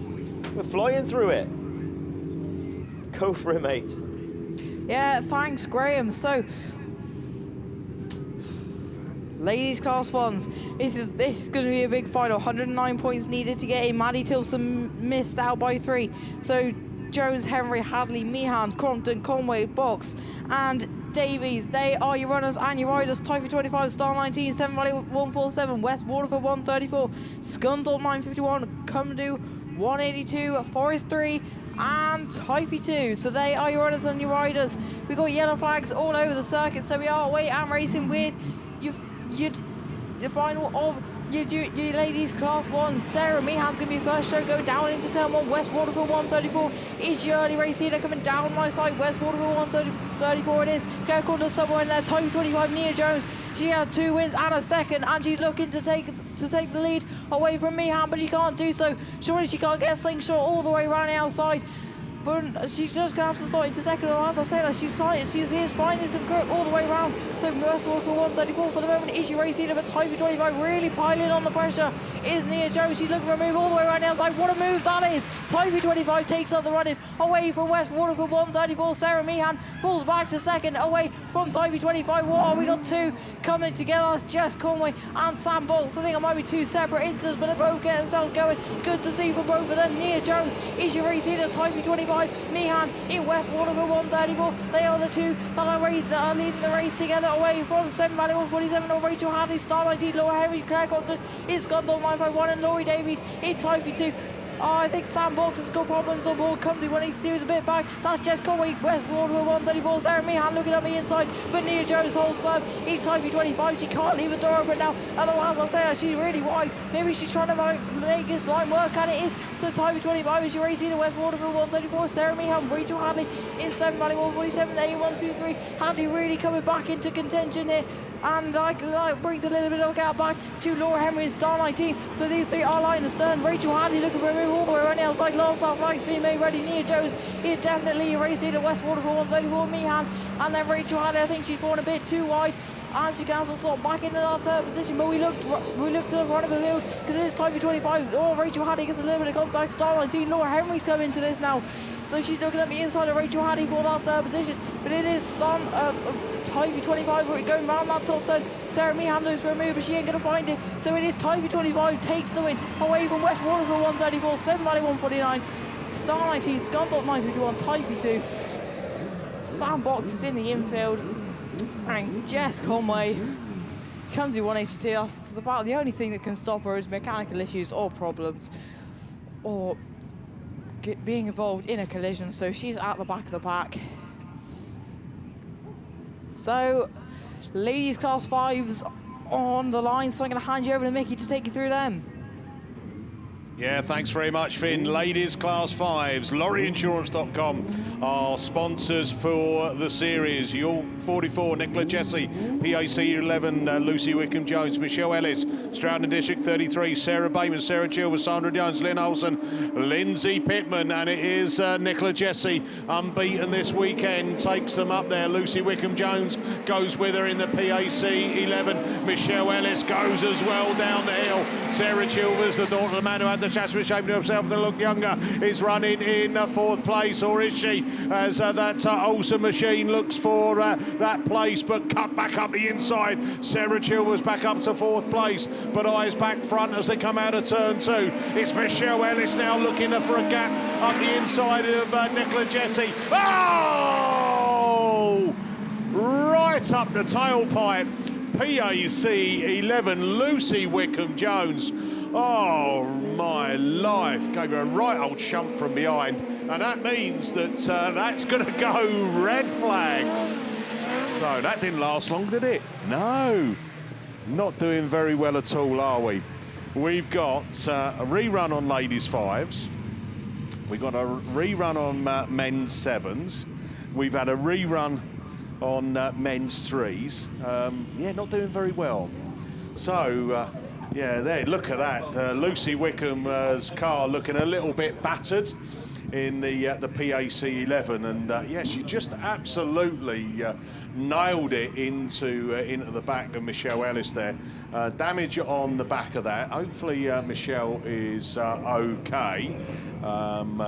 Currently your new national champion. She probably wasn't expecting that, but both cars needing attention, both cars needing recovery. Cheers, Anne. And we are going to be moving over onto our ladies class 9 final. So yeah, yeah, that's how finals is, isn't it? You know, they all get really up for it, and that adrenaline rush and down that hill, we know coming down that hill is really fast. And I say Michelle, I think, had just kind of come down and just eased as Lucy Wickham was still on full charge. And one result, and that is damage on the front. And that's the front of Lucy Wickham and the rear of Michelle Ellis. So class 9's up on the line, the ladies. Graham Bennett is going to take you through the runners and riders, and hopefully we can get this one sorted. I must admit though, the track is getting back to where it was before we had that little bit of rain. But it looks like everyone's going for that tighter line, Graham. Is that what's going to happen in the 9s? Don't know, mate, to be fair, dear. It's there's plenty of lines still out there, mate, isn't there? Like, the outside still looks a bit wet, doesn't it, and damp, but they are coming through. And for the record, you scared the life out of me then. when that car hit Michelle, I jumped out my blooming skin. What was going on? So, ladies class 9s then. So, Katie Adamant's been making mega starts, hasn't she? She's I reckon at least 4 or 5 car lengths in front of Claire into the first corner the last 2 runs, because obviously she missed the first run with a non-start. But Claire's sat there on top points on 1:45, 1:10 for Katie Adamant. Unfortunately, Chloe Richardson got black flagged out of the 3rd heat. So she's on 81 points though. Sharon Barker sat on 77, Heidi Dealey-Seagraves on 57, and Millie Lane, who had a lot better run, North Wales 78 in that last run. She was really on the back of the girls and giving them what force all the way around on that wet race. So it's dried up a bit now, so maybe the power thing will come back into play. But looking down at that unlucky Michelle Ellis, I suppose, but you have the luck one weekend and then no luck the next weekend, don't you? I'm hoping Tom will have the spanners out and the boys will have the spanners out up there, ready to get this car fixed. It sounds like it wasn't Michelle's fault, just going on what Mickey was saying there. It's not the call I'm making, but hopefully we'll be okay. So the forks are going away though, so maybe it's good enough to wheel off, we would say. But yeah, it's gone through great this weekend, isn't it? What's it, 25 past 3 or 22 minutes past 3? That's not too bad, is it? So Mickey will be happy because he can get off back to his native Yorkshire somewhere, and he lives Scarborough. Well, if I can get back for around about 8 o'clock, I can get down the Hairy Lettuce for a 2-for-1 steak and chip offer tonight. So that's 2-for-1 for a tenner. You know, so it's obviously quality meat. Eh? Yes, we don't have any many stray dogs around us, I'm telling you. The hairy lettuce and quality meat. Quite a few words in sentences I would never put together. So they've swapped it around, so it is going off on the forks. It is going off on the forks on down there, but Yeah, Tom's pretty good with that car. He knows it absolutely inside out, so hoping he can get that repaired and get Michelle back out for this final, and she can continue her winning ways. But yeah, what's been happening then with these 9? So like I say, Katie Adaman, she's super fast, and obviously that last race she had was a wet race. So she's had a 1 dry race, 1 wet race. So she's actually well in the right place for knowing her way around here. I think they were down for the BC3 there as well a couple of weeks ago. So definitely knows her way around. But like I said earlier on, this track just changes. It's a completely different track to what it was a couple of weeks ago. And we're hearing rumours that we might not be here next year, but we don't know. It is just rumours. It might be over the road, but we'll hopefully have a look, and hopefully we'll be back here again, because it will be a mega busy BC3 day again. And again, they're running, what was it, 400 and odd cars, wasn't it, I think, at the BC3 day? 450, 425, and we were 2 heats, finals, Super Saloon shootout, and Super Special shootout of 4 races of each. No, was it 4 races or 8 races of each? 5 of each, there you go, all the way through. So that just tells you what it does to have a big, open, fast racetrack. Like I said, it lessens the carnage by a hell of a lot, let's be honest, and decently run, or very well run, we'll say, by the Border Counties crew here last, like I said, at the BC meeting at the 3-dayer, and they were done and dusted, and I think we were in the beer tent by about 7:30, 8 o'clock on the Saturday night. So, which sounds late, but like I said, 400 odd cars. It's not too bad at all, is it? So, right, we're making track clearance now, aren't we? So we're just getting that stricken car off, and like I said, hopefully that's going to be okay to go again. Got something to say, Mickey? Yeah, Roger Jeffson, quick message, said, you and Paul Glover in 600s, commentary box would be worth videoing. Right, so yeah, Mr. Lover Paul Glover. Chris Cake, he said, if you can go back racing after 19 years and doing okay, you can. Oh, right. So Chris Cake, who was commentating a few years back with us, has gone back racing after 19 years, and he said, if he can do it, I can do it. Fair play to him. Right, there we go then. So that's my form book gone right out the window, isn't it? Because Claire's done a great start that time. She hasn't been making it into the bend first for the last couple of races, but she certainly did then, and Adaman let herself down and just didn't quite grab it. Bit of push on coming out, but it is 62 from 6 from 3. 26 P1EM, Chloe Richardson, and then North Wales 78 Millie Lane at the rear of the field. Like I said, that car was super in the wet. She drove superbly well. This dry conditions, just the difference in the power in the cars in the front for the ones at the behind is certainly showing. So lap completed.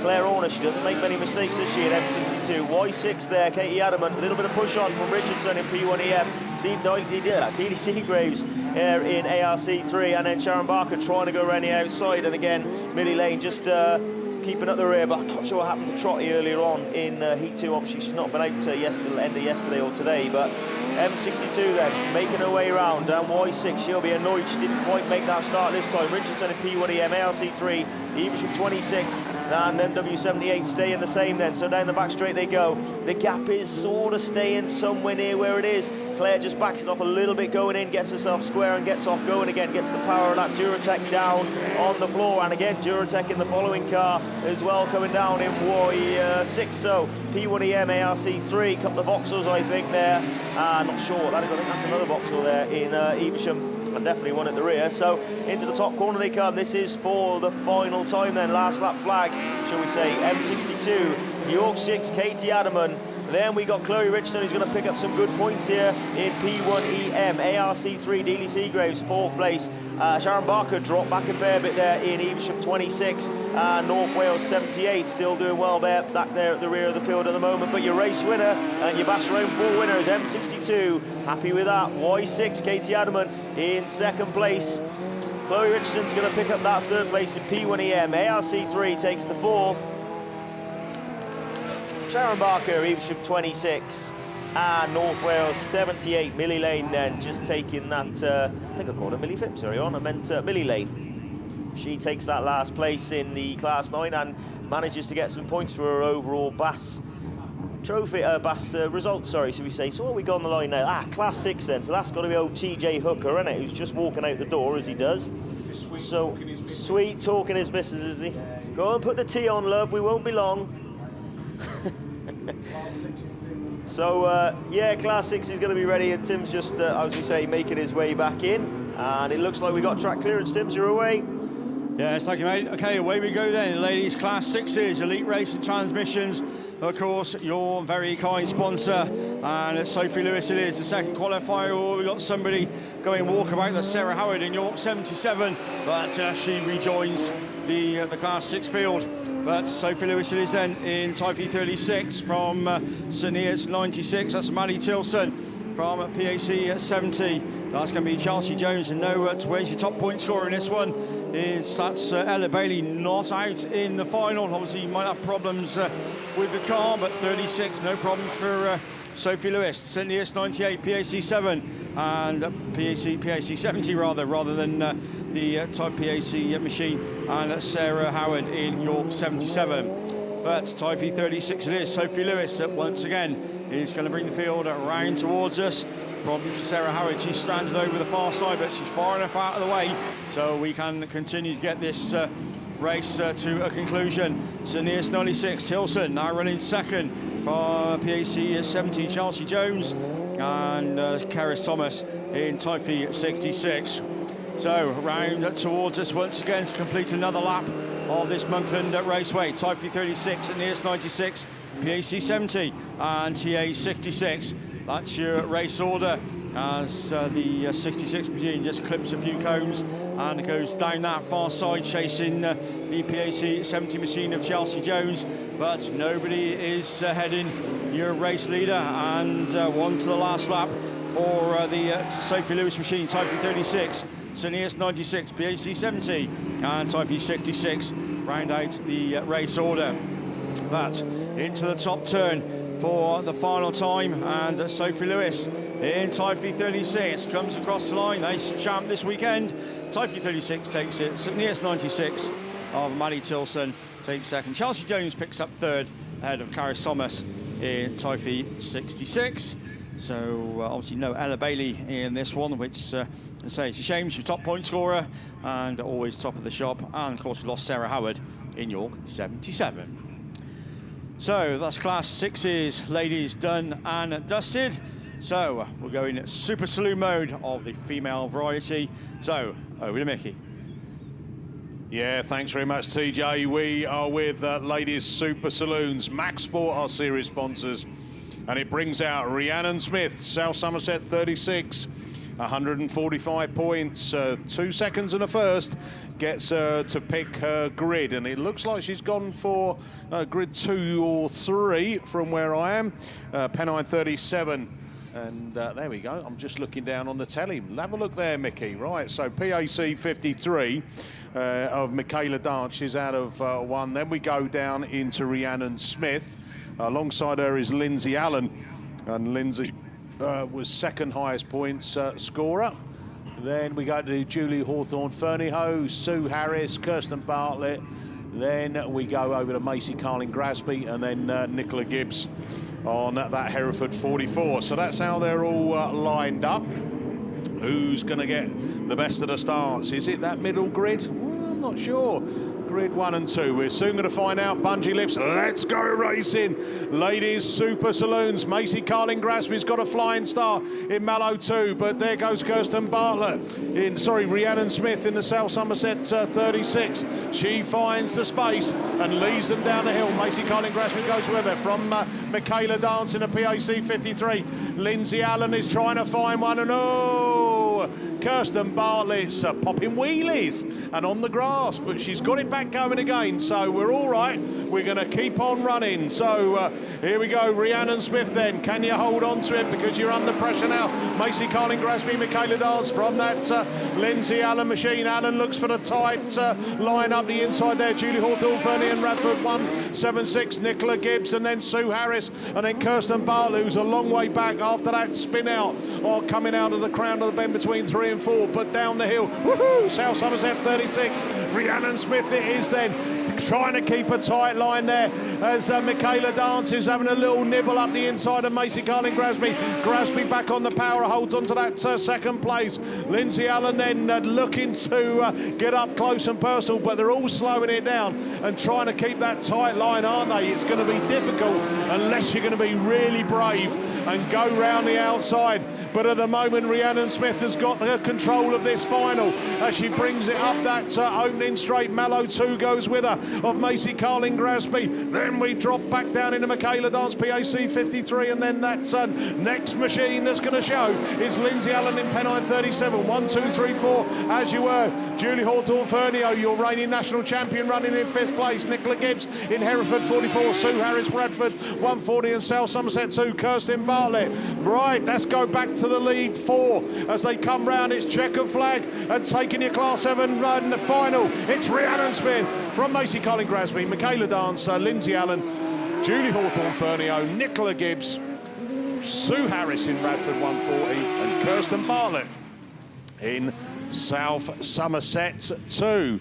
So well done there to ladies Super Saloon. Men, if you're watching, see how it's done. Thank you very much. Right, up on the line, we are getting ready to go racing with the stock hatches, and it's back over to TJ. Thanks, Mickey. So, yeah, stock hatches is what we're moving on to. And top of the shop then, Tracy Lewis in Hereford 61 from Elise Musto, Sophie Egerton, Emily Hutchins, Sue Stevens and Kim Gardner. That's your lineup for the stock hatches, and they are joined by the 2 Class 4s. That's going to be Claire Compton, unbeaten so far in the Class 4 ladies, and the Jasmine Cusack in Mallow number 5. So Jasmine starts towards the inside, or the middle, I should say, of the grid, and I think that's Claire sitting right beside her in North Shropshire 434, and towards the grid number 1, that's Sue Stevens from the Stock Hatch champion herself then, won it a few weeks ago, Ludlow 47, Sophie Egerton. She starts in lane 2. Tracy Lewis, top point scorer in Hereford 61. Then we go to Jasmine Cusack and Claire Compton. The rest will pick up as they leave the line, and absolutely storming away is the Class 4 machine, Claire Compton, again to be headed in the Class 4 ranks this weekend, and they're looking to make it a clean sweep. 4-3-4. Mallow 5 then, Jasmine Cusack as chases her as well. Round the pits bend we go. Who leads the stock at charge? That's going to be Sue Stevens in Penhow at 22 from Tracy Lewis in Hereford 61, and Elise Musto in Greenhill at 23 with the champ then Sophie Egerton in Ludlow at 47, but storm in this one in some fine style. It's the Class 4 machine of Claire Compton that leads down the far side. Cusack in Mallow number 5 chasing hard as well as the stock hatch charge is Sue Stevens in Penhow number 22, Tracy Lewis in Hereford 61, Musto in 23, Ludlow 47, and who else we got? That's going to be the Cambridge 34 machine of Emily Hutchins, and Greenhill 125 of Kim Gardner. That completes it all. But absolutely away and gone the 2 Class 4s. That's Claire Compton, North Shropshire 434, Mallow number 5, Jasmine Cusack. As the stock hatches not making any impression at all, are they?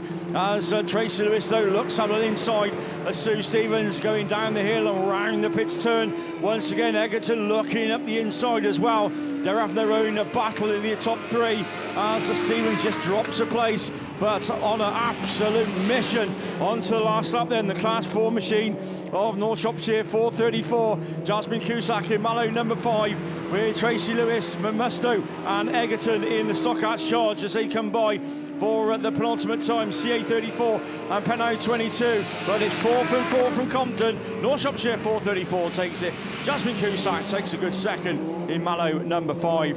Who's going to win the stock hatch charge as they come out of the final turn? It's going to be a dash to the line, and Egerton just takes it ahead of Tracy Lewis from Greenhill 23, Cambridge 34, Sue Stevens in Penhow 22, and last but by absolutely no means least, it's the Greenhill 125 of Kim Gardner.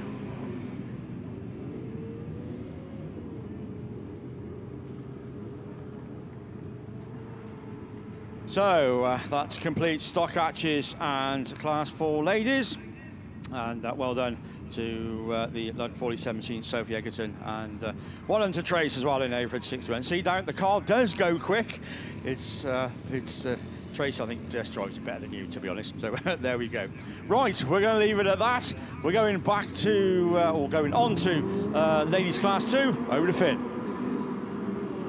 Yeah, thanks, Tim. So we are away and racing Conway, Thomas, Smith, Lewis, Cheshire, Jones and Owen. They are going to be your runners and your riders. Jess Conway is going to be your first show in Scunthorpe 126. Has been the story throughout the Class 2 this year. Scunthorpe 126 is your early race leader going down that far side. Linda Thomas is there as well. She's consistently been just there, but not close enough to Jess Conway in PAC 91. She's in that second position. Is where she's been pretty much throughout the series, and it is where she is now. Scunthorpe 126 it is though. Jess Conway is your race leader, but we are going to have red flags on that one. So your Type 17 parked up next to the marshal's post. That was short and sweet. So I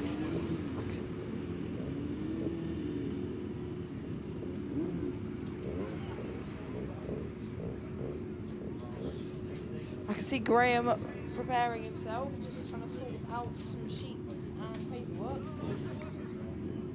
So now that he's got his sheets ready, I'll hand you over to Graham Bennett. Cheers, mate. Thank you. So, yes, Laura Jeffson's coming in, isn't she, on highest point score, 155 points with 2 wins and a second.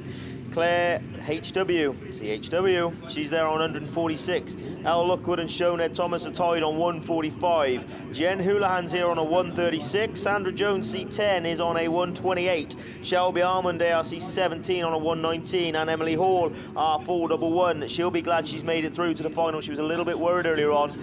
So obviously for a British Championship, she's second, I think she was before this round. So she's happy to creep in the final. So let's see what we go. Emily's pushed right out on grid 8 as we go, but that might help her, you know, out there, just to keep out the way of the melee in the first corner. But who makes the break from the centre of the grid? We've got a little bit of push coming on through the middle, but we'll just have to wait and see till they come round. But I reckon that might be shown that it is. So it's M1 from CM20 from LC17, SC191. 74 Laura's at the middle of the pack at the moment, but it is CM20. Shoned Thomas down the back straight, sticks that wheel in the dirt and gets the power down. So she's out there on the back straight with them.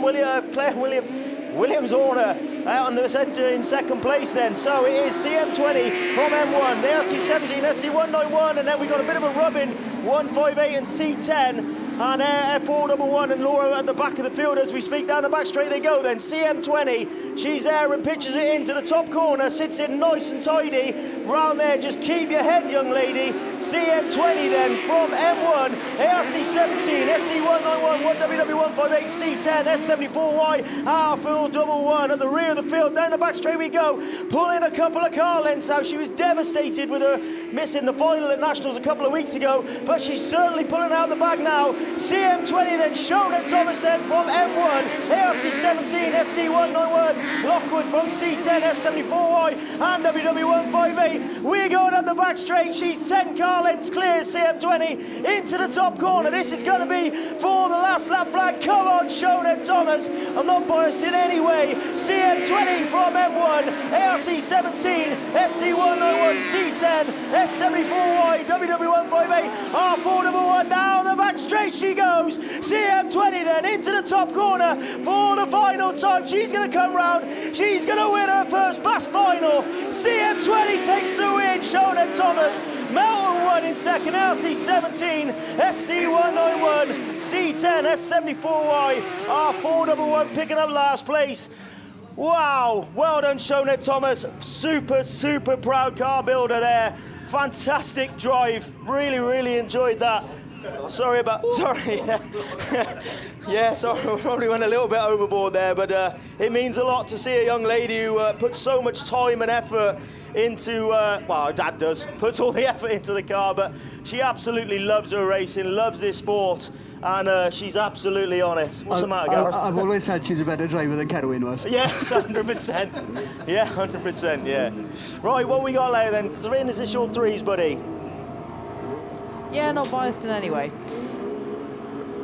No, not in the slightest. So we are away and racing with ladies threes. Becky Shaw, Becky Smith, Leanne Hushka, Gwen Jones. They are the four that are coming out in this one. And Becky Smith's going to take out the run. She's second qualifier with a win and second and a fourth.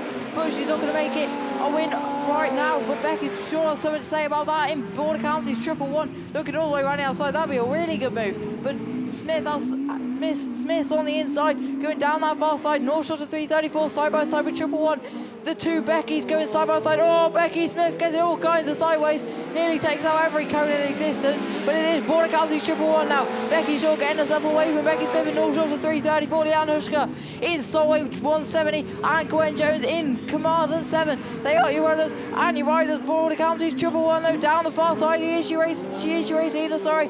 That is Becky Shaw going down that far side, coming towards me with, I think that's 2 or 3 laps to go.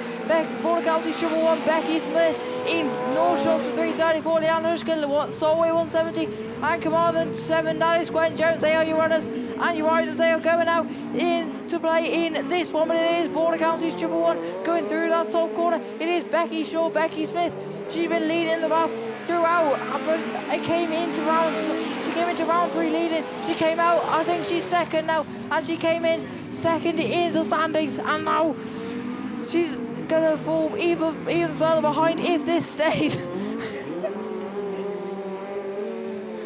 Border County's 111, Becky Shaw coming round to move on to a final circuit away from North Shore to 334 of Becky Smith. It is Border County's 111 though, Becky Shaw going down that far side, North Shore to 334 is Becky Smith. Gwen Jones gets past Leanne Hushka in Solway 170, so she demotes her back to that 4th position, but Border County's 111 coming round the final corner. Becky Shaw, unless something goes horribly wrong, she's going to take a millionth BAST title in Class 3 from Becky Smith, Carmarthen 7 of Gwen Jones, and Leanne Hushka in Solway 170. So we're going to look down to the line, see, is that 10s and F600s? Ladies 10s and F600, mate, yep. So I'm going to hand you over to Graham. So, yes, suitably calm and ready to go again. So I think the Pascal machine's made it back down. It had a bit of a issue, I think, and there might have just been a chain or something like that went in the last run. But it's back on the line now, so Taylor will be happy to get some points now out of this and just gain some back. So it was the little H16 car, Donna Evans, wasn't it, that was just pushing them 10s round in that wet earlier on, and certainly showing that you don't need 2 engines, really, you know, it's in the wet conditions. But, we just got the quad 8 on the bottom, so just, come on, Mr. Quad Man, get your toe down. Mickey wants to go home, he's got to get into the pub for a shandy, obviously. Yeah. Lemonade, yeah. Couple of inches. That's all my missus ever wants, mate. I always let her down. So we've got on the line then with Jill Gasby and Jodie Pascal. Josie Tompkinson unfortunately not making it out by the look of it for the final. No, just the 4 cars. H16 Donna Evans and Taylor Jade Pascal then in H50. Not 100% sure what the hold-up is. They're just, might be a little bit of a... Yeah, they're just moving the track out down the bottom. It looks like it just maybe rut. Not bad though, is it?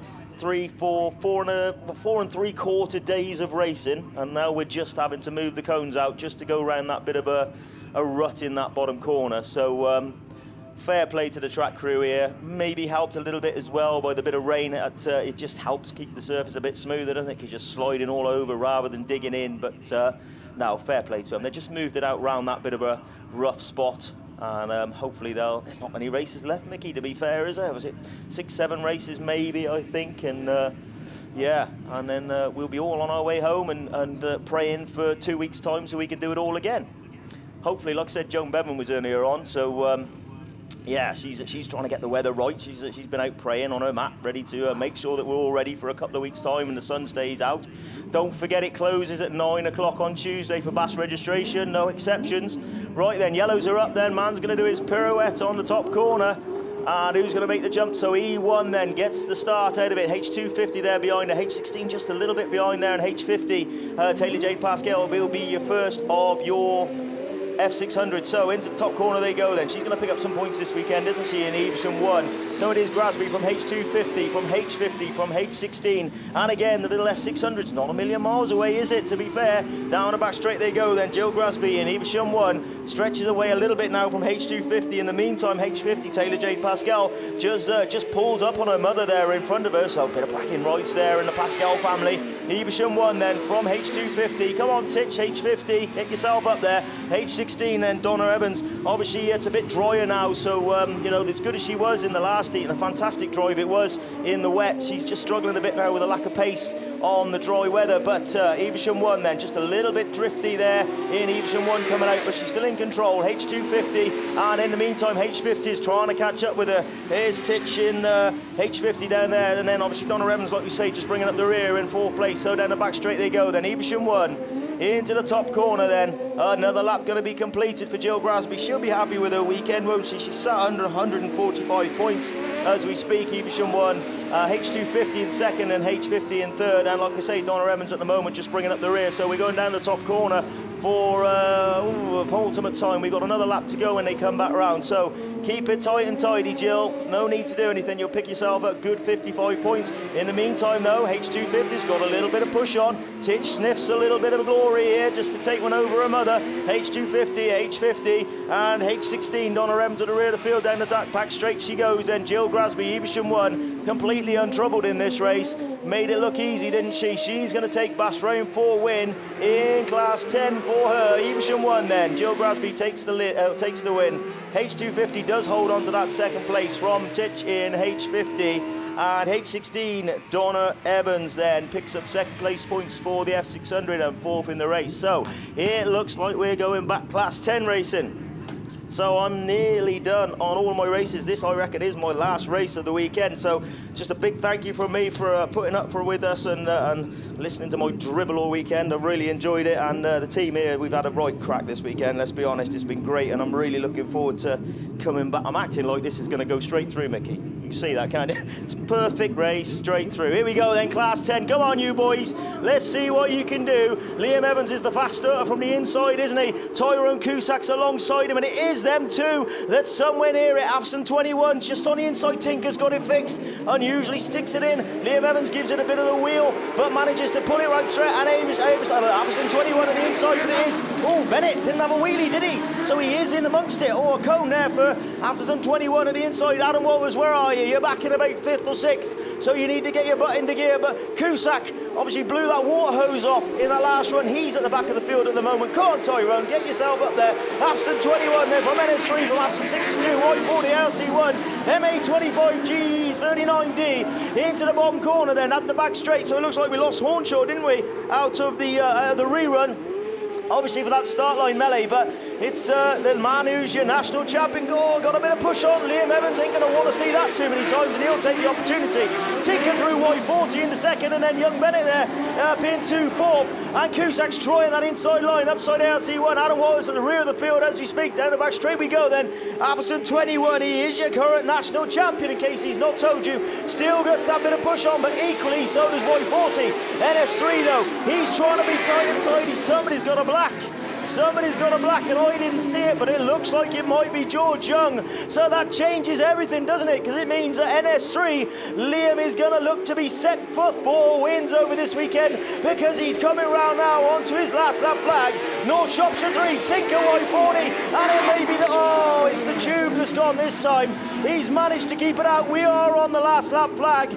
I reckon we're going to see reds here, but I'm pretty certain everybody passed the last lap flag. And as we know from Nationals, if you pass the last lap flag, I'm pretty certain the race is done. So as I say, that might be me done. Liam Evans just doing the royal wave. Obviously not really, he's waving the quads on, but doing the royal wave as he does. And Lee Seagraves, they're very polite, these Class 10 boys, aren't they?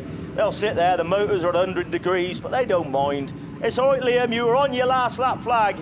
I think you'll take the win there, mate, with North Shropshire 3, but I'm only surmising and guessing, and whatever word means the same. So let's just go and check next door, and Mickey's going to be happy because 7s are on the line. So a little bit of melee to sort, Mickey, but you can get going. Tyrone Cusack, hold your head high, mate. You drove superb this weekend.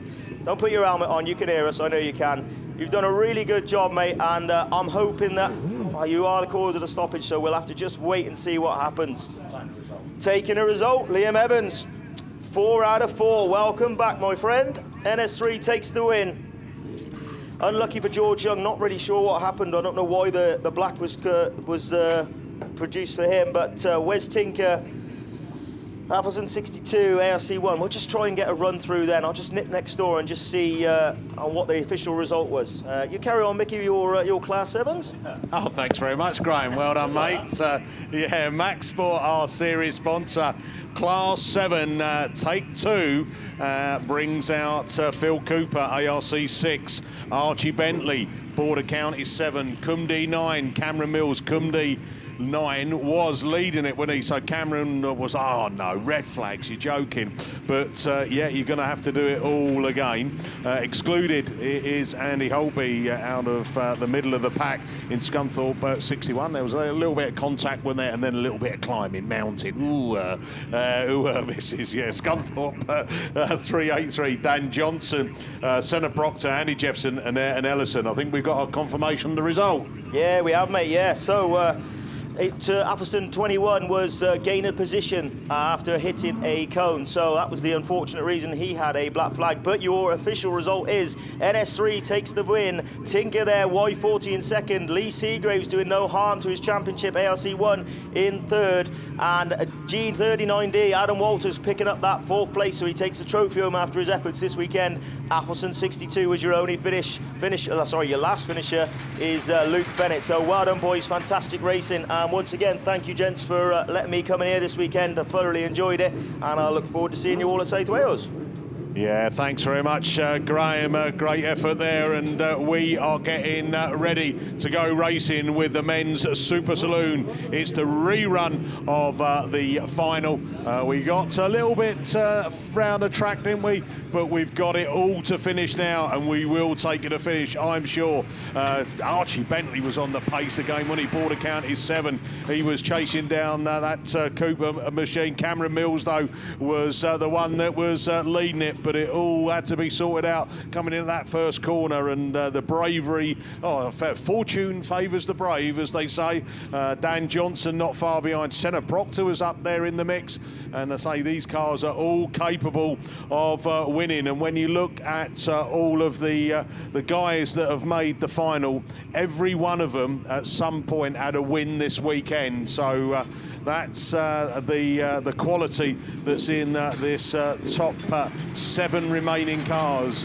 As Andy Holtby black flagged for the cause of the stoppage in the first run, but Andy had a first and 2 seconds, as did Dan Johnson, a first and 2 seconds. But I think we're going to get ready to go racing with Suns, Sea Sand and 7s. We are going to go racing with the rerun of the Super Saloon final bungee lifts. We're off and racing, and it's deja vu because ARC6, and it is Cooper that takes up the running as Cameron Mills goes round the outside. And here we go, Cooper then from Cameron Mills from Archie Bentley. Johnson's up there, then we go down to Jefferson. Senna Proctor in that mix as well, and Jefferson up into that fourth place as Johnson goes on the outside, and Senna Proctor looking for a gap up the inside as well. Ellison at the back of the pack at the moment, but as we come out of turn 2 down the hill, woohoo, it is Phil Cooper then from Cameron Mills, from Archie Bentley, from Andy Jefferson, from Dan Johnson, from Senna Proctor, from Aaron Ellison,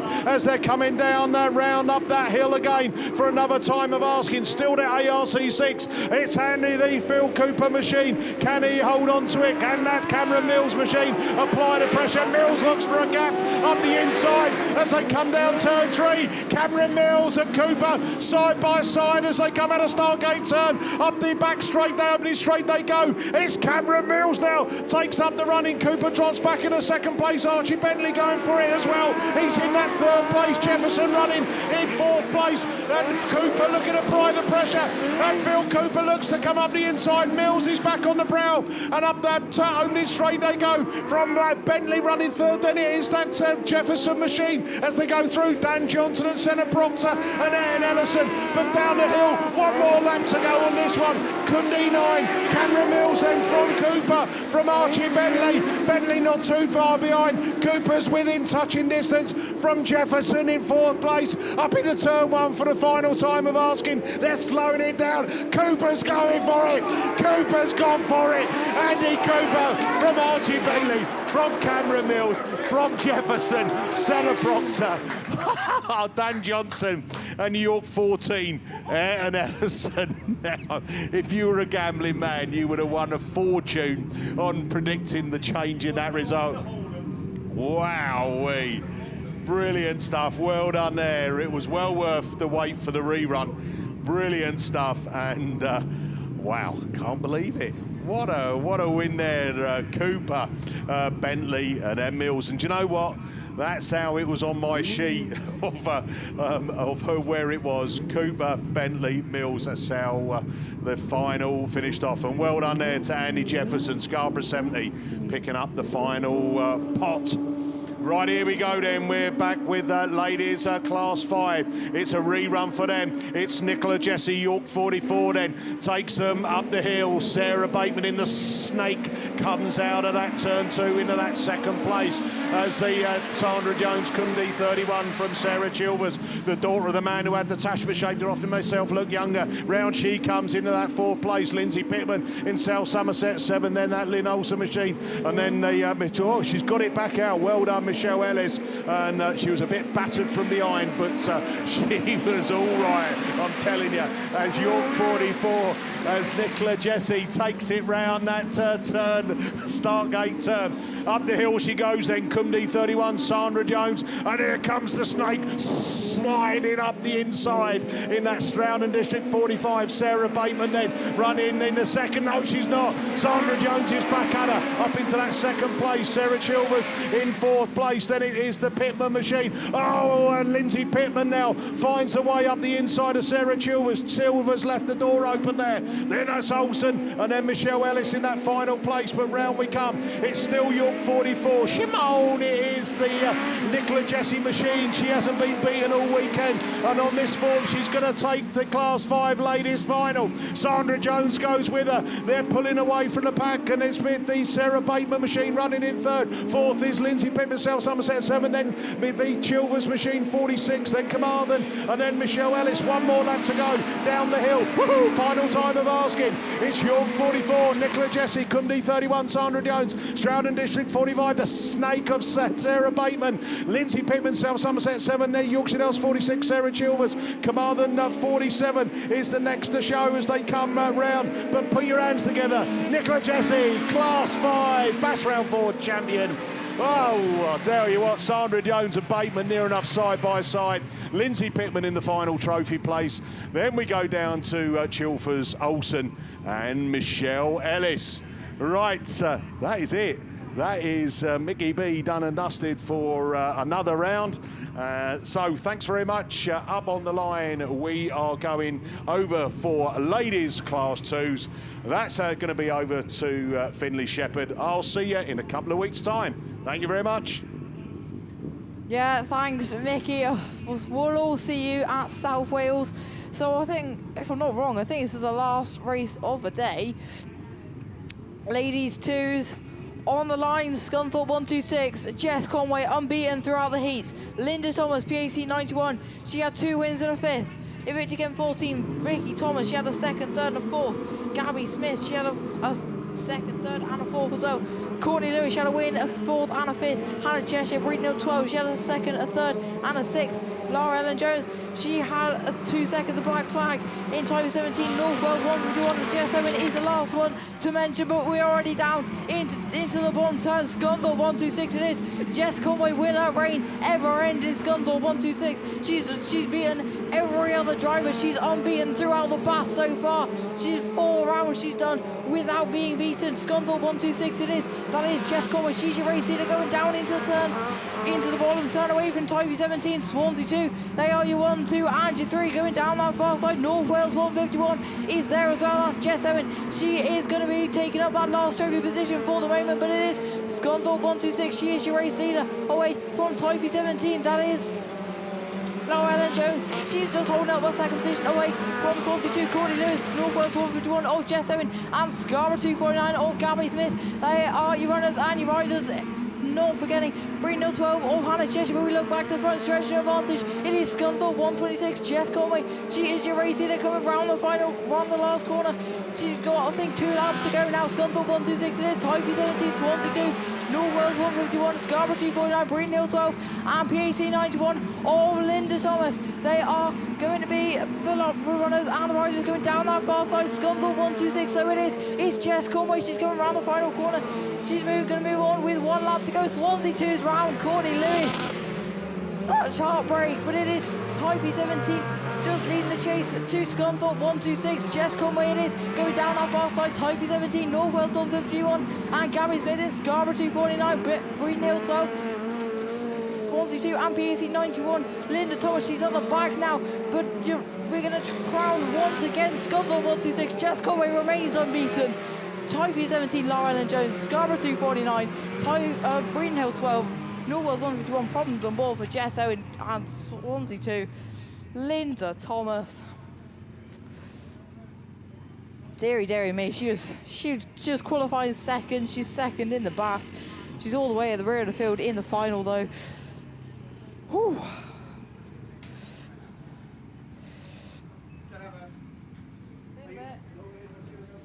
Yeah, we'll do. Always.